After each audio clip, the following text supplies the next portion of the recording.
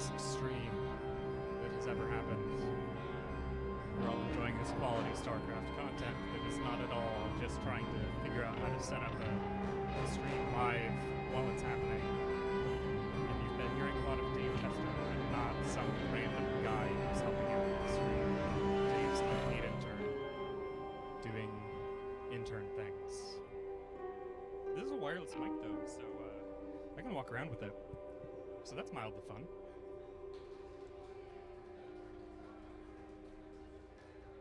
Can the stream, the Twitch chat should tell me if you can hear me as I walk around with this microphone, because I can't tell anything about what's going on. But if the chat can still hear me, please say words. Words are useful. Any luck, chat? Yes, no. Nobody.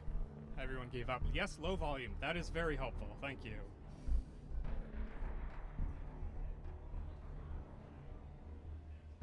Let me fix that.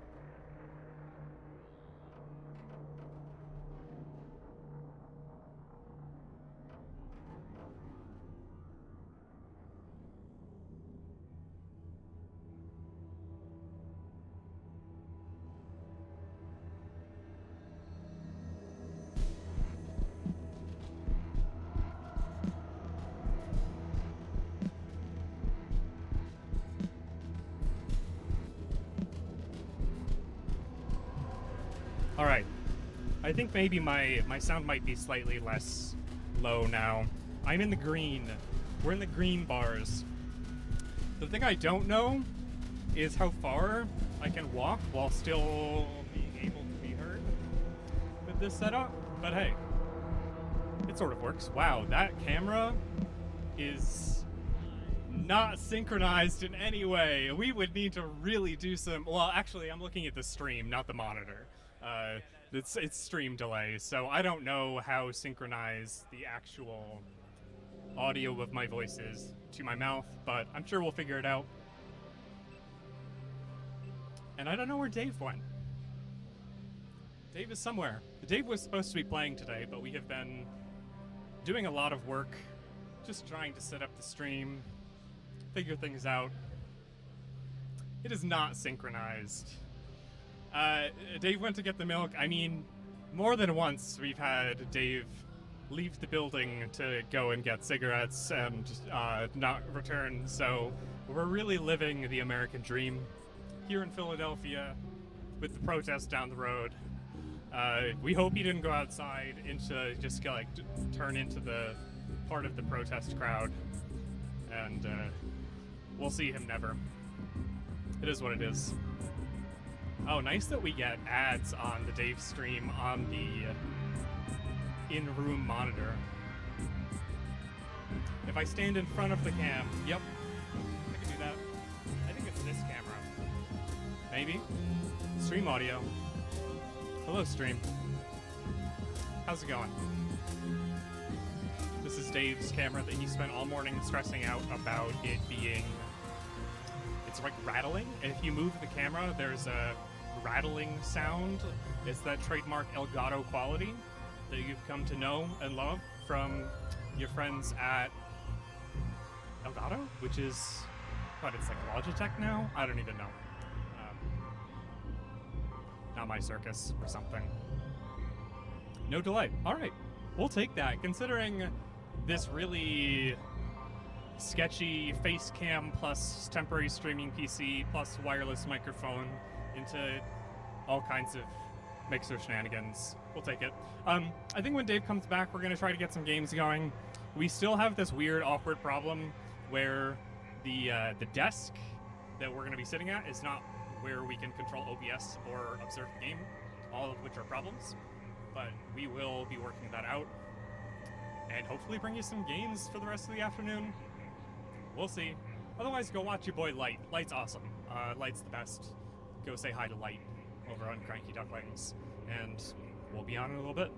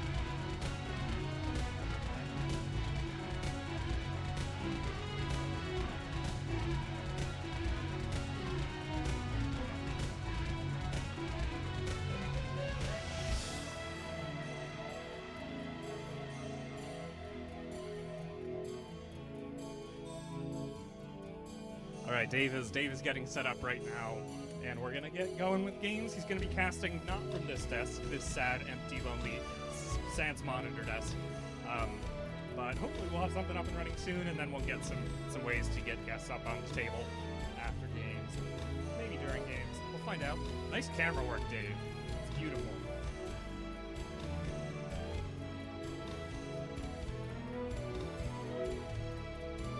We'll unmute you. I'm going to be setting on the side for this first bit to try to cast some games. What up, dudes? We got all the gamers. I'm going to pull people up randomly. Over there's Joe. Joe, the guy putting this on. Hi.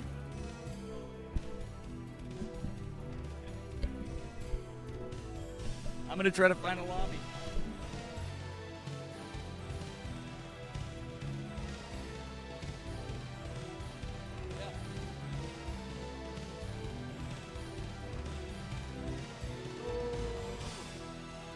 One Leaf and Jace.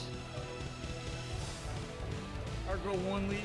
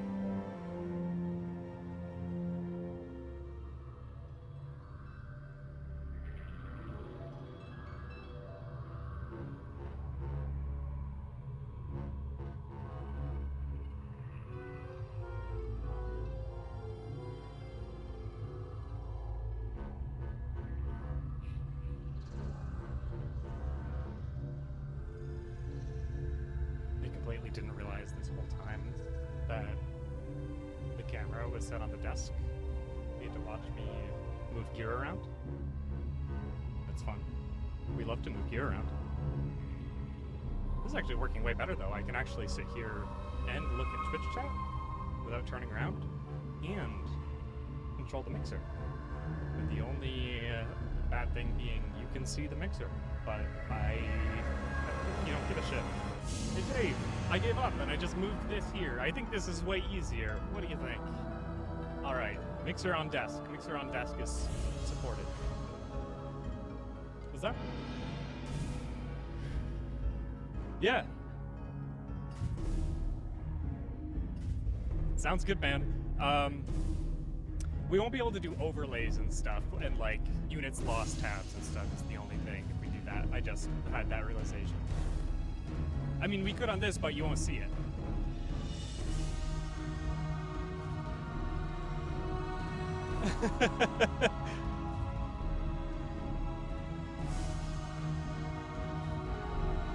We're still facing this problem where we have no way to get the video from the streaming PC over here.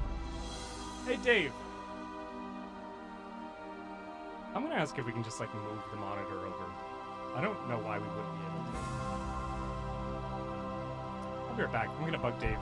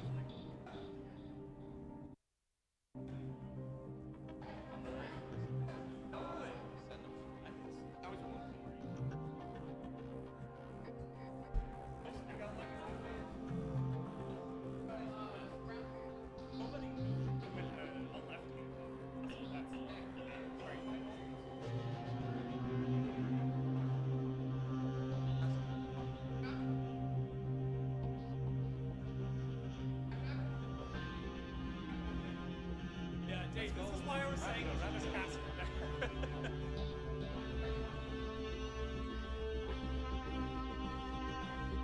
Pass from there. I will pass from here. That's fine. Yeah. And in between games or whatever, come over here and we'll hang out and test. All right.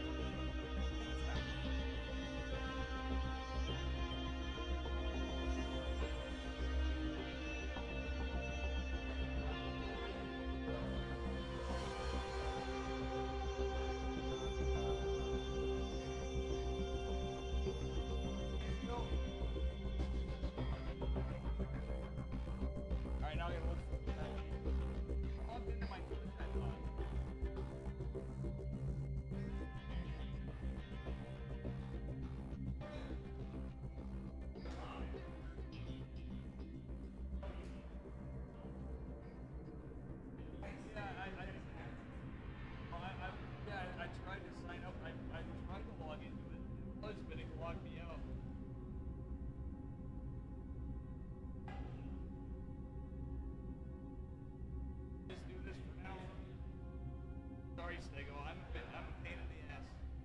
All right. Big dreams. Nope. Gotta roll with it.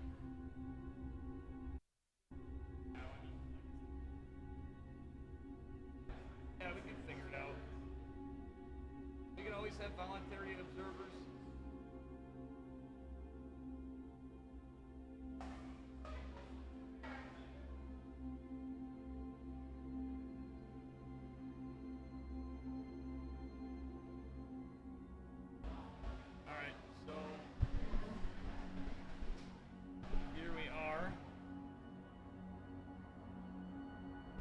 All right, can you guys hear me okay, chat?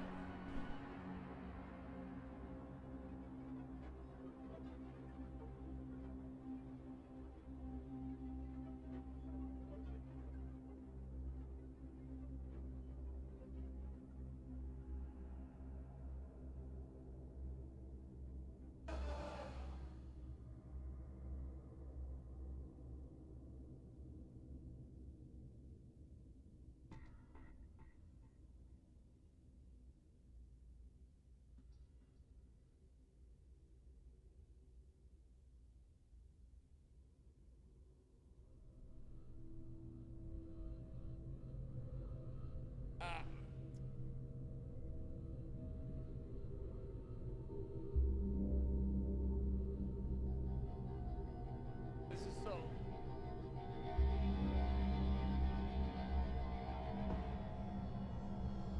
What we've essentially done here is we've now basically swapped the casting and production desks because the casting desk has no has no PC. That's okay. We'll make it work.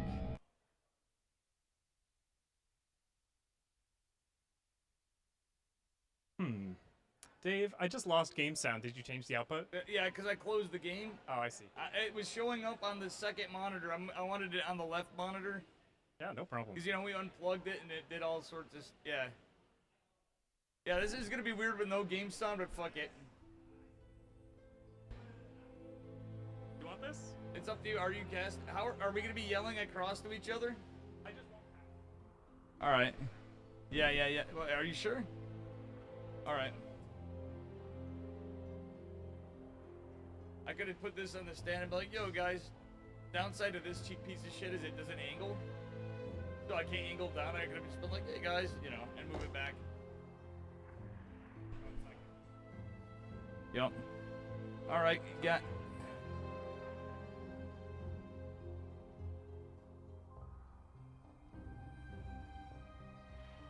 We're going to get OP Zesty versus Jefe. Chat, can you tell me if audio is still quiet? OP Zesty versus Jefe. We can try the yellow cast.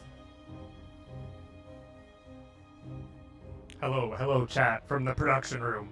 Tell me if the audio is quiet. Looking for good chat, insider info. Duplicate. All right, audio. we got a game. I'm gonna fly blind. Hello, chat. What up, Abel, Bacon, Gene, and everybody? Dave, I think you turned the input capture. They're saying it's echoing now, which I think means you turned on the desktop capture. Did you turn on desktop capture? I got desktop audio going. Oh, I know the Yamaha. Yep, right here. I mean, you can turn on desktop capture. I just need to turn it off here. Oh, we're good. I got it. I think we should be good. No more duplicate audio. It's quiet. Everything's quiet. Okay. Try to juice up the Can chat tell me if there's echo now? All right, I think these are best of three, spawning in the bottom left-hand corner, playing the Zerg Thrones, formerly for Berserk Dusty. No echo. All right. And his opponent in the upper right-hand turn you corner up. in the red. Give it up for Jefe. Better, no echo, good. What needs to be louder, guys? Yeah, sorry, I'm turning it all up. I'm hopefully doing it quietly so that I don't ruin anyone's day. How's that? Is that with better? the headphone Is that better users. now? The mic's a little better. With the mic at the same level as yeah, we have a lot going on here. There's a mixer. There's all sorts of crazy stuff going on. How's that? Is that better now? That should be fine. Anyway, let's see what's going on in the game. That goes.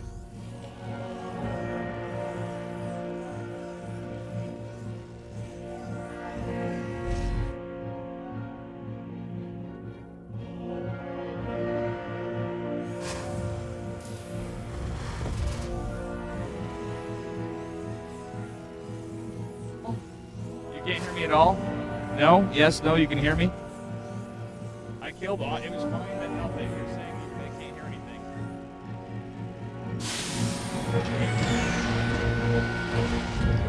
Fix that.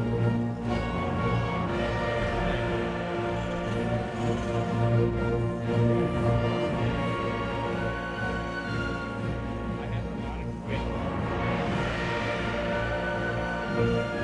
Sounds like a dictate.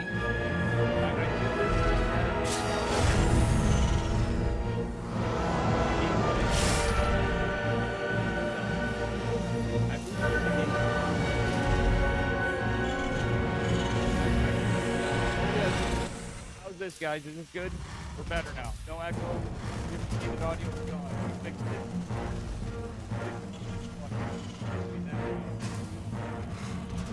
I think game sound. I'm gonna lower it in OBS. How's that? Game's better.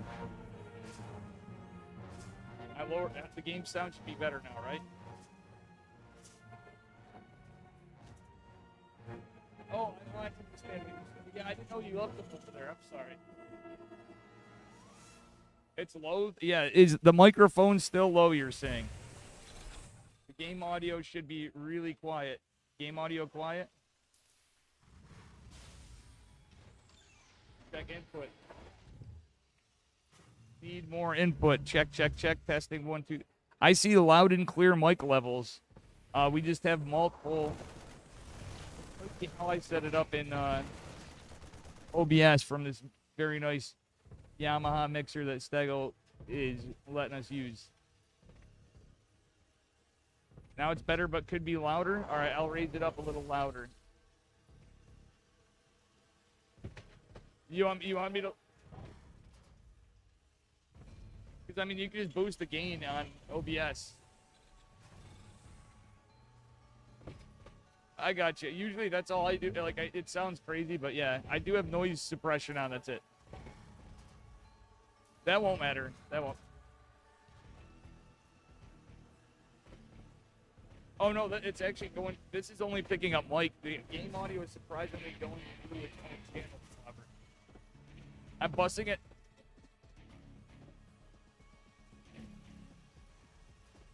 Oh, you're on a desktop audio source. Guys, chat, can you tell me something? Do you hear no game audio now? I just need you. Do you hear no game? I'm cutting in and out. They said I'm cutting in and out. Do you guys hear game audio now? There's game audio still, so I agree. Tell us about these noobs. We got Marines and Marines coming. It looks like a 2-on-1 from Jefe. You hear small game audio? Now do you hear more game audio? Well, let's see. When we get this stuff going. Zergling's running. It's cutting in and out. Medevac's coming out. Oop. We're trying to make things work. Jefe going in with a double medevac drop into the third base. Got louder. Game audio is a little better. Game audio needs to be up.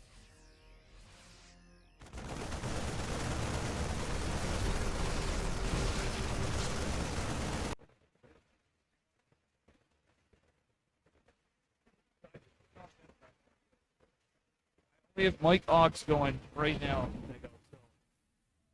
Muted every other source that's going for duplicates.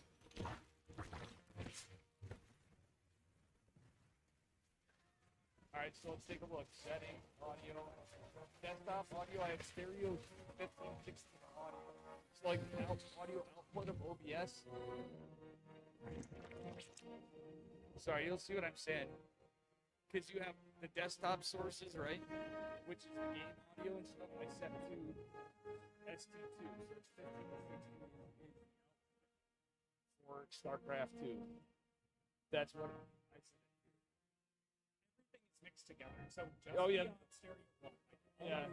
Turn off all audio captures except for stereo. But we had the. Oh, I thought you separated the game into that separate bus. I did, but it's separated. Right, so I have to.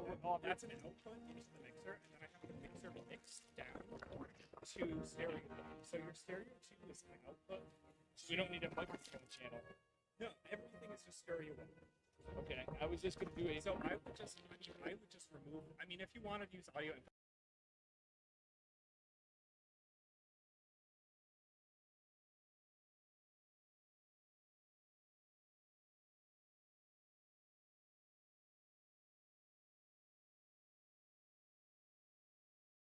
Desktop audio, I'll show you. You delete these. Yeah, delete Yamaha. You're deleting little tip for OBS. You see it, that's your, you just have this to work with then. And if you need to do anything else. Anyway, guys, can you hear me? Everything should be good now? Yeah, no, I got you. Sorry, Stego, too. It's a really sick setup you got, but it's... All right, here we go. Zesty trying to defend. Can you guys hear me better? That sounds good. All right, we fixed it. Yeah, it was just a little bit of... I think we both scuffed it technically. More so me, but we both scuffed it.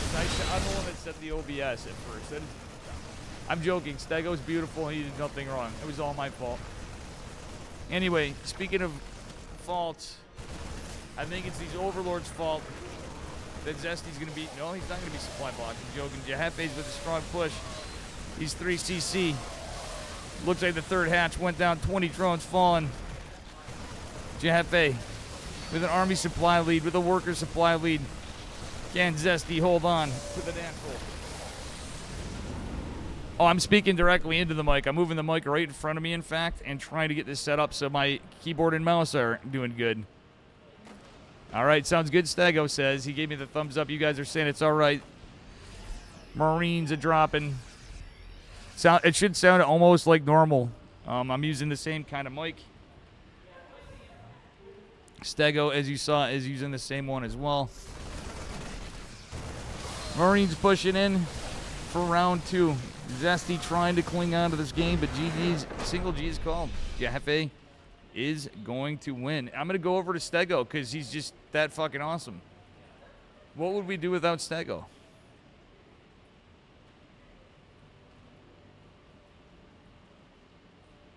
My man. I shout out the Proto-Stegosaurus. NASL sound guy. But I think maybe we're a little better. Oh no, now I hear myself with like 6-second delay because I was listening to stream audio. That is terrible. That's a no good, very bad audio situation. The hard thing is, yeah, we're like, if you guys don't know, we're a good distance apart. Like, I'm going to be using this camera and show you guys I'm going to switch to the other camera. So chat, this is how far Stego and I are apart. And this is like, you know, we got fans going, we got gamers, we got noise. So we're literally like yelling. Good, like 15 feet apart. Stego right volume needs to go up, so yeah. Yeah, I already got that. You got it? I hadn't set myself up yet, but now we're set up. He's always got it. So our problem here today is that we only have one audio output, so we can't hear each other through monitors. And right now, Dave can't hear the game either. So I picked up the monitor so that I could fix the stream audio. You guys got tired of looking at me. So at some point, we're going to switch so Dave gets the game audio, perhaps, and then we'll be in a situation where I can't monitor the audio. But we'll figure it out. We'll get somewhere. There will be video games. Anyway, hopefully this next game we'll be able to actually watch instead of... Did you? Oh wait, we should have got in the lobby. Shoot. Did we miss the lobby? I'm in Zesty. Future posted one. We could have went into that, and I just went into Zesty Jefe Part 2. I'm sorry. We could get into one. I mean, it's all good. We'll put a whole new meaning to Shoutcast, I guess, after Stego. Welcome to the stream of fixing the audio. Hope you're enjoying it. Listen, we may be a little scuffed, but this is America, baby. It's how we roll at Cheesedelphia 2025. Here we go. The slimy, greasy man in the upper right-hand corner with his greasy builds. Okay, I'm just kidding. He's going to be like, shut the fuck up, Dave. It is OP Zesty. By the way, Dave, we did lose the screen of the game in the room. I don't know if you know how to fix that. I lost the screen. Up TV. There. Yeah. We can do that. His opponent in the bottom left, it is Jefe, who's up a point. Guys, bear with me. I'm trying to bring stuff up onto the... I got you, Stego. We're trying to do something so people can see the third monitor up live of the games. Which may be a little like cheating to them, though, if they're playing here, but it looks cool, so. You know, Dave, I'm also now realizing that they do have monitors here at the casting desk. And I just don't know how we would get on those PCs. I will say... And we've been ignoring that the entire time. What? I don't know how to get on those. Oh, those screens? Was it up there before? Those have always been up there. I mean, I don't know how to get the game up there. I'm just saying that. Are they on another computer? Screens exist. Yes, those are definitely. I think that's another computer. It's another that looks PC. like a Windows lock screen. Yeah, it's how do we get on that PC? That's the real question. Yeah.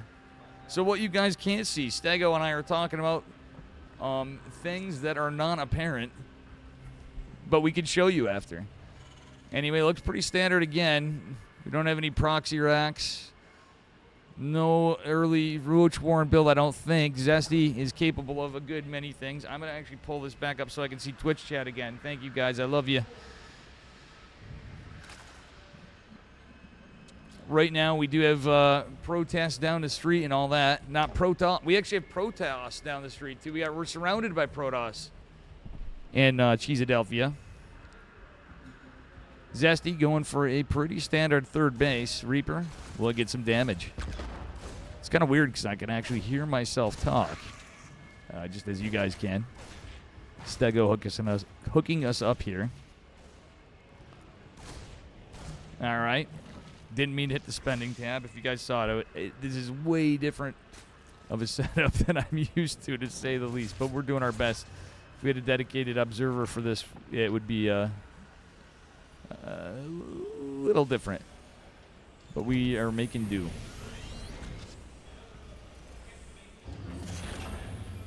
All right, looks like we are going for a 3cc Cloak Banshee build, most likely, unless Jefe does something cheeky, goes into battle cruisers.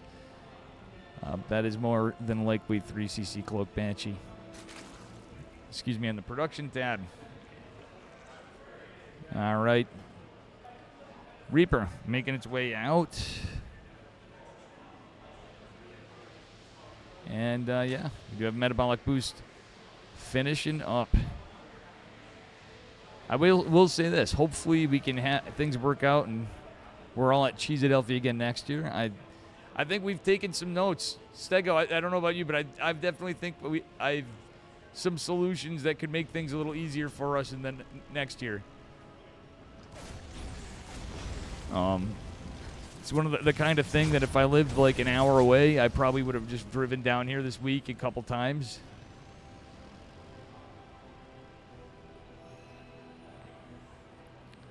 But a big shout out to Stego for adding all the cool shit. So it wasn't just stuck at this desk with a camera or two pointing out we made this all. And Joe and Ben. All right, Hellions and Reaper trying to get some damage. Zesty deflecting. We do have Cloak coming. It is exactly that. 3cc Cloak Banshee. Looks like a Ling got in for a run by. Unless I am mistaken. Yeah, that was just a Zergling run by. Very well done from... Yeah, was it? No, it was Overlord. I was like, it looked like a Zergling dying. Forgive me, guys. A little distracted. It's not Charlie for once. Hopefully the cats aren't partying too hard as these queens deflect this. You know, everybody's worried about their cars getting attacked here. I'm worried about my cats running amok in my house. Yeah. Next game, we're going to try to make something work for Stego and I. But yeah, it's honestly, we can... I thought of a few ways we could do this. Decent job at creep containment from Jefe. We do have stem underway. 3 spores coming down, so Zesty, well aware of the Banshees. He did get a scout. Let's take a look at the damage. 3 drones, 4 Lings, and an Overlord for Nada. Good trades for Terran. 4th base coming. Zesty always with a really good 4th base when he is allowed to macro. Does love his roaches. He's going to Roach double Evo. Infestation pit underway. Kind of an early infestation pit, but he is going for Roachy boys, so I'm guessing Roach Infester. Here come the Banshees, more Hellions. Jefe coming in for a multi-prong attack. So far, Hellions just going to get active creep doom respawning. Trying to get in the Banshees and the Hellions, combining DPS to try to take out some Queens. Lings amassing. We don't have any Roaches in the production tab, because I don't think we have the larva. Zesty's droning, but he is going to hold at the expense of all of his Queens. I don't know if I agree with that idea so much as to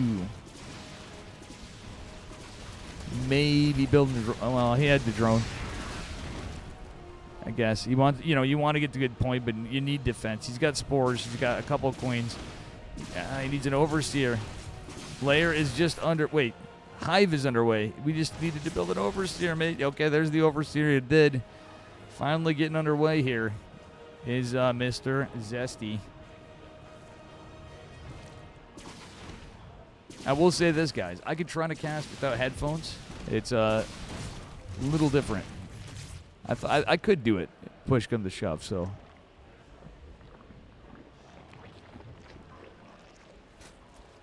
He has an overseer? I know. How's everybody? I mean, it's... Guys, if you saw what it's like here, it's a little different. I'm kind of like cramped over. I'm already hunched as it is and kind of crooked looking, as you know. But imagine Dave like kind of hunched over at an angle, like trying to move this stuff. It's just how it is. Centrifugal hooks on the way, but this Marine push coming in again. A big Marine tank push taking out the Roach Warren. Accidentally clicked up there. God damn it. That is a tough push. I'm just going to pretend that's why I was saying God damn it.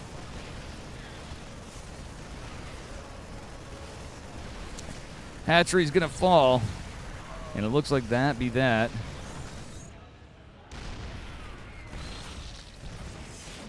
Great googly moogly. This is looking rough for the Zesty. He's a lot of drones, but I mean, a lot of drones and spread out bases does not equal army supply, unfortunately. I do believe we may be seeing a, I don't know. We'll see. GG.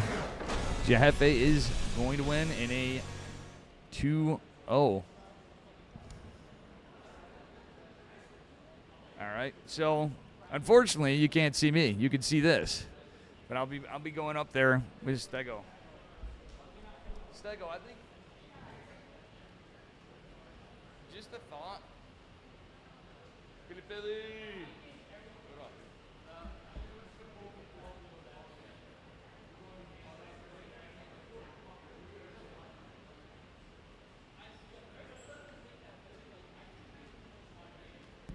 Here he comes.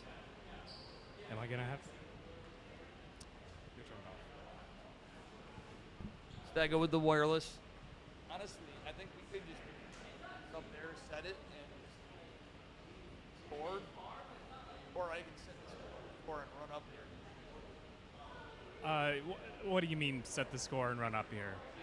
Or like on there. Actually, no. If you're following an observer, you can. I do it all the time.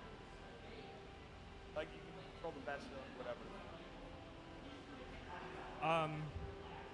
You meaning you get someone, when someone pick, I mean you. So if we post the lobby, it's, oh no, you're right. But we wouldn't capture it from here is the problem. Yeah. I did have somewhere in there, I had time to Photoshop, give me all the graphics, it had a best of cover. Now I realize that's why they did it. I think graphics of it, and then you change segments. Someone says my mic needs to go up a bit. It's really just that I haven't actually attempted this, and I'm also not putting it right next to my mouth. Don't worry about it, Dave. We'll figure something out. Are you just waiting on a game? I am. Yeah, that's me. But I want to you gotta touch the game.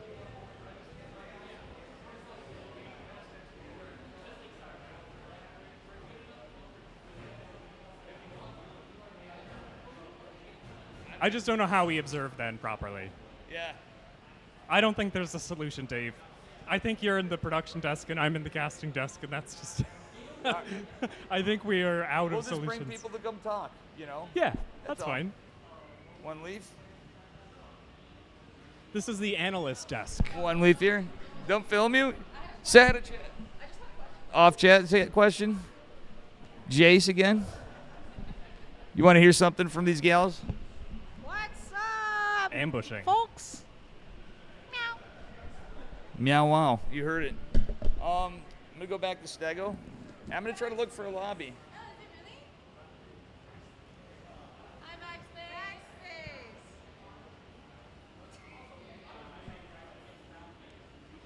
Yeah, we're going to go to game. And I'm just going to leave this here for now. Or, well, yeah. So here we go. We'll be getting into a lobby sometime.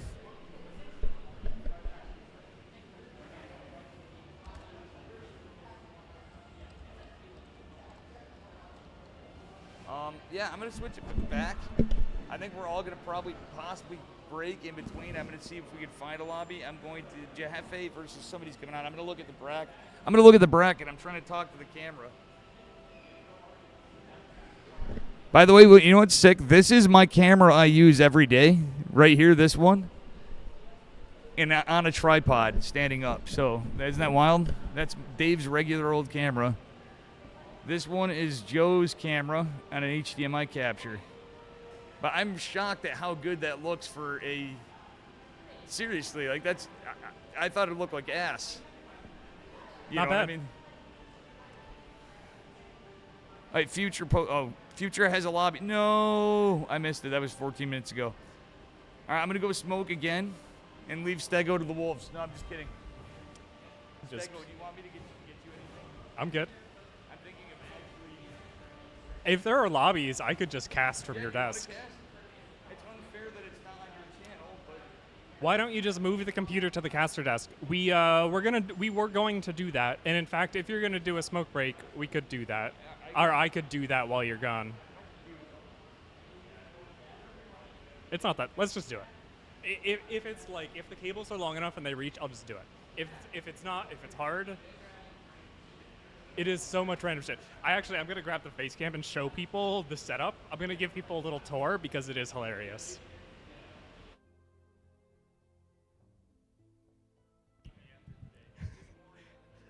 All right, chat. I hope you're ready to see what we've been dealing with this whole time. It's going to be wonderful. I am going to need to change the camera. One of these. All right. So, this is Dave's sort of outcast area. This is where Dave has been forced to sit. It is next to the bathrooms. It is very clearly the production desk, like if you had actual full-time production. And over there is our casting desk. But as you can see, there is no PC at the casting desk, except there are screens up here that I would love to know what computer they're hooked up to, but for the life of me, I have no idea. They are clearly hooked up via like SDI cables, and there are cameras and stuff up there hooked up to something, but we have no information on that, or what that is, or what that setup would look like. So instead, we have the desk with nothing, and this PC. Now this PC is what is actually running StarCraft and games, and you might notice that it's a bit of a shit show. And that's what I'm about to try to move over to the casting desk.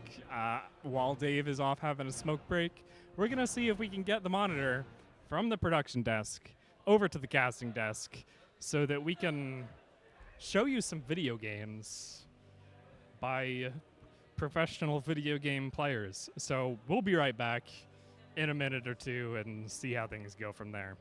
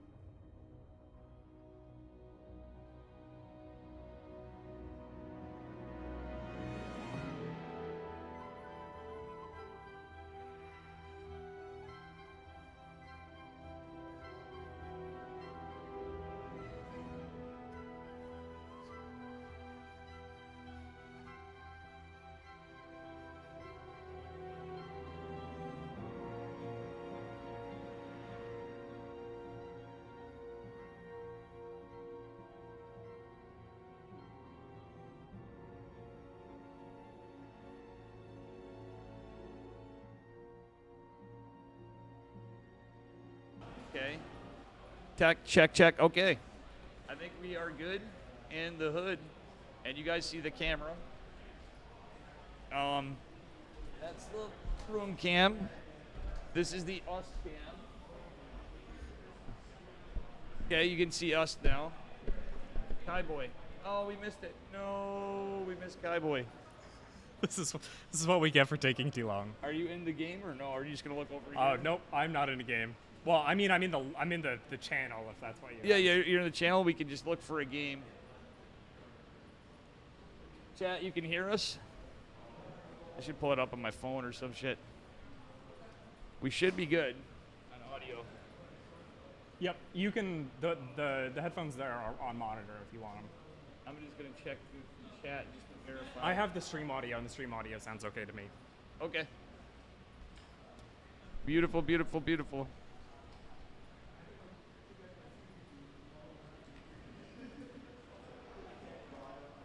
Starkiller, I'm gonna get into it. Starkiller's a good one. Stego and Dave.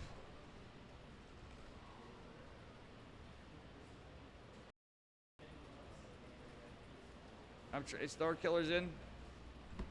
Get Stego 2, please. All right, and well, we have the right camera on. Camera 1 is us, correct? Sounds plausible. Yep. Okay, we're on. What up, dudes? Loud and clear. It's gonna be a little scuffed arms. I'm hoping to get other people up too. I am fucking hungry. We should do probably really ridiculous winner interviews. Stego, where are you, by the way? Yeah, winner interviews. I don't know. I didn't get an invite, and I'm not friends. Oh, and he's. Right here. I'm gonna invite the game. All right. I'll add friend too. This is my alt account because my main account's muted. Nice. And yeah. Yeah, you joined with this account for the Stego Monday. It's not the Stego Monday. It's the Pigasaur Cup, and it's not even Monday anymore. But I have this logo that says Stego Monday that everyone's, and it is neither the Stego Monday nor is it the. In your honor, I left your Stego logo. Everyone basically is. No, Bully is. On every one of my. Oh. That's very funny. Just so because, it's the logo file, right? I gave you because you were so nice. And look at this, guys. That's the only thing I've done for you. It's not the only thing.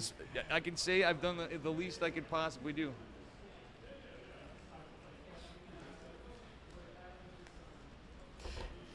I also want to tell chat that it is sweaty as hell in because here. Because you've been working your ass off. Well, honestly, that too, but.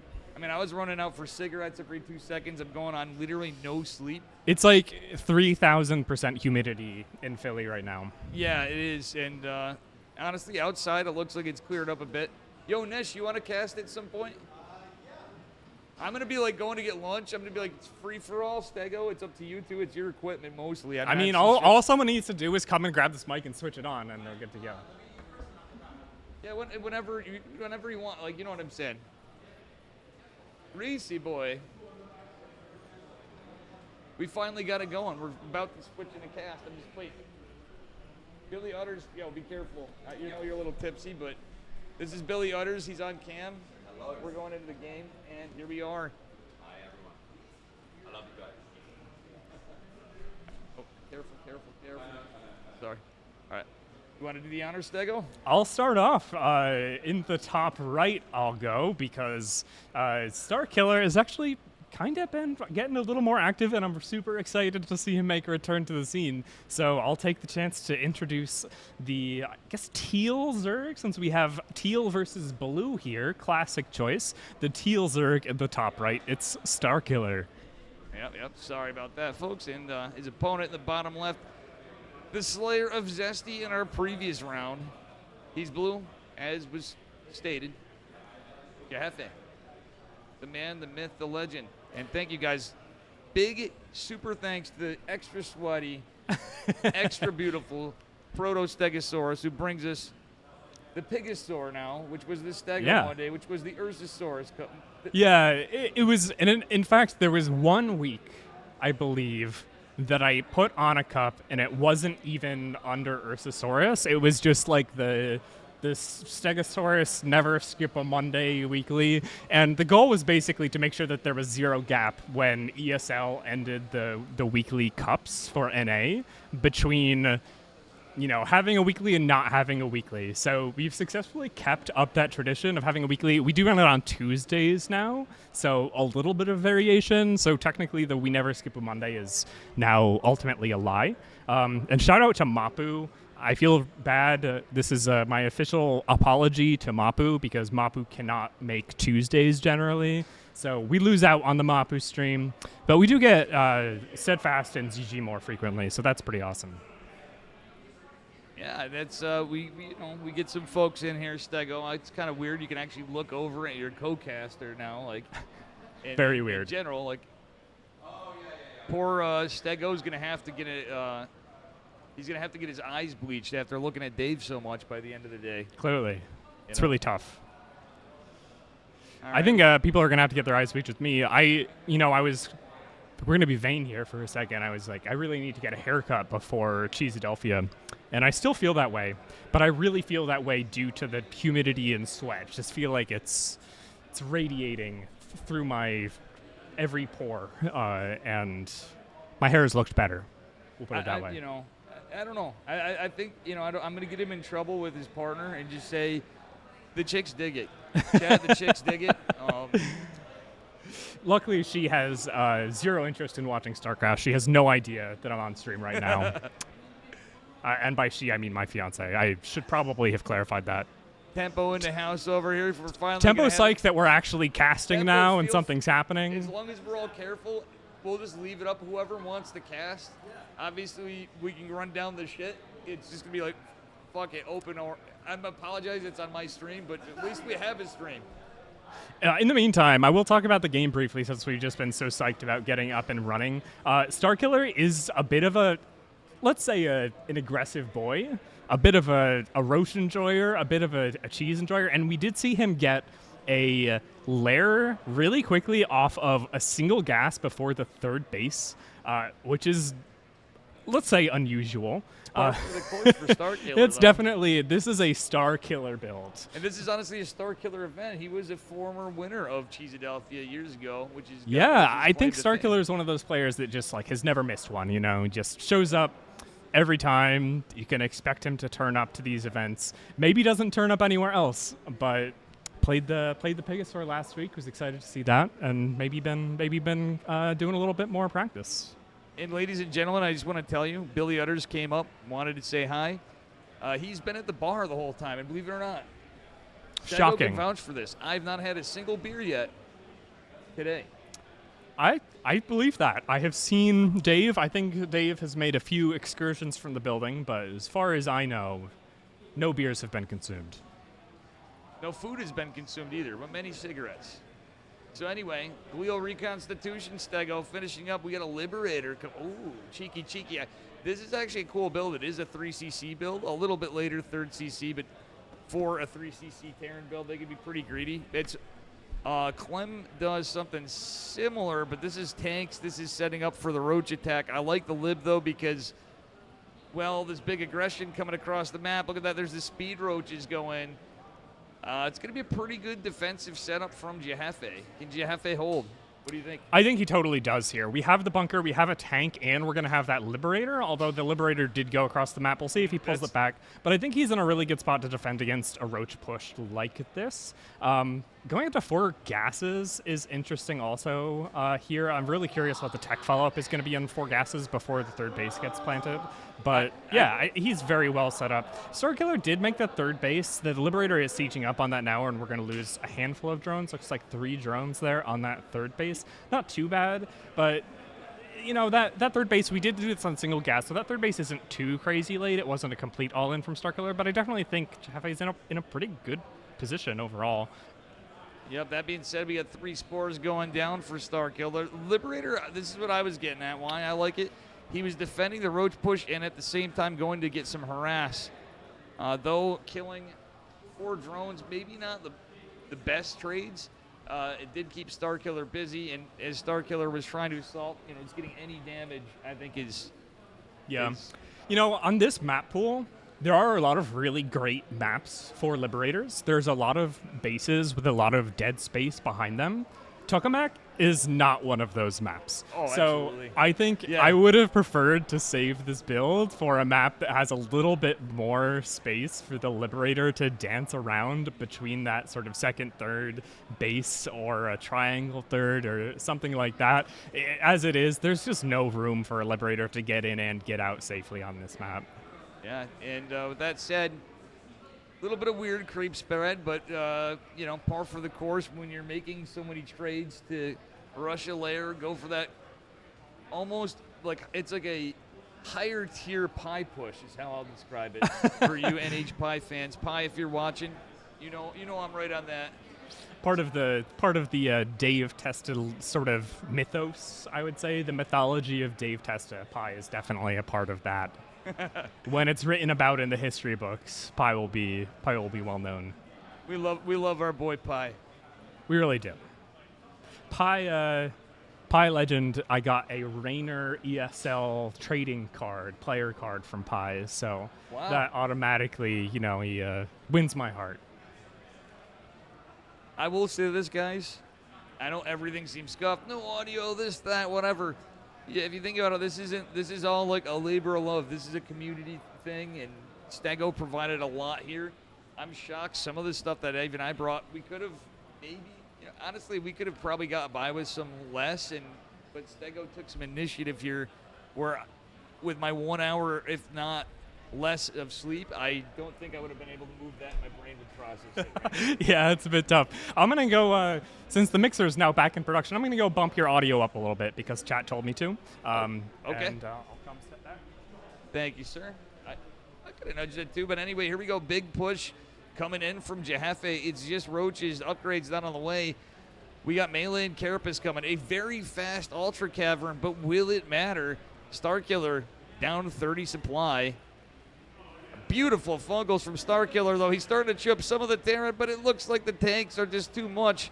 The Infestors clean up a lot of the bio, but reinforcements are slowly arriving. The Roach Warren in jeopardy. It is a transition to Lings, but I don't think it's going to matter. It looks pretty damning. GG, Jefe. Yeah, I mean, we kind of saw that coming from the way that early Roach push was held. I did say it wasn't an all-in, and I think there were some transition opportunities from Starkiller, but we just didn't see it, right? And I think it would have been a long shot in any case to make that happen. Oh, absolutely. What are these? Are we currently playing best of ones? I've been so caught up in dealing with this that I don't know the tournament format. I don't either. I don't even have the bracket up. It was up. I've ruined everything that We're they extremely had. professional here on the casting desk. Honestly, you kicked ass on this. I mean, obviously, I can move stuff and plug things in and whatever. I will say this: your awesome mixer, Godspeed, just doing regular stuff at home. Oh yeah, But at I least mean. you have fun. Some people saw the Not breaking your balls. the but, like, mixer. Oh, don't worry, you can break my balls. There's a bit of a story. I have had many. We got a lobby. Oh, Sorry. I've had many, let's say, past interests that were sort of kind of careers, and there was a past version of me that could have easily ended up in audio engineering. Did a lot of production work, did a lot of live sound, and just sort of out of geekery, I refused to engage with like this sort of gamer boy audio equipment. And therefore I have a ridiculous 22 channel mixer on my desk at home. Because why not? Sometimes that's the life you gotta live. And honestly, you know what? It comes in really handy because I don't actually just use it for mixing stream audio, but I use it for mixing like my multiple PCs together, my microphones, so I can have I plug in my iPad for music, I plug in my PC for playing games, I have my Mac for work, and I can mix all of them together in my headphones. And so that's honestly what most of the channels get used for, is just mixing my my gear, not to go to a stream, but to be put in my ears. Yeah. So you don't have to go through. I hate the Windows software mixer. And Apple, like the Mac doesn't even like have one by default. There are a couple tools. There's this really cool company called Rogue Amoeba that makes software for Mac that does stuff like that. But it doesn't really do it. So instead I use Dante, and Dante has these virtual sound cards that you like route to. And so I have every app as like a fader on my mixer, which is both overkill and also extremely cool to have faders, like physical faders for my shit. Man. So I guess we are at least in, I assume, a best of 3 here. Yeah, I'd imagine so. We're just guessing here. We can ask Joe after. If not, we'll ask Joe Mamo. All right, back at it. Elephant Man out here is shouting at Voice Meter Banana. You know, Voice Meter is okay. I would describe Voice Meter as an acceptable piece of software. Honestly, that's why I brought what I was going to rig up. That's why I brought my my Wave XLR. I got to say, it is its own finicky pain in the ass in involving the Windows mixer for it's Windows 11. It seems to work fine. Otherwise, it's a little. Yeah, the only improvement Windows 11 is better audio subsystem. Hold the phones. What do we have here? Proxy hatch. Yeah. I hate to do it, guys, but we had to talk about the game here once I saw this. Yeah, we do. I just want to talk to Stego. I don't love this build personally. I think that it can be good, but I struggle to see it working on this map in this matchup where there's very limited sort of room above the ramp that the Terran has to defend in its ZVT. But we'll see what happens here. It's also the kind of build where if you do this against Terran, it's pretty committed, and if they just build the CC on the high ground by default like they do here, you don't really get a ton out of it. I mean, this was scouted. I assume this hatchery is going to finish. I think he's just going to hatch block. Honestly, I think he's going to use it as a hatch block, maybe a little harass. I think that you have to do something other than hatch block with this. Right. Against Terran because... Oh, usually you're getting spines and lings and... I don't think we're going to see that because I don't think it'll work. No. However, I think maybe what Starkiller is hoping for is kind of what we're getting, which is an overreaction. I think that we didn't need to get the second gas like this. I think that we didn't need the bunker. We are building one single queen, but there are no drones being pulled. There aren't even any Zerglings on the production tab. So I really don't see this turning into something bigger. What I think is going to happen, like basically from my eyes, the goal is to spread creep and basically deny Jefe from expanding. So in that note, it can be a nuisance. It could buy him time. If he just macros, if he just is like constantly like building queens, spreading creep, he can literally like prevent and then uses, if he rushes a layer, which he's doing, he can also use creeper lords to spread creep even there. And that's where Terran has to constantly scan or build a Raven. Yeah, I think that Raven out sometimes. I think that this build, I'll put it this way, I think this build shouldn't have worked, but I think it did work because Jefe, instead of moving out, he went Tech Lab Reactor, assuming that there was going to be a later sort of spine crawler push or something similar. And now he is more contained because it's harder to push out because he just doesn't have that, that window to move out and try to just secure the third base and ignore this hatch block. Now this is awkward. The Reaper going across the map. Will Brenda kill it? Brenda returning home. Back, well, not where she started, but she wants to join her sister Agnes. The true test of skill right there. Yeah, that actually, this was all done. 275 minerals to drop a creep tumor, right? Get the active creep tumor, build a queen, and then slowly will the queen make it home? That's what I want to know, Stego. Will this queen make the journey? I do think so, and I think that's just because we've seen Jefe play this game, I would argue, too safe. I don't think, I think honestly we could have, if we had perfect information, and obviously this is not a game of perfect information, but if we had perfect information, we would have known that we could have just floated this to the third and gotten some mining done. Maybe at some point we would have had to lift it and move it back, but the roaches are not particularly fast here. There were no fast lings that were going to do any meaningful amount of damage. And so now we're just playing this super defensive and trying not to die. And Starkiller is just going to macro and build a big roach push that's going to hit at a perfect timing, and I think he's just going to win the game. I mean, I'm going to caster curse this, but I think that Starkiller got everything he needed to do done here. He has roaches done. Honestly, a 2-on-1 against roaches could be pretty good. And 3 roaches caught out by themselves is huge, and a queen by itself too. Now we don't have the opportunity to get that critical mass of roaches because we picked off those initial couple, and now we're in real trouble because these are coming up a ramp. It doesn't quite catch the opportunity there, which is a little bit disappointing, but we still did so much damage with these Marines. A really terrible timing for the roach push out there. Yeah, I'll be honest with you, Stego. This could have been prevented with the Overlord in the little pocket on the dead airspace. Usually what you send like your third Overlord over, at least I do. Many Zerg players do. I won't identify as a Zerg, but I identify as a random player these days. Okay, I'm Protoss, but you've been playing the Zerg, true degenerates of the latter, the random yeah. players. Stego and Dave are just degens now. I do think that is something that is either a really smart player just lucky, because when you do this proxy hatch and build a queen, you don't have as much creep spread. No. So you definitely don't have as much map vision and as much map control as the Zerg once that is taken care of, especially not over the air pathways. That said, this is the push that I was worried about, and I think this is a terrible position to take this fight. It's just not good enough. There's no like roaches to work against bio. If we look, you need a huge mount. Yeah. Combat shields alone makes a huge difference with the stim.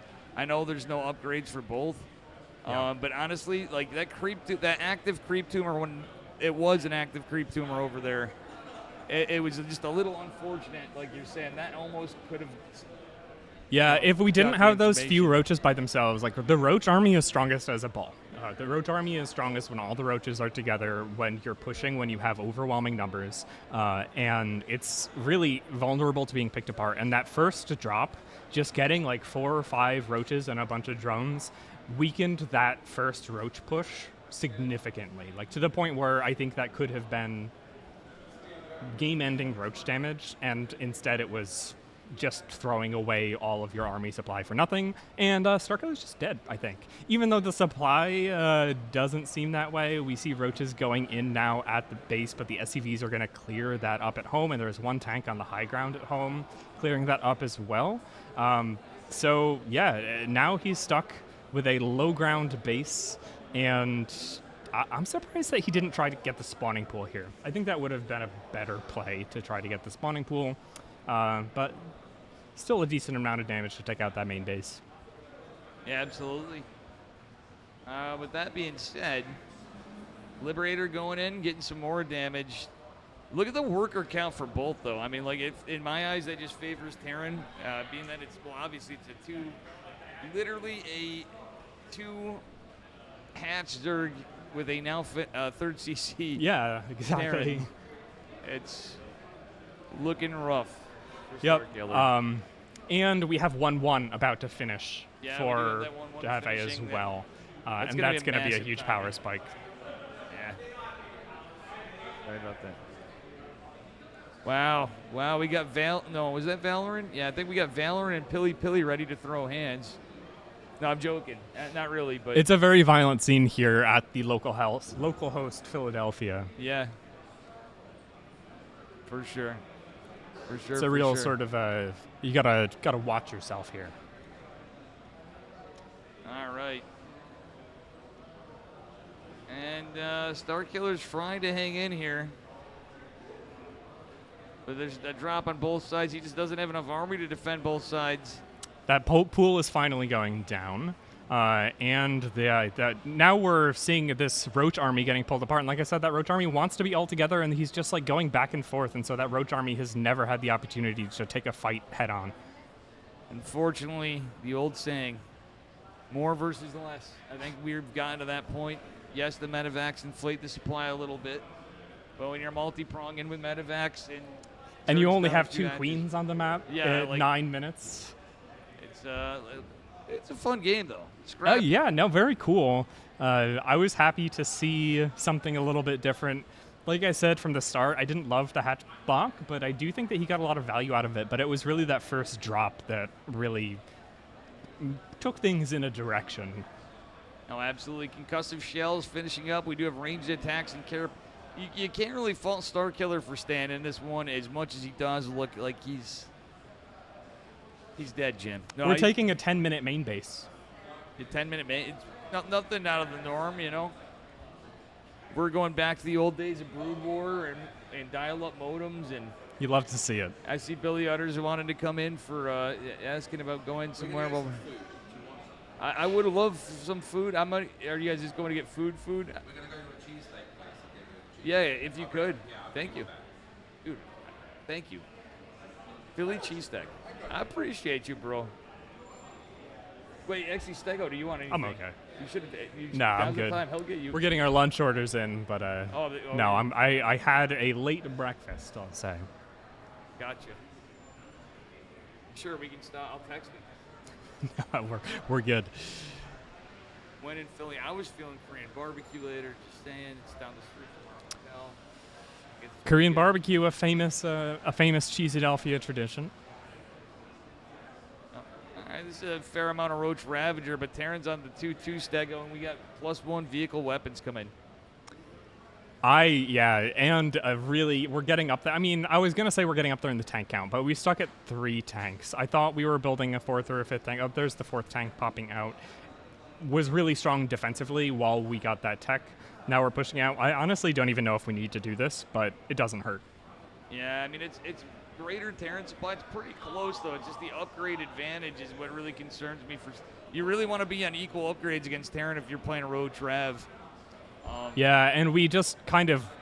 I don't think that was the time to use the biles. Yeah. They were never going to hit at the time when the Terran is just pushing forward like that.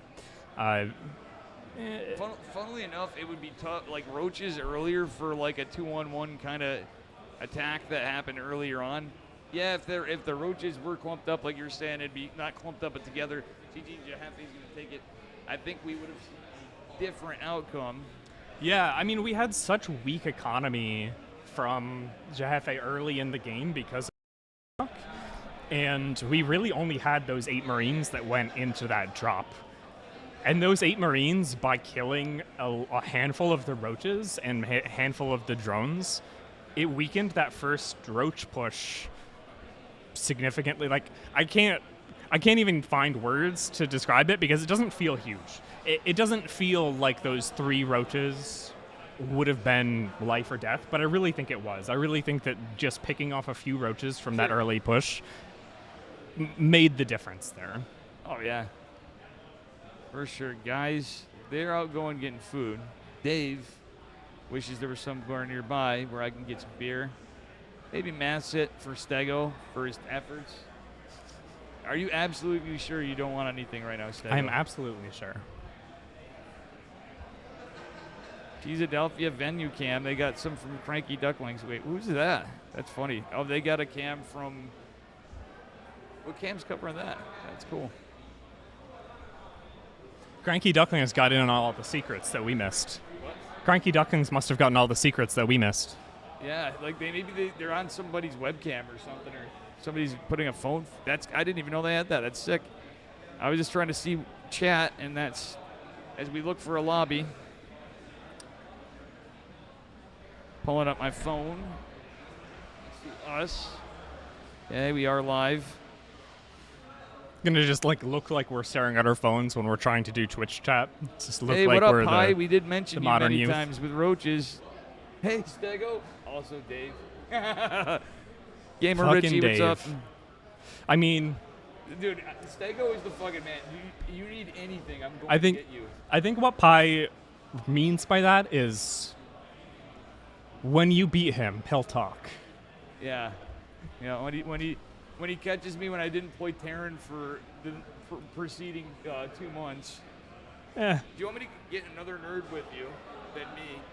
Chat, I know this is the Dave stream. Really, this is the live Scuff Philly stream. And this is actually the Stego stream. I'm going to give you my channel. Like, there's going to be no more Dave Chesta. Just gonna That's take what I can over. do for you. You won't have to worry about, we'll just change the name and put your logo go. I mean, I think about 60% of today's stream by time so far has been me speaking into a microphone, checking the audio occasionally, and then moving gear around. So this checks out. You can't hear me if I'm not right up to the mic. You can hear me now, though, correct? Am I loud and clear? Let's take a look at what's going on in the camera. Otherwise, we got two. Unfortunately, we couldn't sneak a third one in, but honestly, this is pretty cool. I think we took back some knowledge, at least, on... wait, why is it not switching? It's not switching to camera, too. Oh, there it is. It just took the delay of Twitch chat. No, you're not loud and clear. Sorry, Dave. You're completely muted, Kappa. Oh, boy. You see, saying things like that is a little bit worrying because we have frequently had audio problems. Yeah, By the way, those headphones there, if you want them, are monitors. Yeah, keep an eye out. I know Patches is just messing, but if you guys are clear but quiet is what... Clear but quiet. Do you sound quiet to you when you talk? Yeah, I mean, I sound a little quieter than you. Okay. I'll turn you up. Okay. But yeah, this is the lovely group of folks. We can move cameras around. I'm hoping to bring other people up. Tempo, presumably, it looks like he's itching to cast. I'm itching to cast with different people. Stego put too much work in. I'm not holding you to anything. If you prefer to, you can do it. Whatever your heart's desire.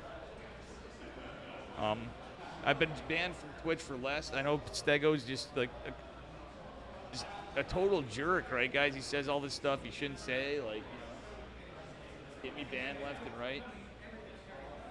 I kid. I can't say a bad thing about this guy. I'm just trying to get him. You know one thing, though, Stego, truthfully, what happened to Berry Crunch? So I heard a last call for Berry Crunch today. Oh, yeah?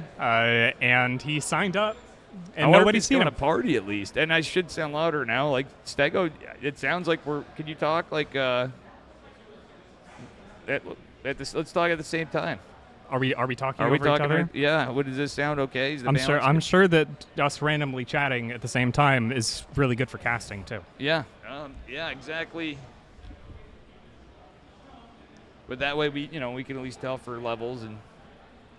Yeah, I can also listen to stream chat, although it's really extremely disconcerting and horrible to hear yourself like 3 seconds delayed. Yeah. I don't know how often you end up hearing your own stream audio in your headphones, but it's bad. Yeah, I wouldn't recommend it, honestly, in normal circumstances, but for testing, obviously, we do what we do. If anyone has ever tried to talk while hearing themselves on delay, it is weirdly impossible. Wait, we didn't finish. We don't know what happened to Barry. I will say Billy Utters didn't even make it into the venue and proceeded to go out to the bar on a bender. And everybody's like, where's Billy? So I'm like, all right, guys, you all have phones. Like, let me just call Billy. And sure enough, he's like, I'm at the bar. I'm like, Billy, it's like noon. Huh. It's Cheesedelphia. You know, Cheesedelphia, because the venue isn't a bar, isn't quite Home Story Cup, but it's also a little bit Home Story Cup. Yeah. But, I mean, honestly, that's why I'm thinking we should sneak a couple drinks in here somewhere. We'll get some other nerds up. Let's Nish, Tempo, and whoever. If you want to, I'm going to take Stego out. We'll find a bar, and I'm going to get him we'll have a couple beers. Drunk casting, it's the only way to go. Not necessarily drunk, but I'm trying to behave a little bit. Like, last night was a shit show. I hear you had no sleep. No sleep. Yep. Yeah, Tempo's here. He's going to get in casting, too. He's playing right now at the moment. I can try to flag him down. There's a bunch of folks. I'm going to switch over to the camera. You can't really see. Geralt is here, too. Poor Geralt is rooming with me. And he was so exhausted. I get back from the bar with the guys, and I'm trying my best not to wake him up. And then, like, Flapjack's room's down the hall. I'm sneaking in my room. I, of course, brought some Coors Light I got on the road because it'd be cheaper than Philadelphia. I just assumed, and it was. And totally went there. Oh, for sure, Pi. And I don't know if you can see chat, too, or I didn't mean not to. I'll just got to unlock my phone here real quick, and I'm definitely checking. But we can get some of the guys, some of the gals up, whoever. I think this is in the spirit of Cheesedelphia. I think if anyone is in the building and wants to cast, we have a third mic. We can find a third chair, and anyone can take over from me at any time. Yeah, we'll just have to show them what to do and be careful. I think what they have not to do walk- is sit here and talk. And they're not allowed over here on the left side where it's they go. Well, It's kind of hung together with like some rubber bands. it's not a huge- tripping hazard. But that's kind of how it was. And yeah. I mean, was it's not how- it was not always as good. bad. While you were out getting smokes or something, I showed a little bit of the camera yeah, I setup. was looking at this. You were like, I'm gonna give them the tour. And Yeah, we got the tour. So chat, thank you for hanging in there. You guys can't. I mean, you really can't fault us. This is all production-wise, it's community. Games-wise, it is what it is. And we didn't have access to the space early, right? Yeah. And we didn't know what gear we were going to be using, so we had to set up when the tournament started. Like, that was when we started to set up. I'm actually gonna take a picture with my cell phone right now for reference. What it looks like from the desk. Oh god, it's in selfie mode from taking pictures last night. I didn't get enough. It's a very cool desk, but I wish we could use those monitors. Like, if we could have Twitch chat up there or something. Yeah, for sure, buddy. It's but Stego too. Like I said, do you want me to see if we can get somebody? I'm at least waiting for Cheesesteak. We're waiting for lobbies. I'm gonna go run around and see if I can find some players and try to find the bracket. Yeah, maybe we can get I didn't even a put- certain StarCraft historian up here or something. Yeah, too. Starcraft historians here. We can get Actually, some if other I switch people on the desk. camera, I might be able to show. People Let's have heard see. a lot from me. Yeah, I mean, just to give you a break, being up here and setting everything up, I owe everybody casting. I know that. Obviously, I should actually try to do what I usually do, but I figured.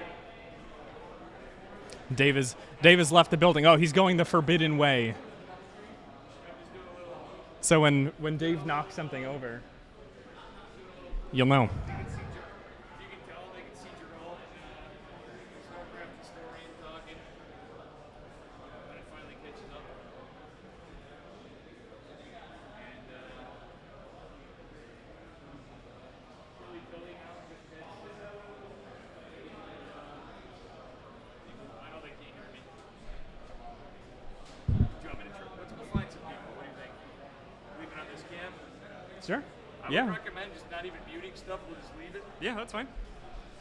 When someone comes up here, it may or may not be me. So Yeah, it may I'll or be may back not at some be point. me either. Even though it's on the Dave Tastic stream, I do owe you guys some casting at some point. I've reached that point where I need to get some food in me. Billy Utters and Krista Fofista and Flapjack went to go get some Philly cheesesteaks, I think. So I'm going to try to see what I can find. I will try to see if we can find a computer somewhere to look at chat. If not, I'm going to switch to the other cam. We're going to try to find somebody to get up here.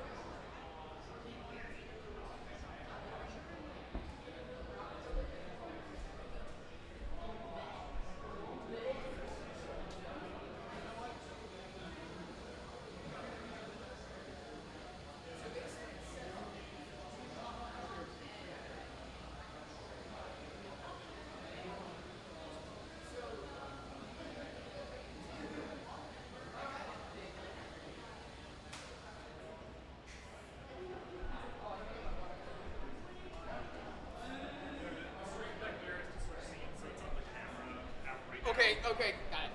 So like if you when you get into game, you just hit game. All right, cool.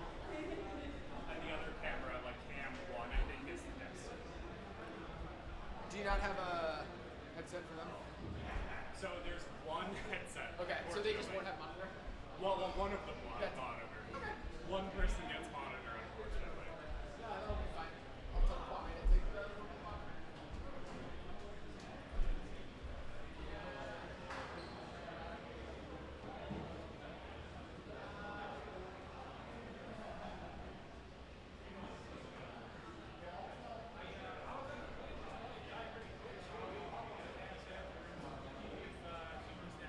Yeah, I mean, I think Joe is hunting down right now. I think Tempo is my best maybe. So, yeah, Joe, I don't know where I think he is.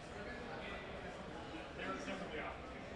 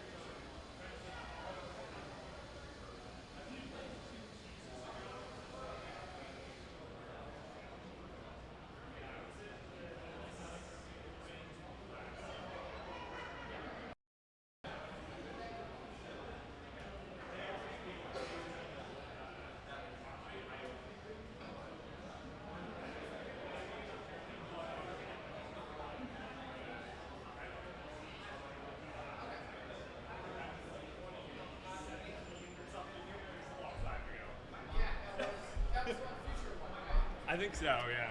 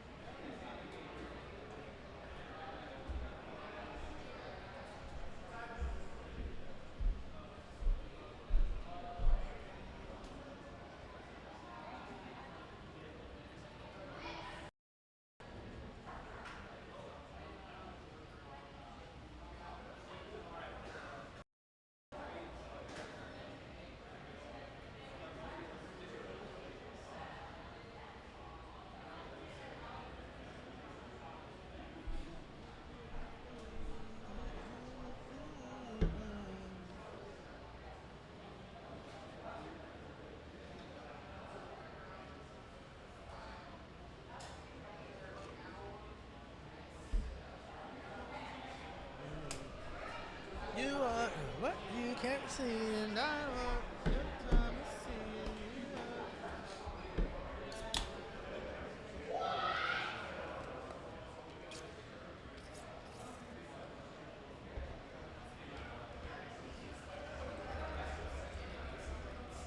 And if you love me, then you know what I'm.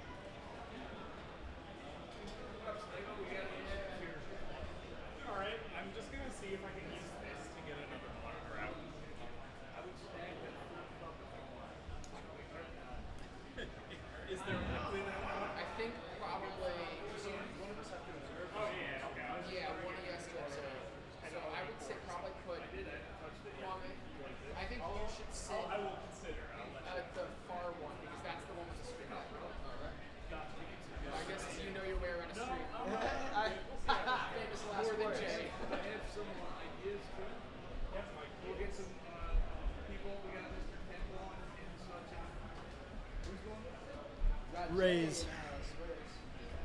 Yep. I think I might have retired before you started doing stuff. Nice meeting you. Who you may or may not know. Yeah, no, you like stream events and do stuff.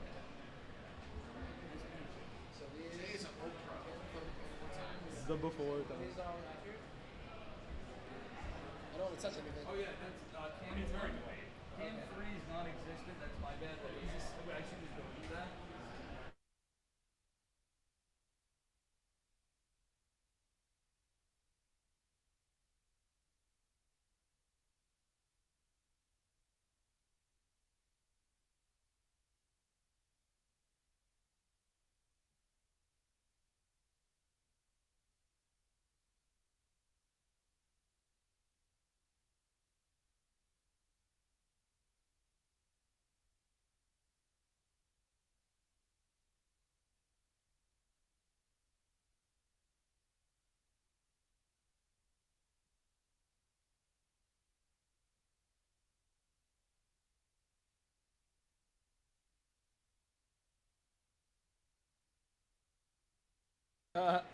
Dave would.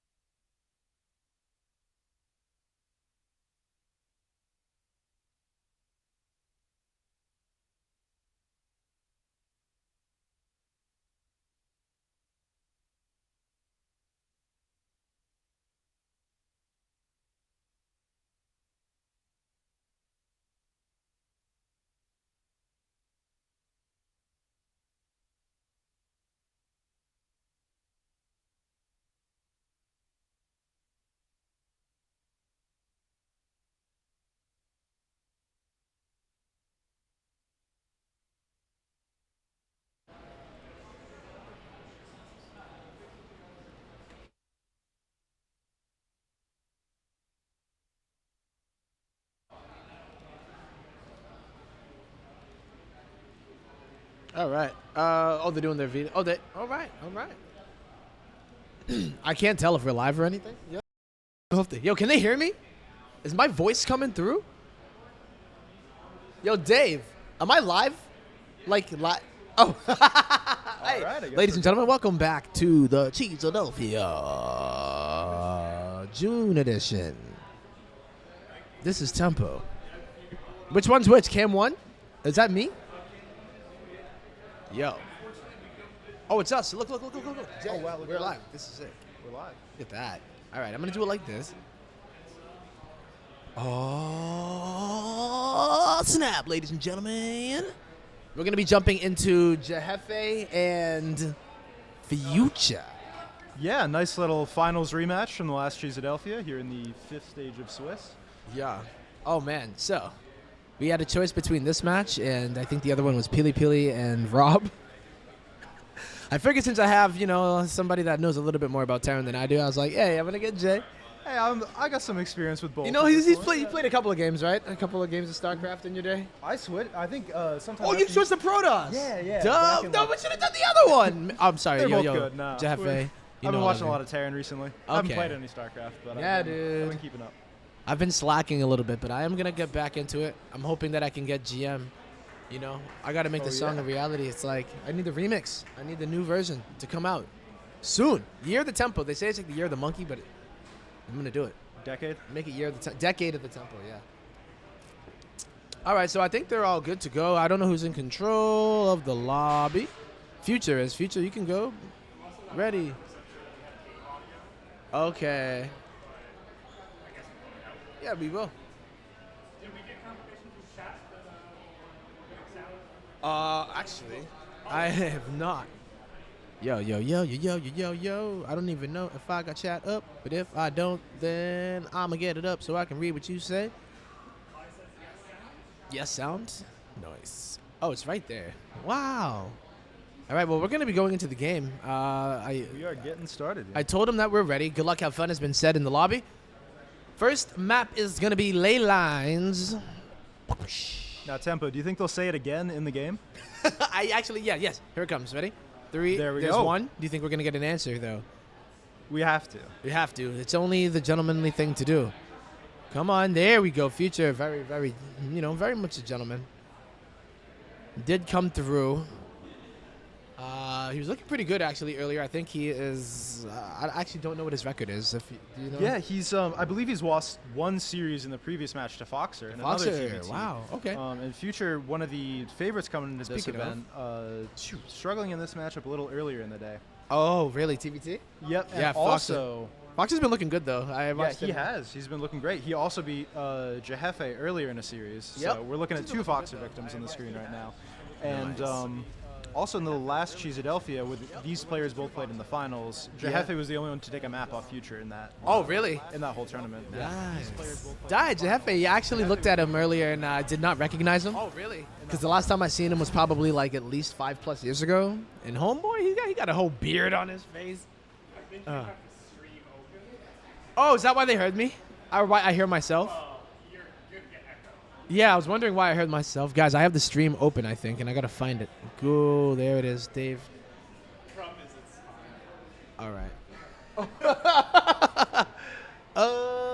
All right, check this out. Maybe it's... Is it this butt? you might just need to alt tab it. And just hit him up. Buddy, ready?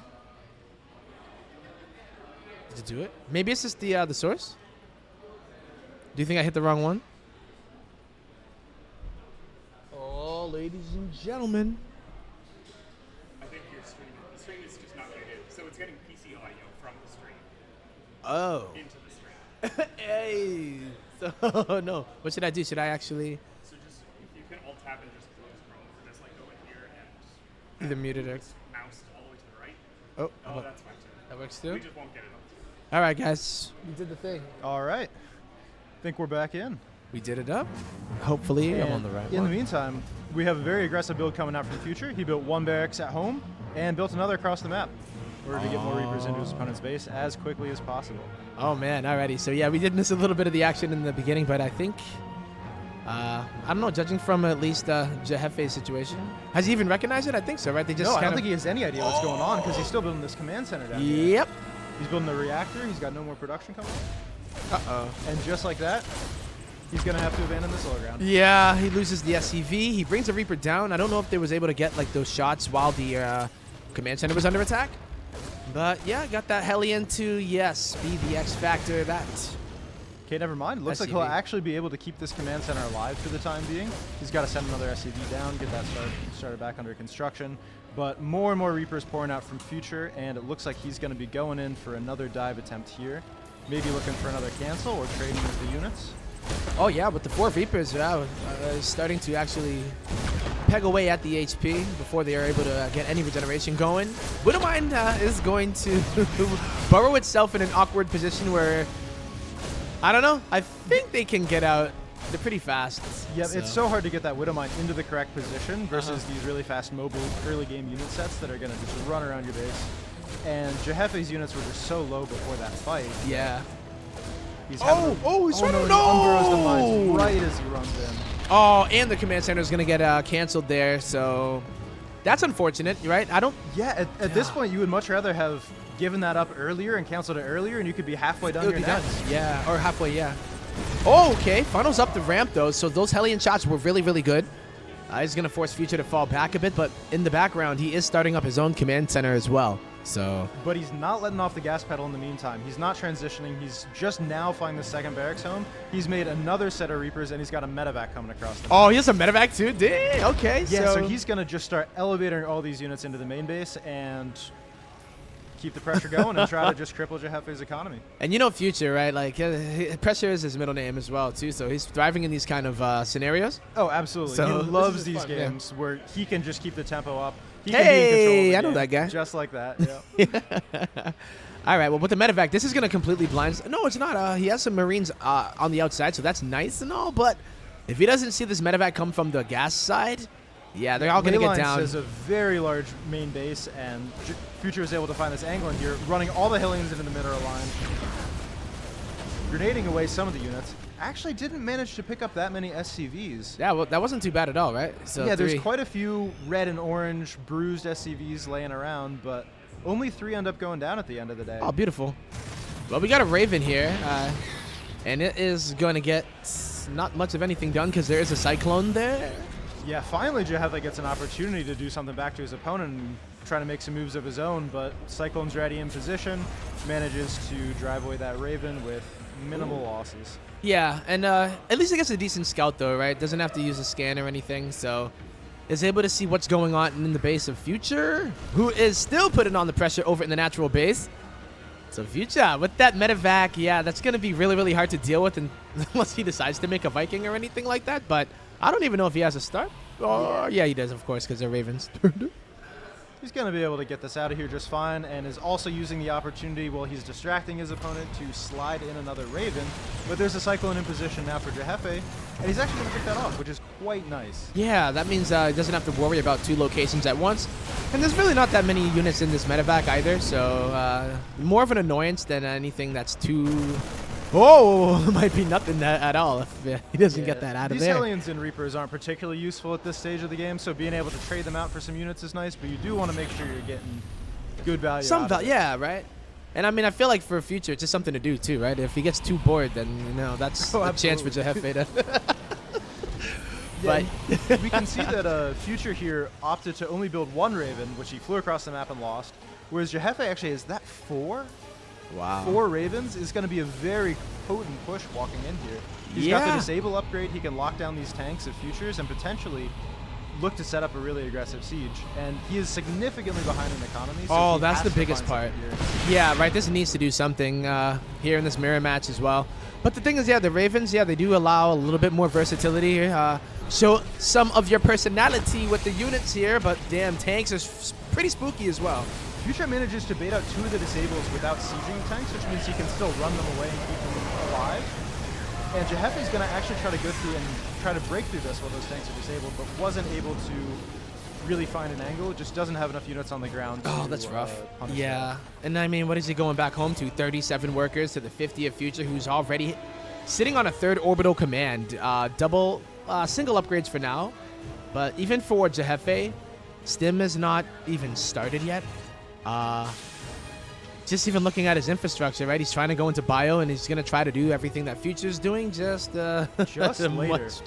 The same story as earlier. Yeah. And oh, hey, this could be a pretty decent pickoff if he gets... Oh, I like that he did the disable, though, so there's no more drop in there. So full medevac does get taken out here, Jay. Yeah, it manages to go down without getting any of those units out, but still this is a pretty strong position for Future to find himself in. He can trade out for a lot of SCVs during this. Yeah, he manages to pick up 5, as well as trading for some of the units in the army as well, which at this point he's just setting himself up to create a little bit more chaos in the natural. He's rallying units across the map. He's building a 4th command center behind this. He's just doing everything. He's literally doing everything, yeah. Dude. Flies back into the main with a single Marine and a red HP medevac. It's just that annoying. Can find anything there. And yeah, just at this point, any delays you can do, any extra SCVs you can pick off, just hurt that much more. It does. I mean, this isn't going to be in time for +1, but honestly, the army advantage here, it's not too much. It's a lot, you know, it's not as bad as I thought it would be. There's no stim, though, on Jefe's side. That does scare me, and yeah, there's not really a medevac count either here, Jay. Yeah, he's just missing so many pieces that he'll need to be able to make anything happen in this game. He's pinned back on 2 bases. Opponent has a fully mining third, sitting in his natural. It's really hard to imagine that he's going to be able to break out of this anytime soon. Yeah, Maybe and even with some of the other air units on the main base side, like every supply counts here for Jefe. Yeah, he's got to maybe look for some kind of a drop or harass with these Ravens maybe. But at this point, since your army's so small, trying to use any units across the map becomes really terrifying because then maybe you just get broken in on the front door. Yeah, And I this mean, has to Future has nothing. I mean, what does he have to rush, right? He's just like, okay, you're going to chill in your 2 bases. I'm just going to expand everywhere. Yeah, and this really has to hurt as Jefe, just looking at the minimap and seeing these giant white circles as Future is taking more and more bases that are already secured and defended, and he's just got entire map control. He's got everything locked down. He should see anything. Even the Marines on the outside, right? So this is like a case of a real top-class, high-class player where, yeah, he knows that he's ahead. He knows, he's probably thinking about his next game, but the reality here is that anything is possible, and he has his bases covered. The Marines on the outside, still on the map, right? Making sure that he keeps a tab on Jefe. So this is great. And from years and years of talking to both these players, I do have the insight. Oh, let me spill the tea. Future hates these games. Oh, really? Where he is ahead. He wants to and end he it. has all his tools, but he can't actually force anything to happen. You could always, stim in here, but that's at this point, that's the one way you can lose the game oftentimes. Exactly. By running into a choke when your opponent's already sieged up. So the best thing to do is usually to play it very slow and steady. Sure. But all the same, you're getting dragged into a much longer game than you signed up for when you had that giant lead early in the game. Exactly, right? And I mean, the longer that it does go, if it goes super long, then Jefe does have a chance to do something himself. But as it stands right now, Future coming from 2 angles here, Jay. Sets up a giant surround, running in from both sides. A bunch of his tank siege pretty far back. Trades out quite a few Marines there, and as Jefe turns and tries to push back into the tank line, just evaporates all of his Marines, and looks like he'll be able to crack the third here. Also cracking the natural, and that's just going to be it. Jefe calls that GG, and that's we're going it, to the man. next game. Good game. Real good game. Good control, of the game, the flow, pretty much. There was a lot of back and forth with, the aggression in the beginning. Yeah, the aggression at the beginning, definitely, it wasn't decisive, really. Future just kept finding these little advantages and forcing out, more and more time that Jefe wasn't building this command center on the low ground, and then eventually had to give it up altogether and try to start from scratch on the high ground. But rough. At that point, a little bit too behind economically, lost a few more units in the harass, and eventually wasn't able to really get that third secured. Yeah, that was the biggest part of the game, I feel, right? Where Future's like, all right, secure the third. I've done damage as well, too, and he was ahead in tech. So, a nice aggressive opener from Future does end up panning out in his favor. We'll see if he does keep that up in game number 2. Oh, I think everything should be straight, guys. Let me know on the stream as well. I'm going to try to open the chat on my phone so that I can at least check that out. And just like that, we're getting right into game number 2. No delays at all. No playing. Once again, getting a GLHF from Jefe out first, and then Future actually has a typo, and he has to try again. Oh, man, he needs to get out of this game ASAP. Yeah, maybe showing some signs of nerves. Yeah, I think so, right? That's a really tough start. I don't know how he's going to recover from it, but honestly, if anyone can do it, Future's that guy. Yep, he just immediately, without missing a beat, typed it out again correctly, made sure everything was... It's like it never even happened, I'm sure he dotted his T's, crossed his I's. All right, well, on the other side of things, yes, we were talking about him. He is down 1 in this series. It is Jefe. And, man, oh, man, he definitely has a bit of a mountain to climb, for sure, as Future. Jay said it earlier, the champion of the last Cheesedelphia, so... Plus, definitely also, might be getting some deja vu. Yeah, could be. Well, actually, in the previous series, it was I believe it was some kind of slower macro game in game 1 that Jefe was actually able to take. Okay. And then from there, Future ramped up the aggression. And closed out the series. And in game 1 here, we saw Future had proxied to barracks. True. So that's got to be in the back of Jefe's mind. Is there more than that coming? He's got to be so careful and so alert from minute 0. Yeah. Just to try to figure out if there's anything going on that he needs to be watching out for. Oh, that's rough. But for the moment, looks like both characters are just opting for double gas openers, single barracks, going to be followed up by a factory. Okay. Jefe scouting around is natural. Future has not opted to do that. He's playing blind and proud of it. Yeah, very, very confident play out of Future. Just, you know, he has a game to give up as well, but at the end of the day, too, maybe he knows all of these things, right? Like, some of these mind games can be intentional. They do have history, too, so, yeah. The beauty of Starcraft, too, I'll tell you. It's oftentimes the luxury of the more aggressive player is that your opponent's so in their head and worried about trying to defend what you're throwing at them that they're much less likely to be even do anything themselves. Proxy reapering and that sort of thing. Mm-hmm. And this map as well. And I'm getting more familiar with the maps this season. yeah.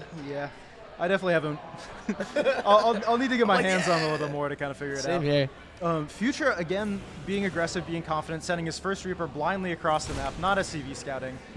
He's not scared of anything, and he's actually going to be proxying a starport in the corner of the map.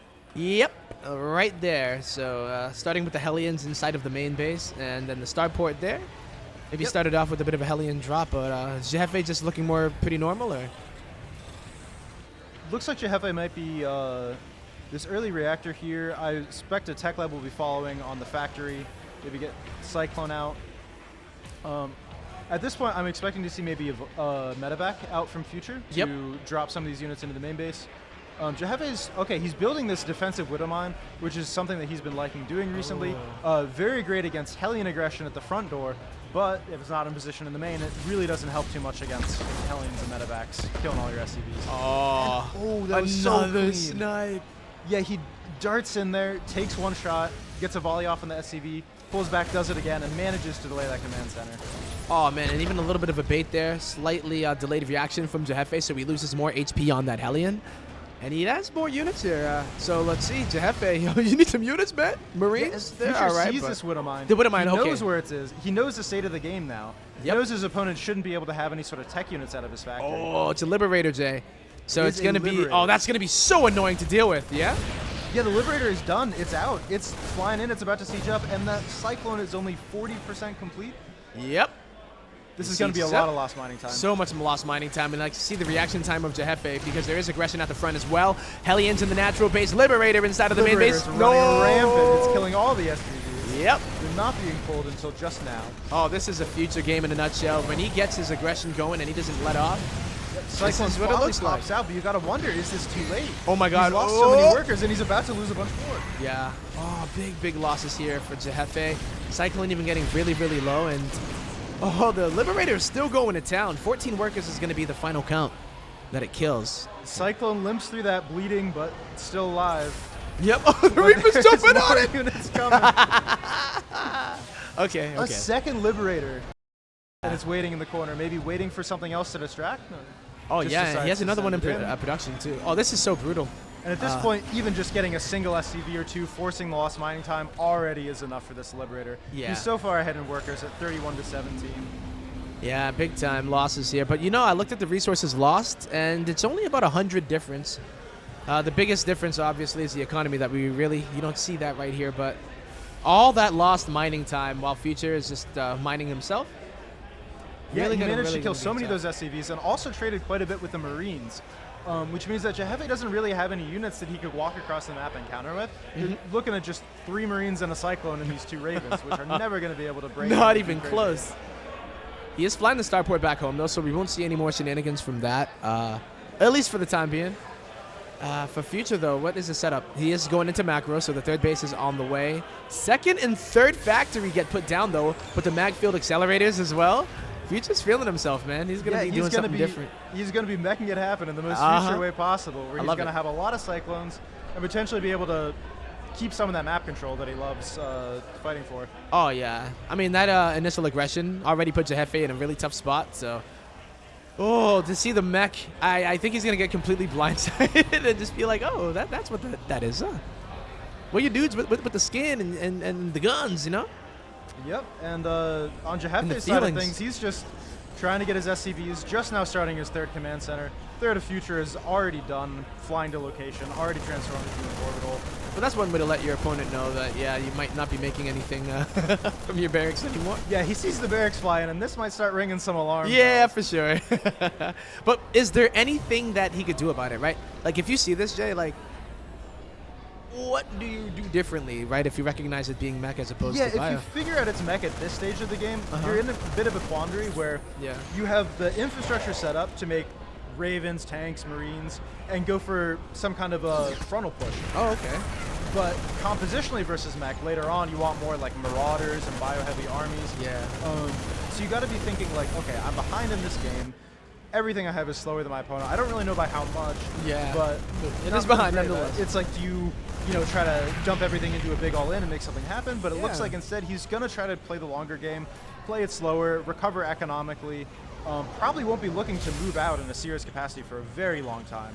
Okay. Just looking to defend and see if he can bait Future into making some mistakes and some bad aggression. All right, well, here we go. Future getting aggressive himself. Loses a lot of the units in the front there, but he does it in order to take the tank out. So they were just fodder in order for the Cyclones to come in and maybe do some cleanup on the second tank as well. Try to snipe it as well, and it's actually going to go down. Loses the Cyclone for that. The others are very bruised up, but killing 2 tanks at this point gives you so much freedom with these Cyclones. If he can get these back home, repair them up, send out some more across the map, suddenly, like, Jefe is just starting his new first tank now. Yeah. And the third base is mining already for Future. This is He's terrifying miles for away Jefe. from stim, combat shields, anything of that nature. So it's so hard for the Marines to deal effectively with the Cyclones. They'll just get kited and eventually bleed out over time. And I mean, even getting Blue Flame to add insult to injury, the fact that he picked off those tanks, right? Like the tanks are the things you want to be preserving, right? Like the more you have, the stronger that they He get. actually just cuts through all those Marines. A little bit before Blue Flame, but it doesn't even matter. The Hellions just fry them. Yeah. I mean, you get enough Hellions, it doesn't really matter. There was only 2 of them, too, so that's nice. And these trades here, although not a lot is really happening, it just gives so much tempo over to Future, who's once again already mining from his third base, fully saturated. And he keeps trimming away Jefe's army, so it seems impossible for him to ever actually secure this third.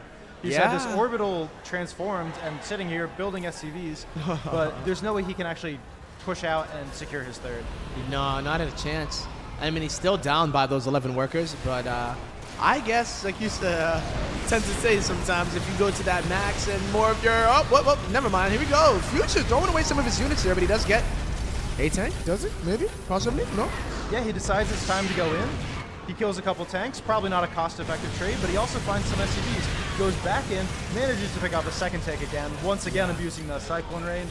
And he's just going to wait out these turrets and then maybe look for something else here. Yeah, he doesn't need to be cost-effective here. Like, that's the story he's trying to tell, right? With that third base mining, he can trade these out, and the fact is that Jefe, if he keeps getting his tanks reset, he's going to eventually run out of those resources. He seems to have infinite auto turrets here. I know. I love it. Once again, Future manages to find the tank in the background, and as a result, if he manages to group up with these other units, he can actually start poking in, cutting these Marines, and eventually whittling them down enough to get those SCVs. Oh, he actually had a group of Cyclones on the right side. They lock onto the Ravens, take one out. Even a Viking gets taken out as well. Yeah, with these mag-fueled accelerators, the Cyclones will just pop the Vikings. Completely. You can see Jefe's walking out here trying to push away these units, but despite the Vikings doing extra damage to mechanical, they're really not able to effectively clear out these Cyclones. And once these go down... I mean, what does Jefe have? Yeah. 3 Marines, a Marauder, another auto turret, one more for the road. I don't know about that, my friends. Not looking good at all. Jefe, man, the final snare. The Marauders show up to the party a little bit late, though. The punch is all gone, son. And you looking thirsty. He does have stims. He does have concussive shell, which is going to let him catch one more Cyclone here at the end of the engagement. Yeah. That was actually pretty nice. He was able to stop it for the time being. He will get that moral victory of grabbing the third base. So those SCVs, if they can, start mining. I don't know. This is really, really tough, right? +1 is the positive we can say that he has over Future, right? +1 on the bio. Future hasn't really been working on those upgrades, so they're just now going to finish with 1-1. Future again trying to look for something on this third base here, getting shoved away. Now that stim and concussive shells and all these bio upgrades are done, it becomes harder to find good angles aggressively with the Cyclones, and we might see Future starting to maybe potentially transition here, or maybe he'll just keep the gas pedal all the way cranked down. Yeah, I'm wondering. You saw the barracks in production, and there is another base as well.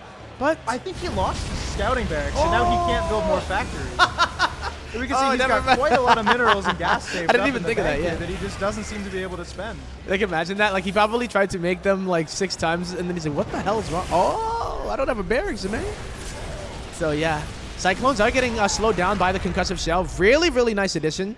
Yeah, so if he's able to continue to do these kind of trades and get the third established, so much easier to actually get to max supply when you do have that third mining. But yeah, he's just got to do it so many more times to be able to get to a good spot in this game. That's what I mean. Like, he's managed to secure his third, mining with a lot of mules, but he's still bleeding here and there. On the back of this, Future has an incredible economy. He does. He's just streaming units across the map. He's been trading cost ineffectively for the past 5 minutes. But it doesn't matter. It doesn't even matter. Yeah, and you know, a big thing is that the main base is starting to mine out, right? Like, once that happens here, right, there's only 2 mineral patches that are there, so even not being able to mine from the third base, this is just brutal economically for Jefe, but he's holding on, right? He's not giving up. Not yet. You gotta wonder if maybe Future would have an easier time, just a couple of tanks here, and it seems like he's thinking the same way as the first few finally finish out.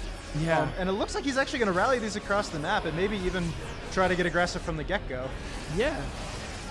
On the left-hand side, they slip on in. Tank is all exposed. It does get taken out. Will he get these Hellions to be able to do anything? Doesn't seem so. But yeah, this is just trading. He's just not allowing Jefe to get past a certain amount of supply. Yeah, he's being relentless with this aggression. At this point, probably to his detriment. Yeah. Another Liberator sieges up, kills 6 more SCVs, gets taken out by a turret. And then on the back of this, Future just lost all of his Cyclones. He sure did. You look at that army supply, 66 for Jefe. Leading here by 12, actually, at the current time. And more Hellions are going to go into the third base. SCVs are going to get roasted up. And, blue flame, man. It does. Yeah, the blue flame. Yeah, it burns a lot hotter, but, you know. This has to be Jefe's signal to go. He's lost so many SCVs. What else are you going to do? He knows he's been trading well army-wise, so this is the one time where we can see he actually has a significant army lead, dropping in the main base, catching some of the production. Whoa! And he gets right on the factories. This is maybe the way. Yeah, this is it. I mean, if he is going to get something done, it is now. It is here. The Cyclones are on the ramp, but, you know, with the Marauders having the high ground, he might be able to get something done. A decent concave as well. My goodness, man. That army supply looking mighty fine for Jefe, but he does lose the majority of the force in the main. Medevac will get out, but it is still harboring a Marauder. Yeah, he needs to do more damage here. For sure. Well, more damage you asked for. Very nice. He's killing some more SCVs. And he has stuff in the bank behind this, but he doesn't have enough economy to really play out a solid game yet unless he can find maybe another mineral line, another base. Managing to kill quite a few at this half time. Yeah, really doing something nice here, right? With the little units that he has, just getting stuff done. He is starting to lose them, though, and is not able to replenish them.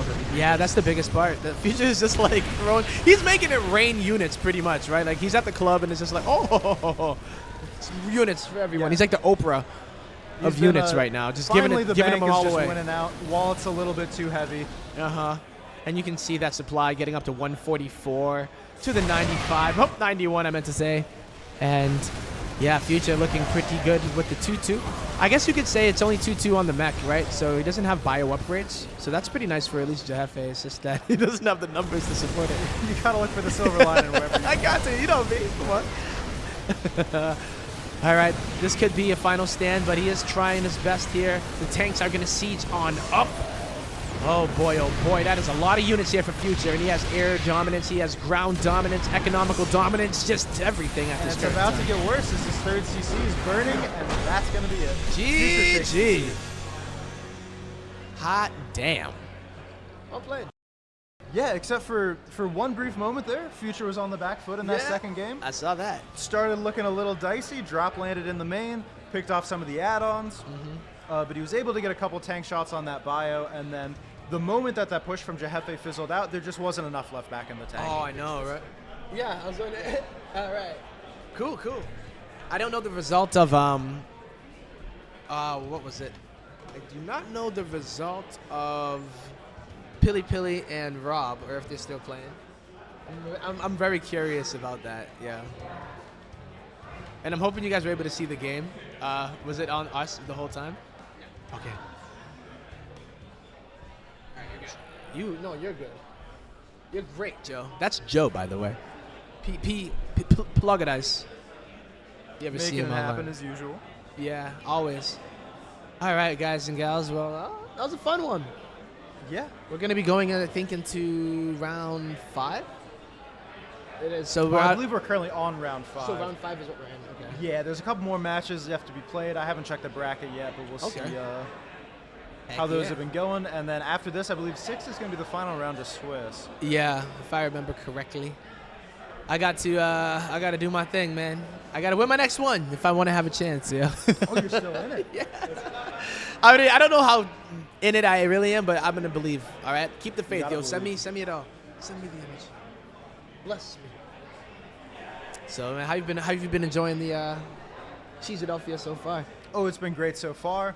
Getting to come in and see all these people that you don't often get to see. This one actually managed to attract quite a few people Oh, from man. outside the region. A lot of people traveled in.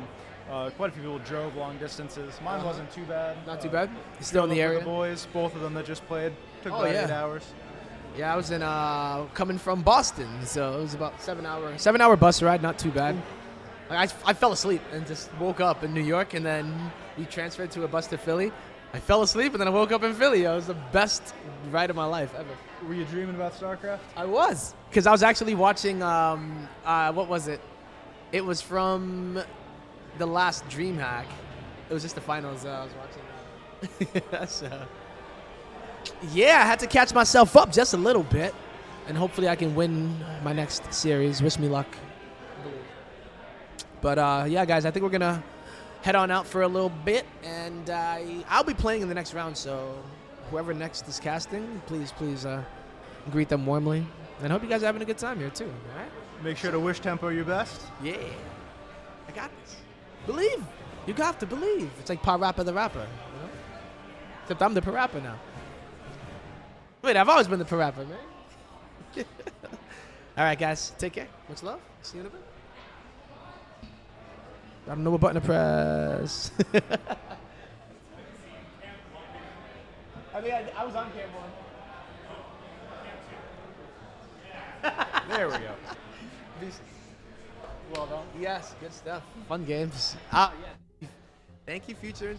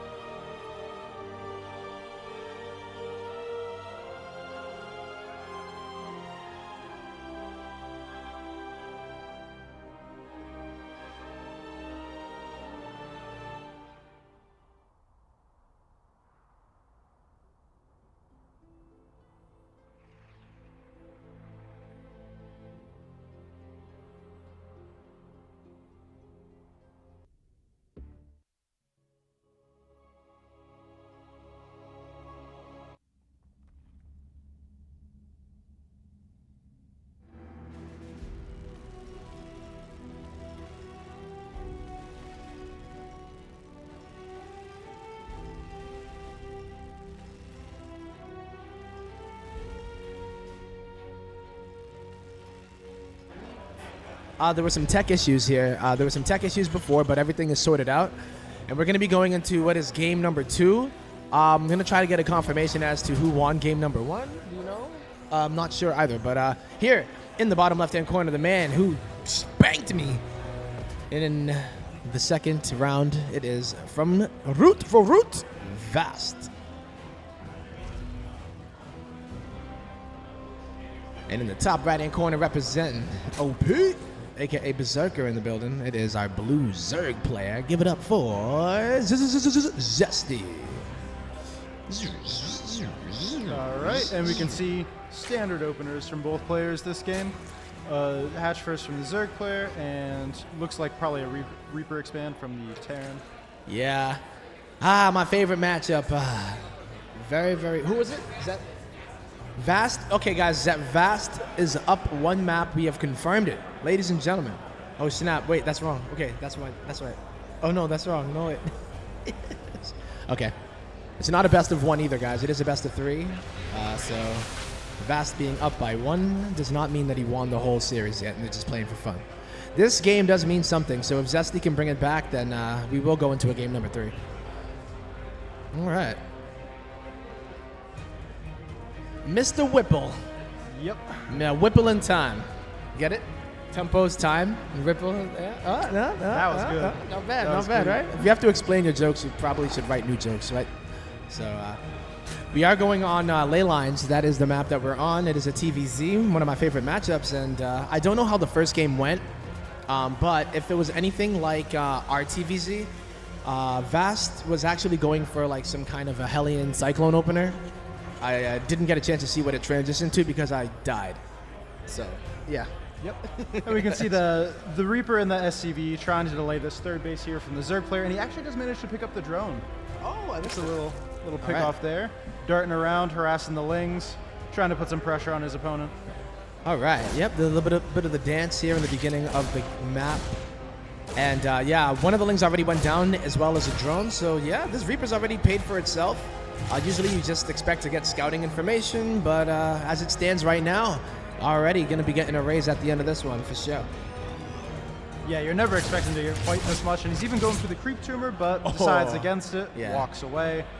But yeah, just delaying the third this much, and Zesty's really struggling to get that secured. He tried to push him off with the Lings, but just ended up losing a few of those as well. Oh, look at that. Yeah, the third base for Vast is actually, it might be a little bit ahead of that of Zesty, so definitely going to be ahead economically if Zesty is not able to do anything. But hey, if he drones so hard and just goes as hard as he can, he might be able to catch up a bit, but definitely looking really good with the opener from Vast. Yeah, looks like we are going to be gearing ourselves up for maybe another Cyclone Hellion game. Got that second factory coming down after the third CC. Second gas coming up as well. Very, very economic open from Vast, just trying to get out as many SCVs as possible. And when you're up 1-0 in a series, this can be great. Oh, yeah. You can, distract your opponent a little bit in the early game and then just build a giant army behind it. Oftentimes works. Yeah, now the question is, will Zesty be able to recognize it in time? Hellion Cyclone can be so hard to deal with when you're trying to adjust on the fly. So if he's able to identify it early enough, then sure, yeah, you get like a nice composition that can deal with it. But early on, if you're only rocking with Lings and you don't really have enough, yeah, it doesn't really work out too well. So let's see if the Scouting Overlord will be able to get any information here. Just needs to go to that top of that ramp and he'll be golden. Zesty over here connecting the creep to his third, and Vast is going to see that, knows where all the queens are. Behind this, getting the Cyclones, getting the Cyclone upgrades. Overlord will fly into Vast main, catches sight of the third CC before it goes down, and now both players should have a pretty good grasp of how exactly this game's shaping out. Nothing crazy brewing at the moment. They're both just continuing to scale up, build some more workers. Yeah, even the Mac field is expected, right? When you did see that second factory, this is no surprise. So let's see what kind of damage he's able to get done with the Hellion Cyclone. The creep spread from Zesty's looking pretty decent so far, though. So despite the aggression that he was dealing with early on, it's not like he's sitting there just only connecting his bases. So it's starting to get out there. It's going to be bleeding out some of these tumors to the scan. Also losing a second Overlord. And Vast has even sent over his 2 Marines that he built at the beginning of the game. He's decided it's time to get some damage done. Into the middle line, and he's absolutely going to be trying to trade him. Oh my god, everything getting roasted and toasted out. The Queen's a little bit late to the party. He's even pulling back the weakened Cyclones. One does go down, but that's a lot of DPS still, regardless. They are really in the red though, so he does want to preserve them because the damage that he did was perfectly fine. He doesn't want to give up all of his aggression or the threat of that. Yeah, he loses those Cyclones, but does manage to get out with virtually every Hellion there, which is way better than you're expecting for diving in that deep. Yeah. Oof, really, really rough start there. I don't think he was expecting to lose 17 drones this early into the game, with Vast even superior there. 42 workers to the 38. Ouch, ouch. And the pressure is not even done yet. Still continuing to kill those creep tumors when he can, and continuing to kill overlords. And every time, at least the past couple, he supply blocked him too, so that's a big deal. Yeah, and this is the scary part of Cyclone Hellion, is that if the Terran player has tempo advantage, they're out on the map, they're getting damage done, the Zerg player's a little bit on the back foot, you never really have any time windows to just macro up. It's you got to be fighting for your life constantly. All the time. It just never ends. It feels like that, right? Like as Vast is going to swirl around the map and actually go for this building fourth base, and it looks like he'll be able to find the cancel. Oh, yeah, that is definitely going to go down, but he's setting up a trap here. He's trying to get us around, but it looks like those units will get out in time.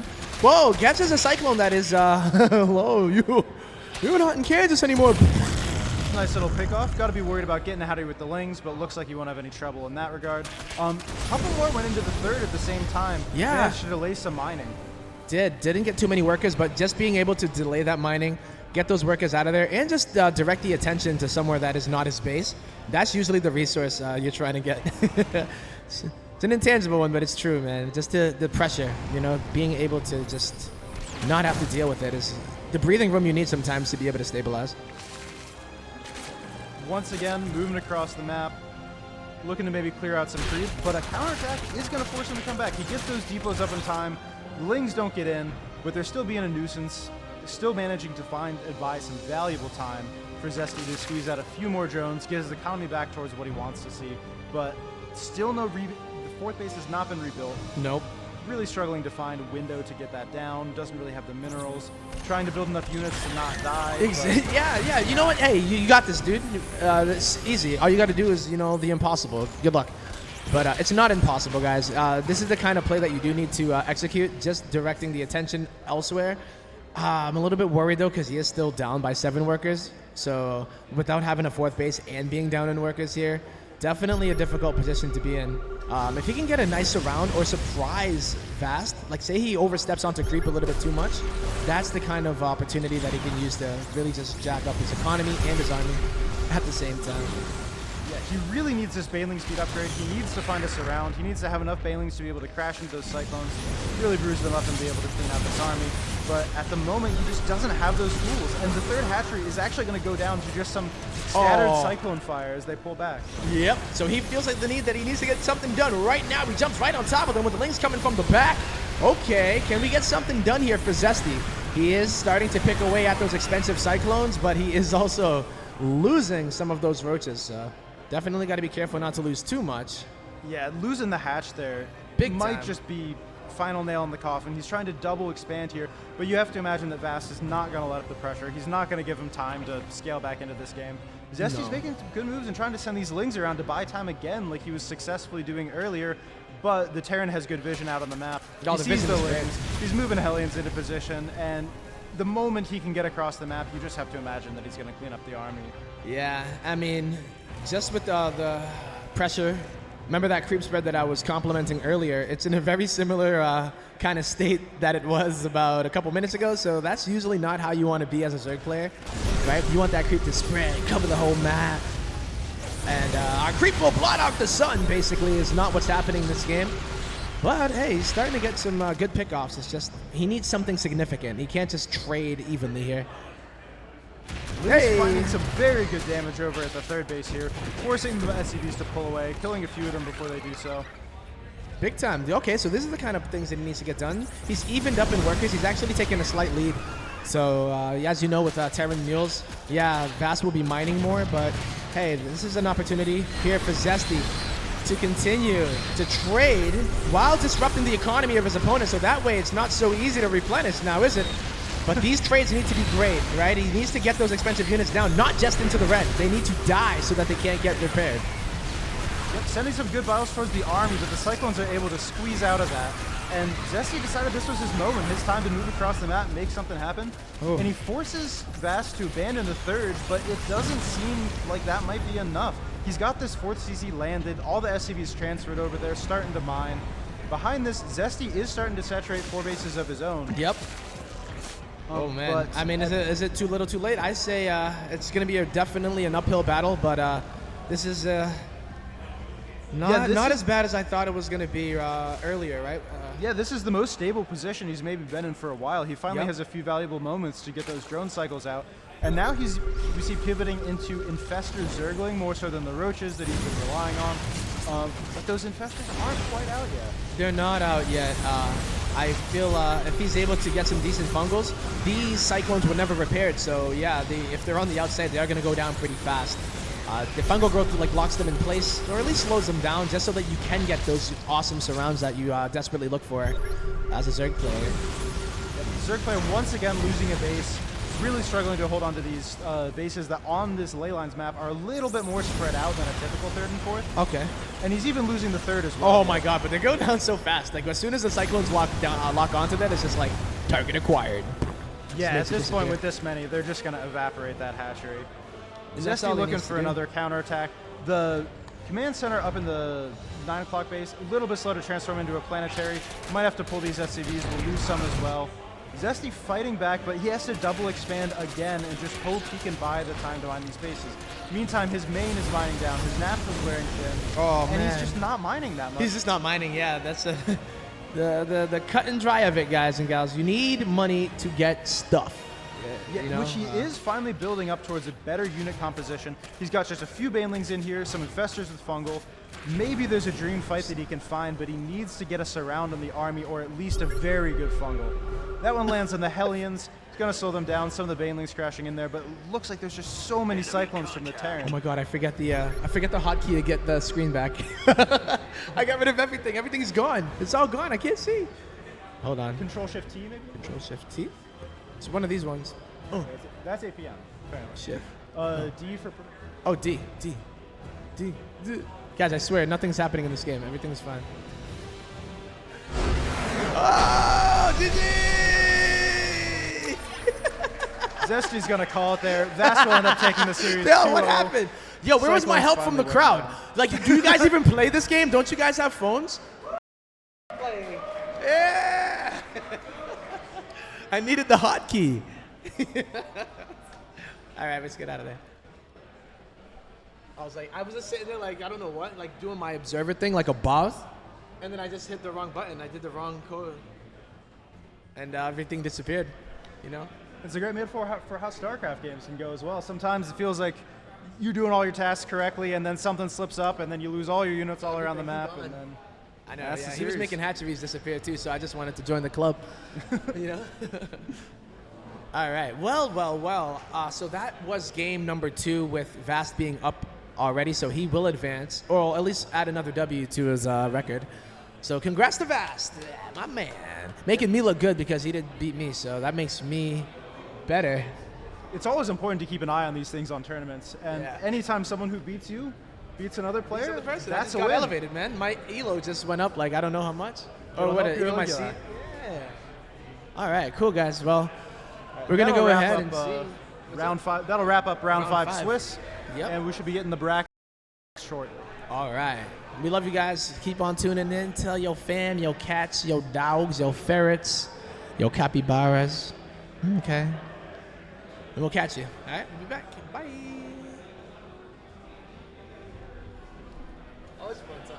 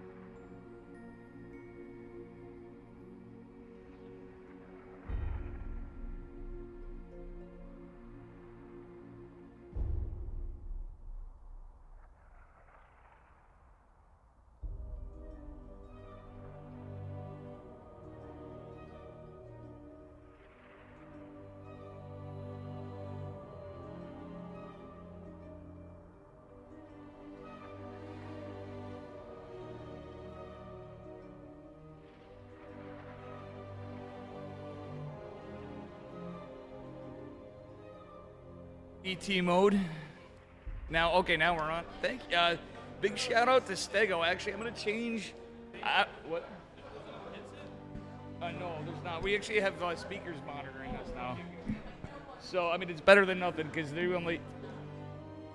We're just using this speakers. Yeah, see, you can hear it. Are you observing? Yep. They were. Yeah, but do you want the headphones? If it's not long enough, yeah. I'm trying to. I gotta do the obs. What up, everybody? I'm spilling my drink all over me. It's fantastic.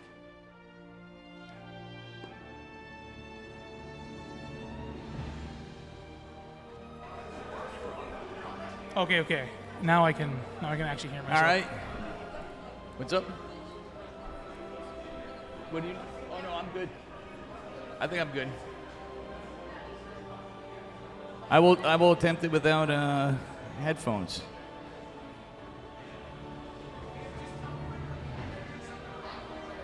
So do you want? Yeah, no, I mean, if you want, if we can do, yeah. Dolan Rob is good. Dolan Rob is good. Yeah. Hello, everybody in Twitch chat as well. I can't see Twitch chat. I was trying to type to you guys on my phone. What Believe it or not, on going the on? Dave Testa channel, Dave Testa is here.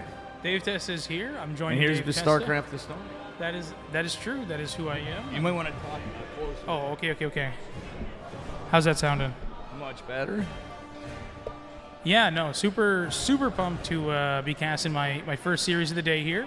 Been playing, so I haven't had the opportunity, but I've got a bye in the final round here, so absolutely taking the opportunity to cast some amazing matches, and we are going to be jumping into Rob versus Dolan, which is sure to be an absolute banger. Who are we getting? Rob Dolan.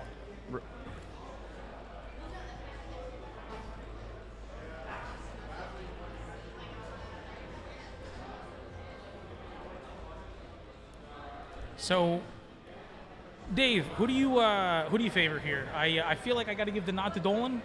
You're giving the nod to Dolan. I'm going to, I'm going to make this interesting because Dolan's my boy, but Rob also trolls Sal. The headset is absolutely killing me. I'm sorry. It's because it's too short. Yeah. I guess I might rock that. I don't know if I'll. Yeah. It's too short. I don't think we need that. Well, I mean, I'll wear the headset if it's not too short, but like, yeah. It seems like Proto's gonna switch it out.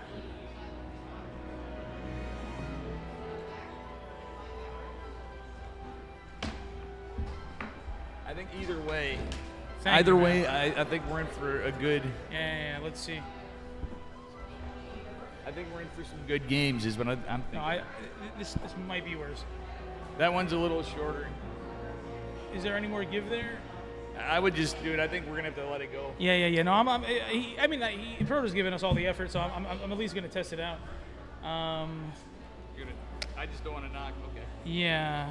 Okay.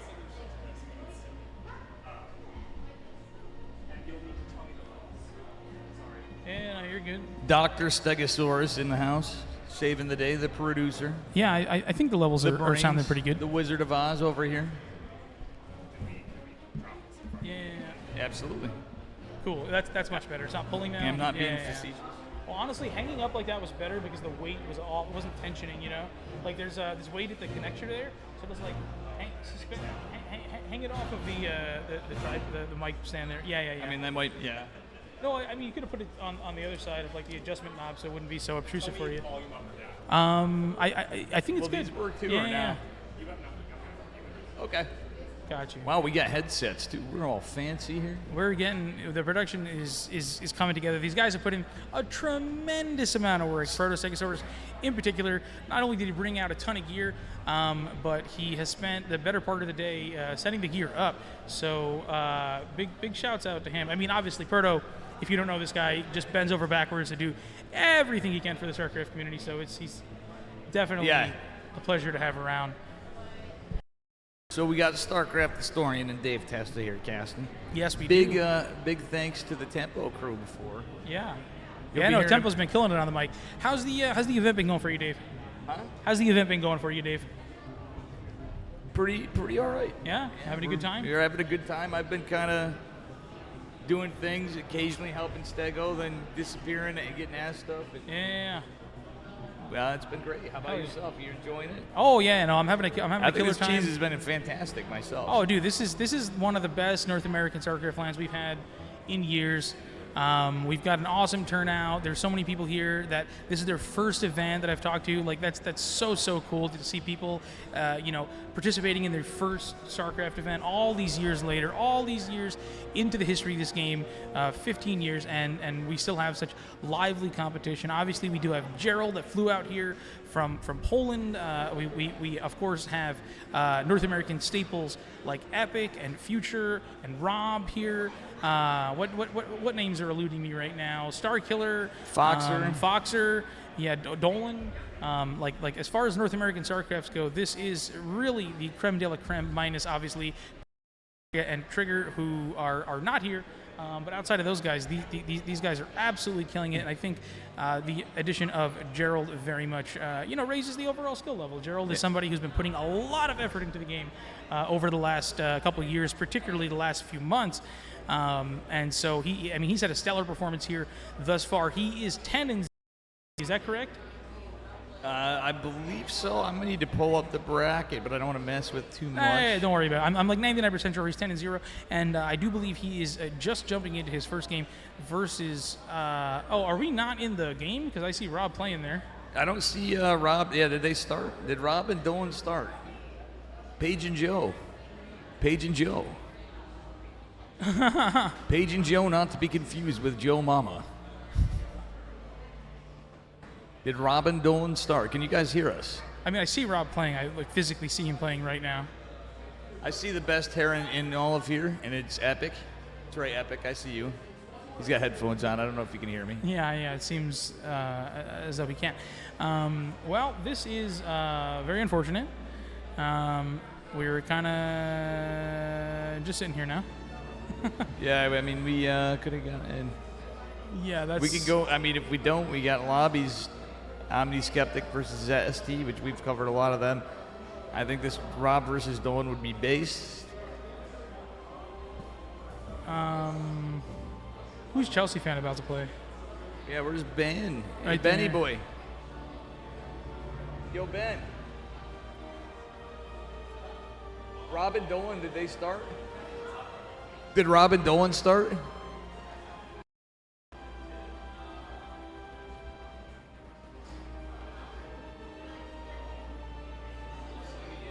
Yeah. Oh. Who are you playing, Ben? All right. Don't embarrass me. Okay. Ben. Well, you know, so. Who are you? Oh, he didn't hear me. Fuck it. I'm gonna have to go run over and just shove a camera at the screen. It's the solution to all problems. Honestly, I think maybe the Omnis. Just join Chelsea fans game. We'll cast that. I don't know who he's playing, but we'll figure it out. Yeah, let's just go on. Just to cast something. Yeah, we're gonna cast something. We got Chelsea fans lobby. Okay, yeah, there you go. So it's Starkiller versus Ben. Oh, okay, yeah, this could be relatively competitive.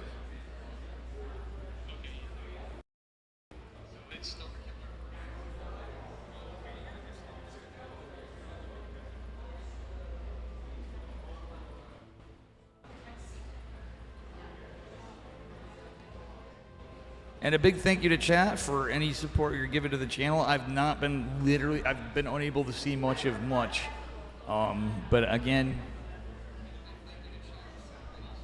the biggest of thanks. Well, it's just been More the Swiss so format to- so far, and we are, just one round away here from moving on to the playoffs, where we can get really serious, I think, about the casting and the production. But as of now, we are jumping into Chelsea fan versus Starkiller, spawning in the bottom right. Why don't you take it away, Dave? Bottom right-hand corner, he's red. Give it up for Chelsea fan, aka Ben, from Nerd Street Gaming. Absolutely one of the major reasons we're able to have this event, in addition to Joe, of course. And spawning in the top left corner, representing Maturino, it looks like. Is that true? I'm actually not sure. It's Starkiller. Yeah, he was formerly on Maturino, formerly a Cheesedelphia winner. Our man Starkiller Also, I mean, so my first exposure to Starkiller was when he went on that tear of winning the pizza pie tournaments. Yep. I think was it 17 in a row, or, Yeah, it was or something like that. Something in that. Yeah, if I'm not mistaken, it was in the high teens Yeah. at least. Yeah. So if you're not familiar, years and years ago, there was sort of a not only a tournament, but what evolved to be a recurring meme on the talk show, the Pylon Show.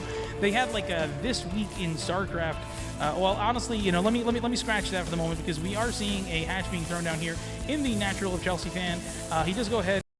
It's like was that 5 probes to deter this? Yeah, honestly, that's a almost picture perfect. I know you could say 4 probes, but realistically, you go 4 probes. Typically, still getting a zealot out after. The 5th is not really too horrible. I'm not hating how this is panning out, honestly, myself. Yeah, no, I think it's a good defense, but behind it, I don't think this is as fully committed. It's not like a 12-pool proxy hatch or something little Bly-esque. This is just more to hatch block. Yeah, it seems like a way to just throw Protoss off their game, slow down their economy a little bit, of course you do a little bit of damage to your own economy in that respect, but you had this game plan going into the game, right? You are in the mindset, so I think it's very much a mental game as well, but that hatchery does go ahead and get canceled, and momentarily here we are going to see Chelsea fan go ahead and throw down his natural expansion. Yeah, he's going to get it when he has the money. The downside is the Zealot, more probes balled. I don't know about pulling I would have let that go. I would literally just send 1 probe to attack it. Yeah, it's been a lot of missed mining time. Yeah, exactly. If you look at the income advantage, Starkiller, as behind as he is in terms of, it was kind of like from drones earlier. He's starting to maybe pay dividends if this kind of response is continued. It's 4 drone probes, not mining. And just briefly wrapping up what I was saying earlier, yeah, so Starkiller, I can see. Yeah, we're chilling. My bad. I'm sure if you didn't get the lobby, that was my bad. Oh no, you're good, dude. You're good. Honestly, I would prefer to just watch you observing, anyhow. But moving forward in the game here, we do see Zergling's being researched. There is a 3rd base building at the moment. The natural has finished. There is 1 zealot and an adept applying just a little bit of pressure. It's going to get shooed away relatively easily by a handful of lings and a queen. The shade does go ahead and finish up into the main there. Kind of an interesting decision, and it's going to fall very quickly to those Zerglings. Zergling speed about 10 seconds away from finishing up. Yeah, a little bit of a spicy game number 1 here between these guys. 2 zealots are going to attempt to make their way back. Honestly, the adept, he probably should have canceled the shade, but these Zerglings with metabolic boost will make it into the wall. Absolutely, they will. And they're going to go ahead and pick off that pylon. And oh no, it's an Artosis pylon. This is going to slow down the production of Chelsea fan so much. He only just now throws down the pylon to replace it. Warpgate was not canceled, but slowed down there, and I believe it was a Zealot maybe building. The Zerglings wreaking havoc in the main here, forcing the probes to pull off momentarily to not only fight, but missing some mining time. The Zealot's now chasing down the ramp. He gets a full scout off. He knows exactly what's going on here. Starkiller does. He knows exactly the time that the Stargate finished up, and he can see that there's still not a unit being built out of that Stargate. Warpgate only just now finishing up, and the Stalker about to pop up after the delay from the pylon going down. And these Zerglings getting back into the main, taking out 7, 8 workers. Oh, this is a really brutal early game here for Chelsea fan. Yeah, a little rough to say the least. 9 probes going down. He's got a full wall, kind of stuck in. He's going to have to make some decisions there, but realistically, I think that just a little bit of a mistake. That adept going down earlier, I think, Ahmed, was what put the nail in the coffin. I mean, he could have actually walled with a probe, but he didn't see the run by. It was a cheeky little run by there. Dave, we are 4 minutes 50 seconds into the game, and Starkiller is sitting up with a 20 supply on the board there. 4 extractors going down at the same time. The economy of Starkiller is about to be booming. He has a massive lead when it comes to mineral income. He has a 14 worker lead. Everything really going Starkiller's way this game. Still continuing to pump out lots of drones, throwing down a couple spore crawlers here because he did scout that Stargate. And oh no, things got empowered again, but there was another pylon finishing up just there. The first Void Ray of the game, or I believe the first Void Ray of the game, is about to pop here. There might be a couple Overlords out on the map. Actually, no, but doesn't really seem to No, be. he's really just got the one. Okay, yeah. So I mean, Starkiller playing very tight, very conservative. A lot of Zerglings finishing 30 some there, just about to hatch. The Hydroden does go ahead and go down, so that's the first really big tech choice here. Yeah, I was gonna say Zerg. with the gases and knowing Starkiller, he's historically been a big Hydra push guy, and now it's more settled into the meta over the last couple patches. Pretty standard. Setting some things out on the CDP map here, trying to keep his fingers on the pulse of what's going on here. He wants to know what's going on with Protoss. He knows he's sitting good in the game so far, but, you know, the game is not over yet. The Oracle pops out. The Zerglings still running around here, not applying pressure in any significant way, but just keeping Starkiller clued in as to what's going on here. 13 Hydras on the production tab, along with Groove Spines. This is going to be a Hydra push, just like you said, Dave. And I think we're going to start seeing Starkiller moving out on the map within the next minute or two here. Another a Robo Bay going down for, or robotics facility rather, not Bay, going down for Protoss. Well, I'll be honest with you that economically, Protoss is in a good spot. It's in an okay spot, like considering how everything went. But there's no charge, there's no Psionic Storm. Getting a Robo, Immortals aren't really going to do much against Hydra Ling. Pull up the units tab. I believe it's just the one Void Ray, one Oracle, one Sentry, one Stalker. He's going to need to buy time. So really, the only thing I could see maybe buying time would be hedging some beautiful stasis wards, dropping. Like a Robo Bay is going to take forever to get Colossus out or Disruptors. The robotics facility only just finished. A stasis being thrown down to the natural there. Chelsea fan has to know something is coming, or at the very least thinks there might be. A couple Zerglings get caught. Not the worst thing, not the greatest thing. The first Immortal is about to pop. Robo Bay has just been thrown down, so Chelsea fan does know that he needs to make the tech advancement and needs to do that quickly. But I don't think he has the time, Dave. There are what looks to be, I think, like 15 Hydras pushing into the not the natural, but between the natural and the third here. They put out a lot of damage. The Void Ray doesn't quite go down. Gets saved by the battery. These Hydras dishing out a significant amount of damage to these Zealots. The meat shield of the Protoss army is starting to evaporate, and Chelsea fan knows he's done. GG, taps out. That is, to that point, honestly, there's really not a lot you can do as Protoss. He can economically catch up. I guess the better, in my opinion, he was kind of in between a rock and a hard place. The only way to put it, he didn't have any way to really defend that in that situation unless in my opinion, if he two-based it. You'd have to two-base all-in basically to counter. And it doesn't have to be an all-in, but a lot of two-base pressure essentially. Yeah, no, I mean, the early game damage there was really, really, really difficult to mitigate there for Chelsea fan. He was fighting an extremely uphill battle there, and it didn't really work out for him. Starkiller has that killer instinct. Are we going to jump into... Yeah. Wait, yeah, we're going into Starkiller Chelsea game 2? Yeah. Wait, you hop in? Hang on.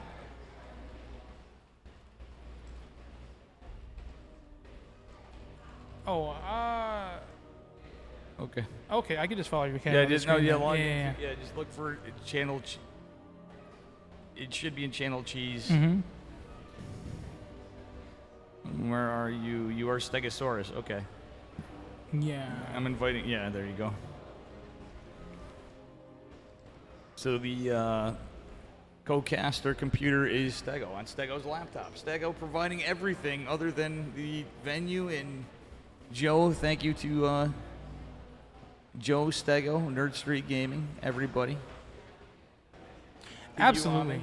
Absolutely. No. I'm just here. I didn't put in any of the legwork that you fine gents did. I just get to enjoy the games, enjoy the cast, enjoy the wonderful atmosphere full of awesome StarCraft nerds. And here we go, jumping into Game 2 of Chelsea Fan versus Starkiller. Spawning in the bottom left here, we have Chelsea Fan. And his opponent in the upper left, he is Teal. Give it up for Starkiller. He is up a point. Another PVZ for you. I was kind of hoping to catch old Robbie and Dolan. This UI is so weird. How do I follow your camera?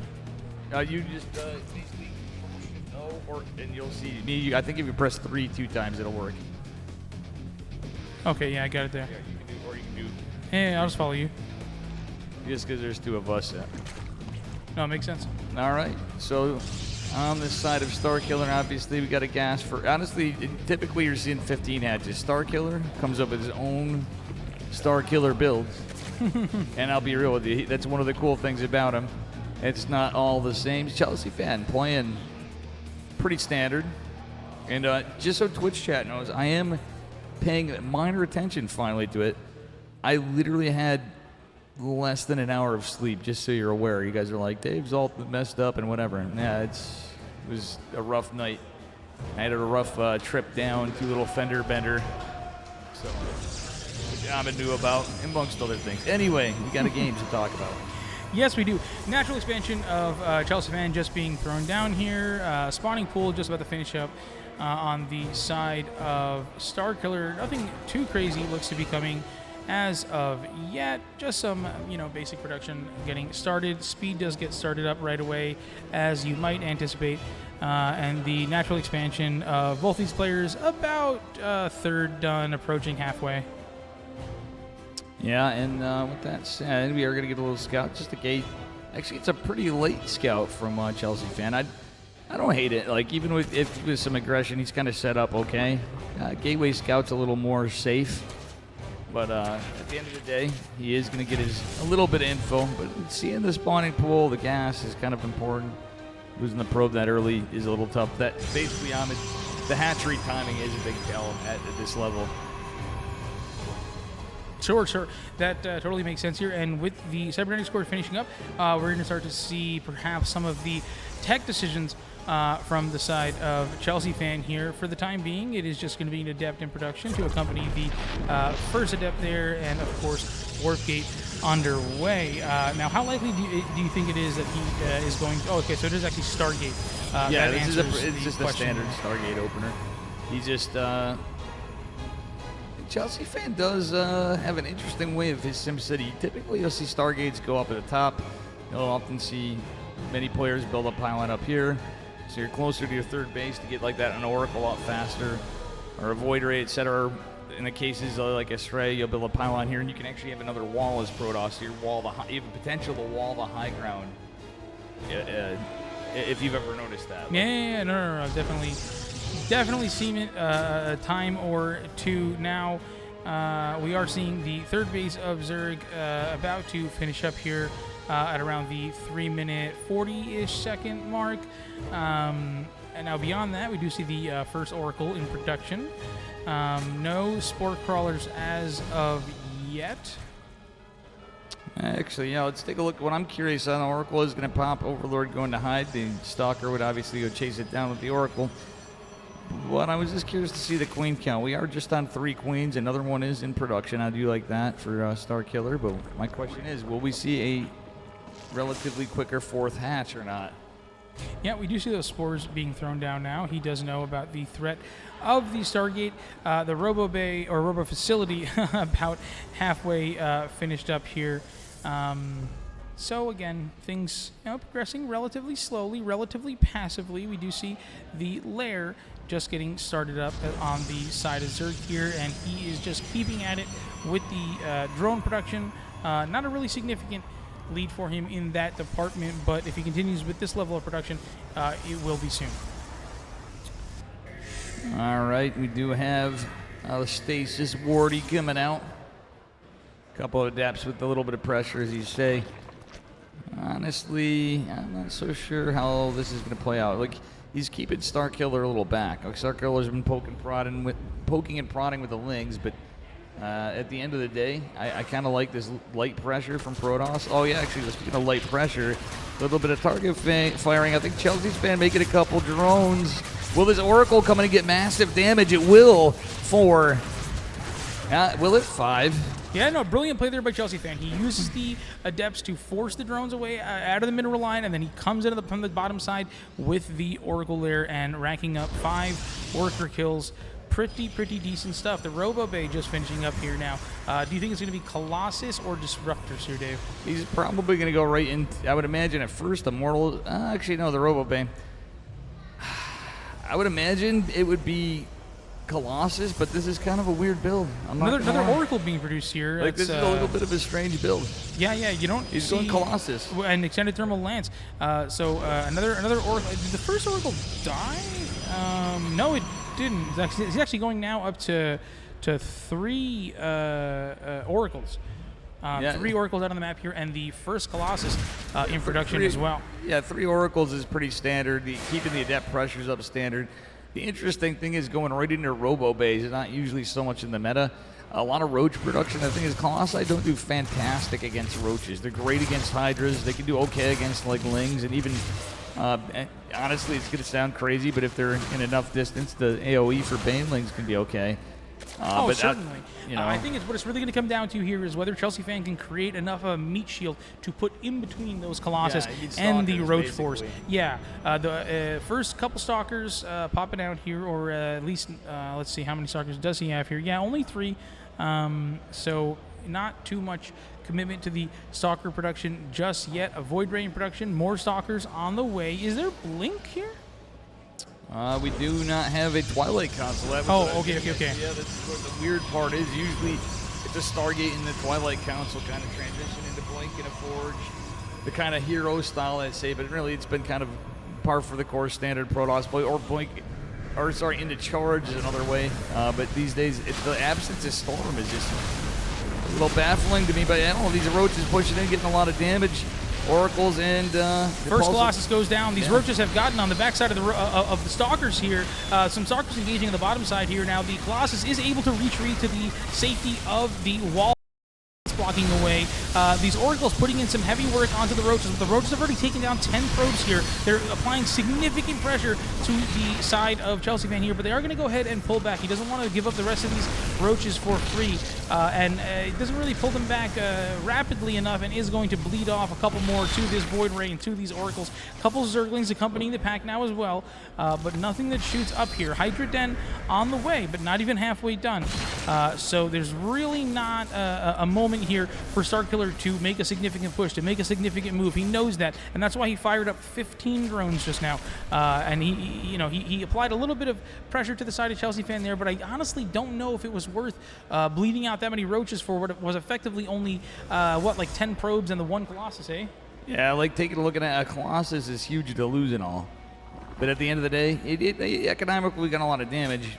He's economically behind now. Starkiller up to 71 workers, going to a 4th base, going into +1. Yeah, resources lost relatively in the favor of Protoss here. About a 800 mineral differential. But will that 4th base go down with a big push in the bottom right-hand corner? Zerglings and Roaches pouncing on this bottom right Nexus, taking it down with ease, not even really trading out any units. The Oracles, though, do show up to shoo the Roaches away, but they achieved what they wanted. They're going to use that little speed hallway here on the right side of Persephone to retreat home with grace, with speed, and with style. We are going to see the first Hydras popping out here.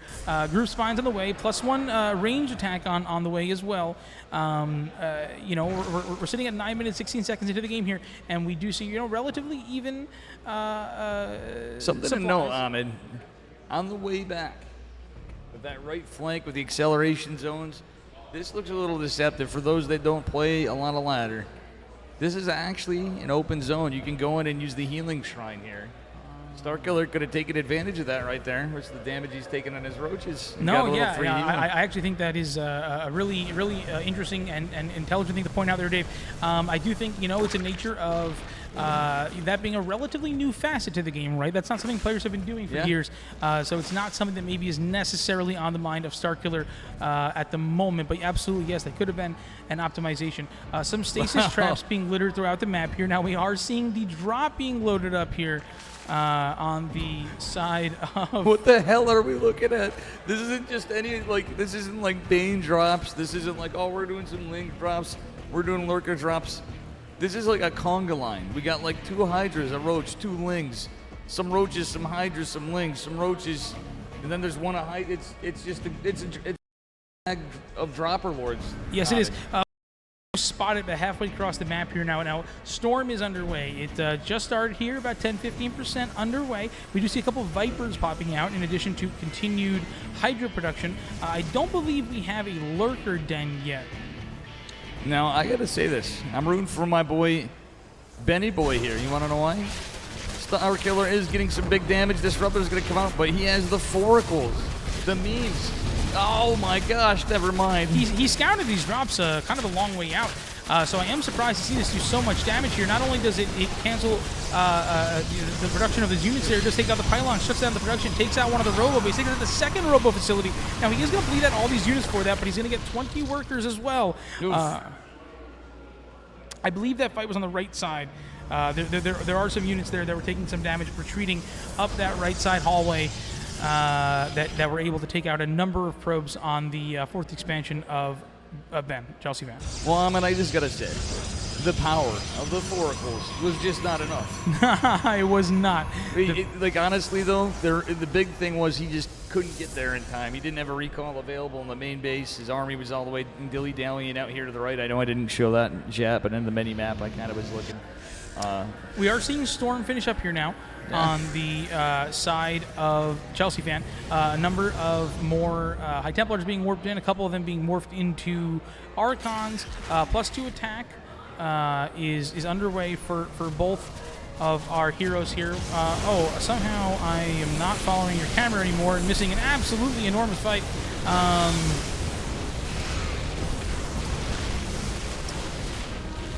Yeah, this is a scrappy battle. I like the Guardian Shield Piranha Storms for Mr. Chelsea Fan. The army supply is 2-1 in favor of the Zerg, but will our Protons player be able to hold this? No, Dave, I don't think he will be. The Starkiller is collapsing onto the natural expansion here.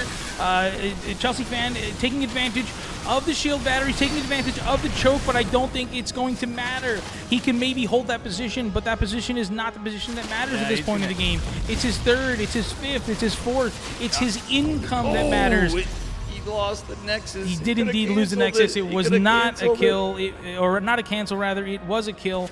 The stasis trap being spotted and taken out here. This Zerg force not so huge anymore relative to what pushed south just a few minutes ago here. So he is going to go ahead and retreat, having gotten a lot done, regroup. How many Hydras got caught there in that stasis trap? There were a number of them. Not an insane number, and with the accompanying forces of Zerg here, those are going to be... It was still a decent stasis ward, I'd say. It was a good stasis ward, and it took those units out of action for a little bit, but ultimately they weren't able to get cleaned up. And he does go ahead and take a fight there without the remainder of those forces that were stuck in the stasis. We do see an absolutely tremendous army supply lead here for Starkiller, but where are those units? I guess it's those 2 diverging armies that are meeting up here now on the top middle of the map. And well, I'll be honest with you, he's playing it safe and for the moment smart because of all the High Templar morphed in, the energy. There's going to be a lot of storms. We did get triple Robo. Interesting choice, triple Colossus, which Colossus in the late game against Zerg, once you get Vipers out, between Parabombs and Abducts, you have Lurkers with Seismic Spines. Colossi kind of lose their luster a little bit. I'd like to see, like, that. He's kind of damned if he does and damned if he doesn't, but I'd like to see some Immortals in the mix. Immortals definitely would make sense. Now, that Lurker Den did only just finish up, so Chelsea Fan hasn't really seen that those Immortals are on the way, or rather, Lurkers are on the way, but though you have to assume he is expecting that tech transition. Now, this position has been abused again and again, and as a result, some stasis traps have been thrown up, some shield batteries have been thrown up, some cannons have been thrown up, and this is going to make for a horrible position if Starcraft does not push back. He does recognize that, though, and is able to pull back relatively quickly. One of the Colossus being abducted into the Zerg army, a storm going down onto the Zerg army, dishing out some serious damage. Those units that are trapped in the stasis trap are about to be released, and they are going to get taken out by a storm and some zealots and some archons, but overall 13 probes going down, not a significant amount of army being raised for Starkiller there, maybe about 15 to 18 supply. Seismic Spine's about to finish up now, and we are going to start to see these lurkers become very important and very relevant in this game. 11 of them morphing at once. 11 lurkers is significant with Seismic Spines, but also +3. Our Protoss player, Chelsea fan, he's down an upgrade at least. Usually you want to continue getting your upgrades after +3 ground weapons, going to your plasma shields, going to your air upgrades, maybe make a transition, but I gotta hand it to Chelsea fan though. Not a standard opener, and he's actually made a game of this. Oh, absolutely, I completely over. I thought the game was over when he retreated to his natural there, so I can totally see where you're coming from, Dave. It looked like he was in dire straits. I knew he would make it, but it was a tenuous hold. Well, we'll put it that way, in my opinion. But that it was, Dave, and he might need another tenuous hold here as Starkiller's at 200 supply. He is marching across the map. Chelsea fan is absolutely aware of this with the tag from those oracles. Some huge storms going down. Oh nice my goodness! Disruptor. Big disruptor hit, huge storms. This Zerg army is battered, it's bruised. So many lurkers, Dave. Adaptive Talon's about to finish up here. Seismic Spines finish up here. We're looking at Hive Tech for the Zerg. The Viper looks like it may have been feedback. No energy left, but the Protoss is trying to push into these lurkers here, but everything is evaporating. The roaches are collapsing on top of the Colossus. The first Colossus is about to go down. It does indeed fall. The second Colossus is retreating to a shield battery, and it does have some replenished shields, but it is about to be targeted down as well, and with it, I think maybe Chelsea fans' hopes in this game. Some more Zealots being warped in. Some Zealots on the top right side here attacking a base, but there are no workers in that base at the moment. Not to say that it's really an unimportant position because it is a fresh base, but it's not particularly important. These roaches here, though, taking out a very important location here for the mineral-starved Protoss. I'll be honest here. This is actually, it's still playable for Chelsea fan. He still retains 4 bases. Worker count's pretty even for both. He did lose a lot of army, but he did cause a little bit of chaos with his L-run buys. Well, the main is mined out. The natural's probably about to be mined out. So realistically, I think at this point, Chelsea fans on 2 functional, base. 2.5 bases functionally to the 4.5 functional bases for Zerg here. Another round of lurkers being morphed in here. And I think the round 2 is about, or I guess at this point, round 3 is about to start. +1 ground carapace just finishing up here for the Zerg army. A number of more Hydras being morphed in here. And some Overseers, all important for that vision. Well, that being said, I do think it's looking rough for our Protoss. Couple disruptors, couple storms. There's so many lurkers in the flavor. One disruptor with full getting caught on energy. the downside here as it does rally out. A couple of roaches engaging on the top side there. The Zealots pushing them back. The disruptors could get some big hits. First one whiffs, second one doesn't take anything out, but puts on some damage. The third gets taken out before it's able to shoot. The Zealots getting absolutely shredded. This whole army getting absolutely shredded by these lurkers. Every single High Templar goes down. The roaches are getting onto GG. Master John. GG's. What a series, Ahmed. Ben putting up an awesome fight there. What a fun back and forth game there. The first one, a bit of a rollover, but the second game, much more competitive. Oh, absolutely. Game 1, a little different, a little more cut and dry. This one went on a little bit. I think we had a little bit of tug of war here. Chelsea fan showing us he's not just going down. You know, he put up a hell of a fight. That being said, I just want to take a look at things. We don't have the bracket. I'm informed. Did I spell Cheesedelphia wrong in the title? That's going to be funny. No, I think the bracket drawing should be happening momentarily, and I am so excited to see what these matchups are going to be. Sorry, what was that, Stego? I'm showing the crowd a bit. Unfortunately, guys, we only have 2 cams. We can continue talking. Absolutely. Chat was asking about seeing the crowd. What was that, Stego? You absolutely spelled it wrong in the title. What? What? You should be able to. Oh no, you can't hear me in that. No. I'm able to hear you. You can hear me. Yeah. You spelled it wrong. You spelled it Cheesedelphia. Oh, it's not cheese. Cheese. Yeah. It's Cheesedelphia. Cheese-a-delphia. Cheese an A instead of an E or EA. Imagine reading. Dave asked Stego a question and Stego nodded. Reading top to bottom, left to right. Yeah. In English, that is how we do it. Yeah, you know, it'd be hard. You can hear me, but I can't hear you. With so. no. Oh yeah. That makes sense. I cannot underestimate how tired I am right now.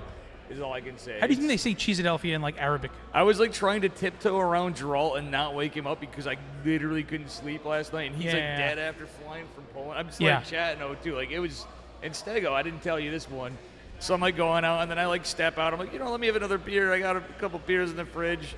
I go out, and then there's Ninja, who I just met. I vaguely knew him, like he's like a D3 player. Staying at the same hotel. I go, come on, let's have a couple beers. So we end up going, and the next thing what does that say there? In Farsi, it's what? In Farsi, it's Panieradelphia. That's my man Reza. Resolution. Chat, thank you for all the support and hanging out on Twitch. By the way, Are you Iranian? What is it called? Reza? Wait. Who? Reza? Yeah, he's Reza. He used to be Nazaro Bari in chat, but yeah, his